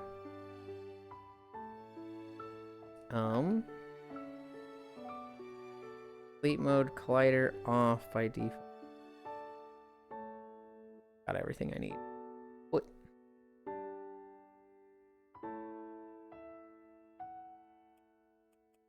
And then I think this couch has colliders anyway. I need a drink. My current sleep world is on a dock, but it has a bunch of rain and thunderstorms from Chrono Cross. Oh.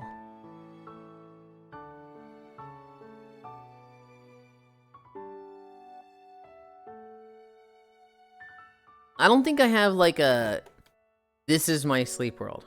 I kind of have like, these sleep worlds are comfy. I can't think of one that's like, okay, I'm going to sleep, I'm going to this world. Ugh.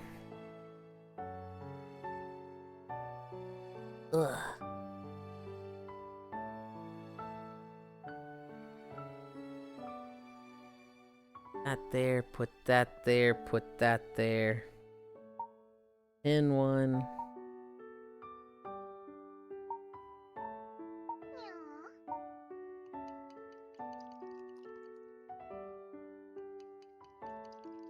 I've got the fucking collider bullshit to deal with. That's why I don't come to this world super, super often. Because this collider thing is really fun. Okay. Ugh.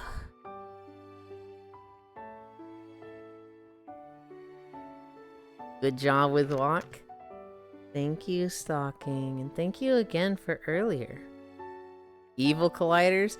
It's a map where, like, I've turned the colliders off. Like, literally the colliders are off in the settings, and it's just still does this. I have a couple I pass out in. I usually have a preferred one, and currently it's that one. Like, ugh, I'm drunk as shit. I'm hitting home. Well, because that's hard to fuck up, hello. I see. Hell yeah.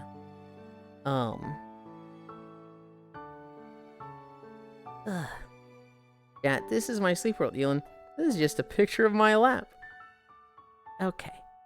Okay, dude, alright. I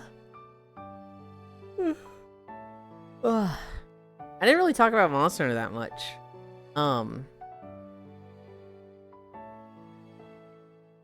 I finished 2 of the grinds in Monster Hunter. I have finished the Lizard set.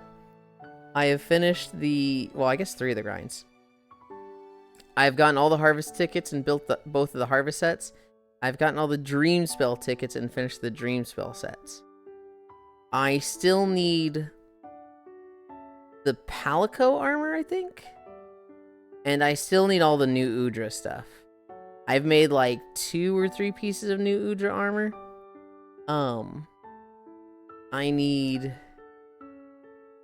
oh god. Both of the Palico pieces require new Udra tickets as well. So I think total I need 13 new Udra kills. Getting hit with that. Okay, dude, Bud Buster. That makes you happy? Oh my goodness, Baldir.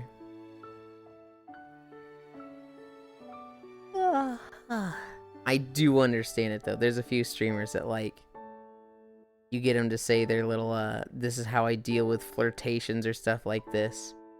When you flirt with Space Fish and she goes, "Oh my goodness, how could you?" Yeah, I get it.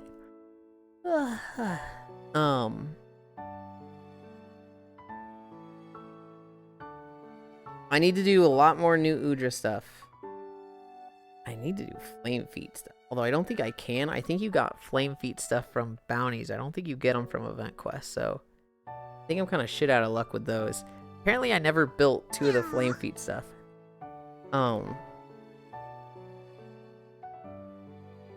After that, I'm going to take a shower early, play a bit of Destiny 2, and clean early today. It's so hard to read when you're jumping. So I'll see you 2 later. Bye, Comey. Thank you for hanging out. Have a good one. When's the walk? I'm gonna stab you, Oku. I'm gonna stab you!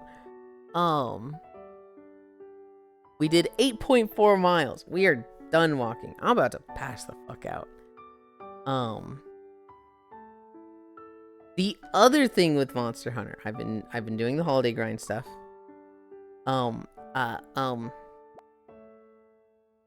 I decided to make a crit draw wide range set. I don't know why. I think I saw somebody playing Greatsword and it made me really want to play Greatsword. And I was like, I don't really want to play DPS Greatsword and like get that built up again. But you know what? When you play Crit Draw Greatsword, you run Quick Sheath and you're constantly sheathing.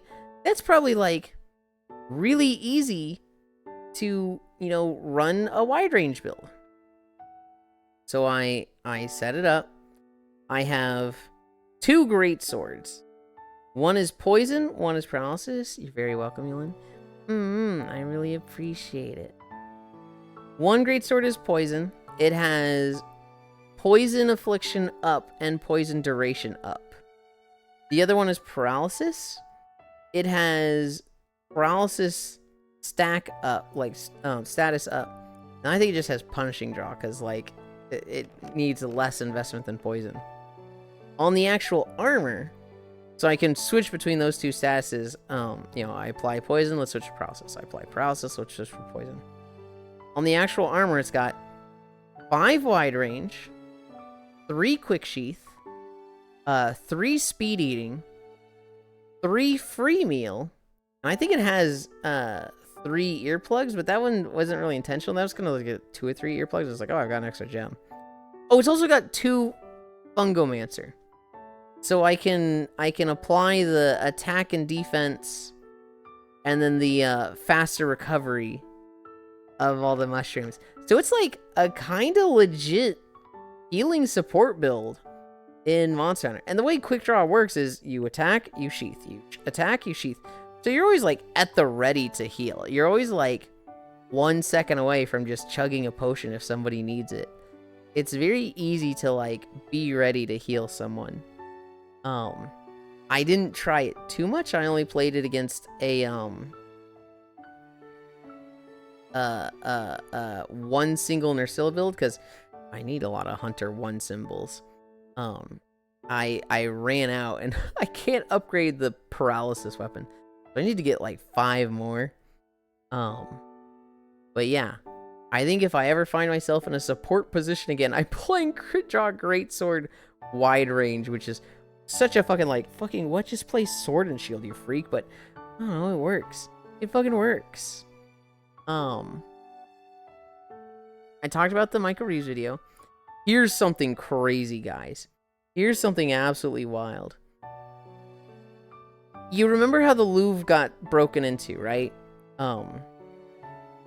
The burglars, they got a like an outdoor ladder car. Basically something that's like it has a basket on the end of a ladder. You extend the ladder, it can go up like 5 stories. And like this is how you would fix like power poles and stuff like that, right? They got one of these, lifted themselves up to the 2nd floor of the Louvre, broke into a window, grabbed a bunch of the stuff, climbed down, got on motorbikes, and sped off. It did? What do you mean it did?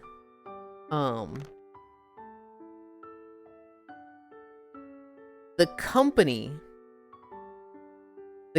that made the ladder car, they have been selling ads.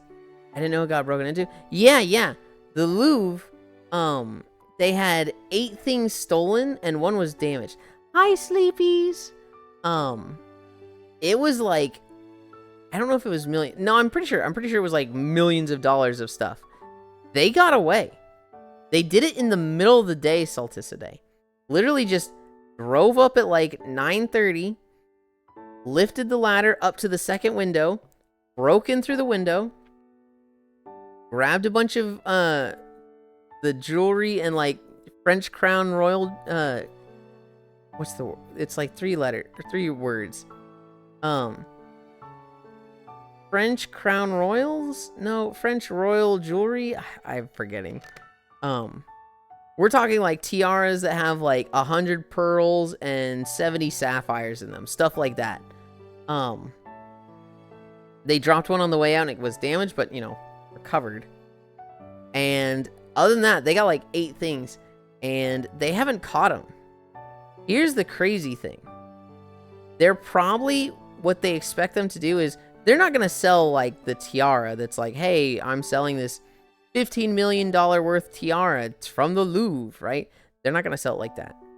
They're going to break it down, melt down the gold, sell the sapphires individually, sell the pearls individually. And it's going to be extremely hard to track them down and catch them if they do that. So at this point, it's kind of looking like they got away. Because they don't have a way to like catch them. They don't have a way to like, hey, people are trying to sell these jewels or whatever. They just don't have a way to do that. It's not like they have a way to be like, hey, this person's selling the fucking crown jewels from the Louvre, like the fucking Crown Royal tiara. because they're just not selling it. They're selling the broken down pieces. It's kind of looking like they got away. It's kind of looking like they just got away with it. The reason I bring this up, though, the company that made the ladder car, you know, the thing they drove up and it had the ladder that extended, that was a German company, and now they are putting that on all their marketing. They're literally putting the picture of their ladder car breaking into the Louvre, and they're being like, our ladder cars are so fast and silent and efficient, you could even break into the Louvre with them. And it's like, oh my god, you can't do that. Advertising? I don't know if that would be allowed in the US. I feel like you wouldn't see something like that over here. In Germany, they're fucking sending it, and I don't think they have rules against that, so that's fucking funny as shit. Pinky Pinky. What the fuck did I do? Fuck you. The last thing I have in my notes. I watched a video from a guy named Darafog yesterday. Is it Darafog or Darafrog? I think it's Darafog. Yulind, yes, sleepies. That's great, bet. This video from Darafog. Oh, the VR chat drama tuber? Is he? I've only seen this one video of his. It seemed kind of nice. It was basically, in quotation marks, VR chat makes you gay.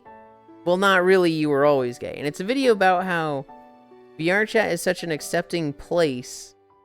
And there's a lot of factors that lead to people, you know, being able to experience sides of themselves without the judgment of society. He's more eloquently put together. But he is a drama tuber? Okay.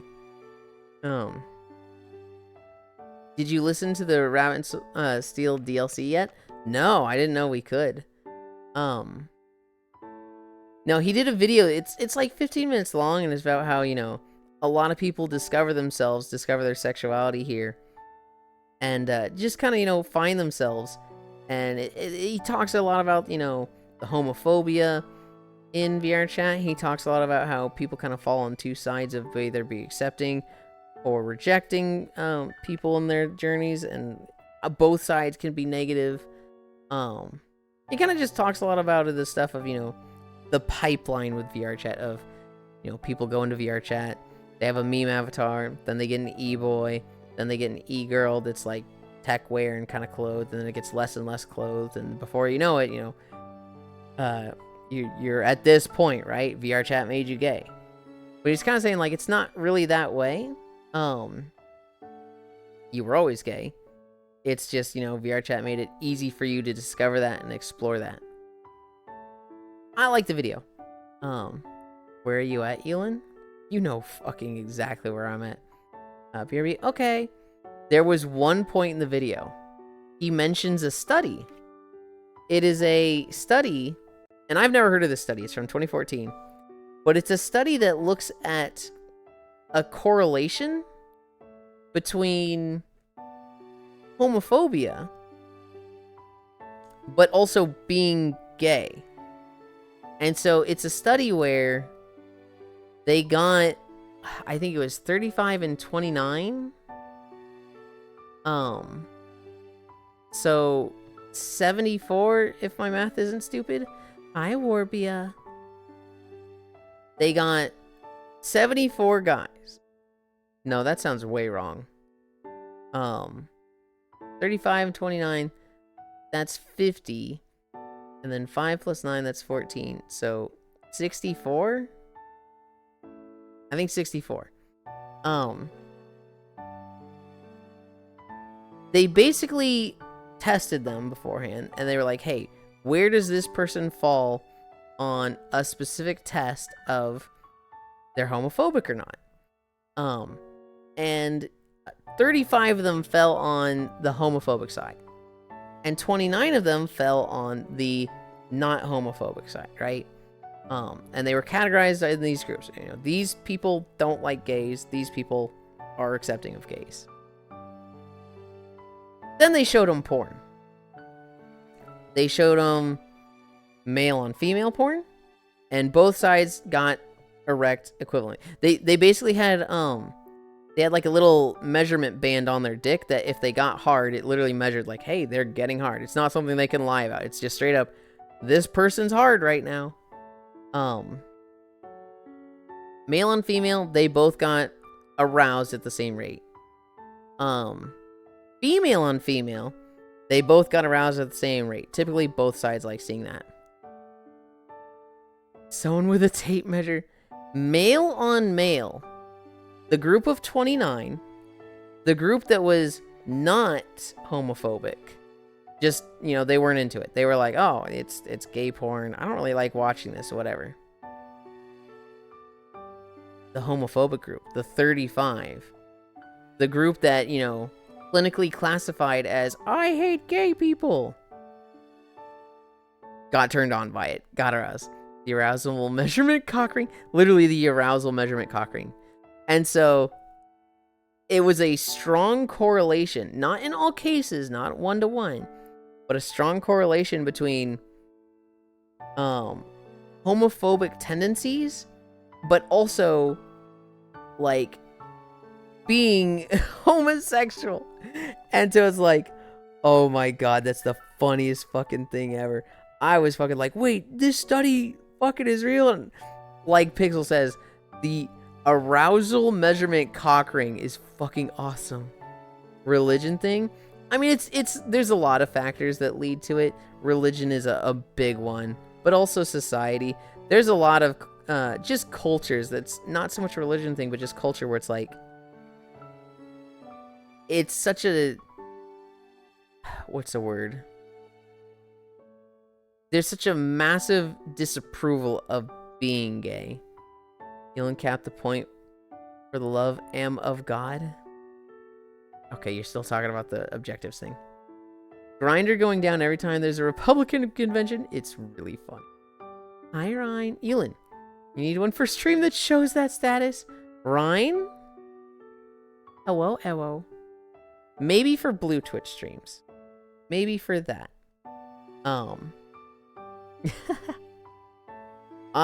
It was a good video. I didn't know Dara Frog is a drama VTuber. I don't really dislike drama VTubers. You guys know me. I fucking like tea. This video was well put together. This video itself was well put together, and I think it had a really good message. So I watched that yesterday. Other than that, I think that was all my notes. Monhun stuff, Dara Frog video, VR chat makes you gay. Michael Reeves' door device, the German company that made the forklift, and then the game trailers, Necessity, Keeper, RV There Yet, and Kirby Air Riders. That was pretty much all my notes. I swear there was someone watching us, Yulind. Your incline goes up when it detects something else going up. By the way, Shocky event today? Oh, fuck, right, okay. Thank you for reminding me. It's a very scientific tool, chat, not a sexual thing. Oh, what if the incline goes up and stays up? So you have to really focus. There are like 6 videos now of us having academic discourse. And it's subjects we discuss. What do you mean there's 6 videos of us having academic discourse?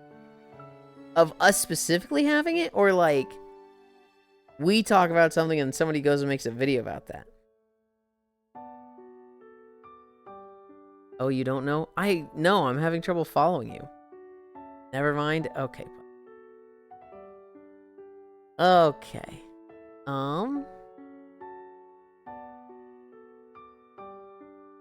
This one's doing Monster Hunter.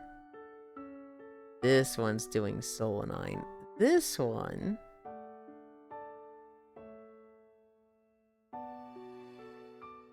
Twitch I would like to see my followed channels. Let's see. Oh, there's so many people to raid. There's so many people on. But I think we go to the Satisfactory. She's been live for 1 hour less than me, so she should still be going for a little bit.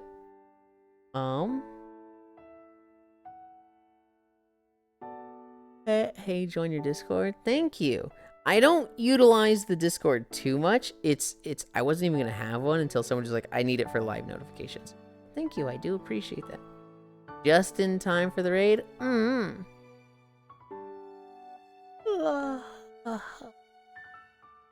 Rip. I appreciate it still. I'm just, I guess I'm trying to warn you. I really shouldn't do this, but I guess I'm trying to warn you, like, hey, if you're expecting a super fancy, like, constantly having events and community stuff going on, that's not my Discord. I think your chat would enjoy dissecting the tale of the tragedy of Darth Plagueis the Wise. You're a goofball, Global. You're a fucking goofball. Can't believe you're gonna go bully her factory? I'm not.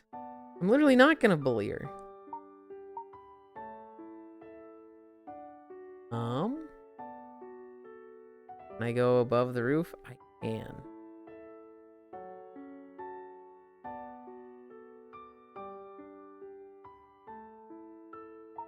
We'll put it there. Ugh. Comfy. It's 3 hours now. I don't think I've heard of that tale. Go there and tell her the lack of handrails aren't up to code. That'll be the raid message. I'm actually going to push a raid message for, like, the one time a year.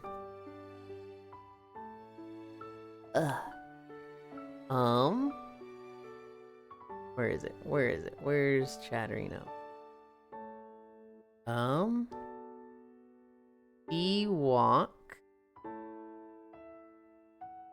Walking our way, ... This lack of handrails is not up to code.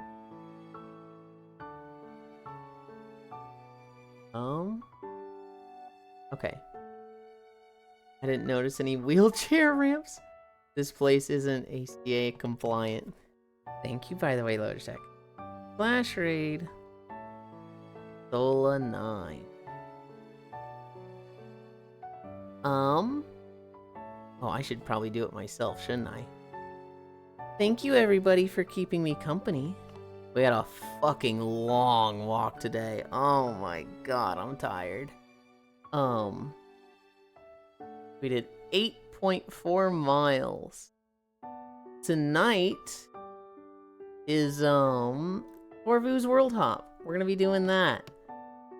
So check out Corvu later tonight. I'll be there. Bye-bye, Yulind. Thanks for the stream. Thank you, everybody, for keeping me company. Yeah, we've got that later tonight. I'm looking forward to it. 8.4. I love you. Bye.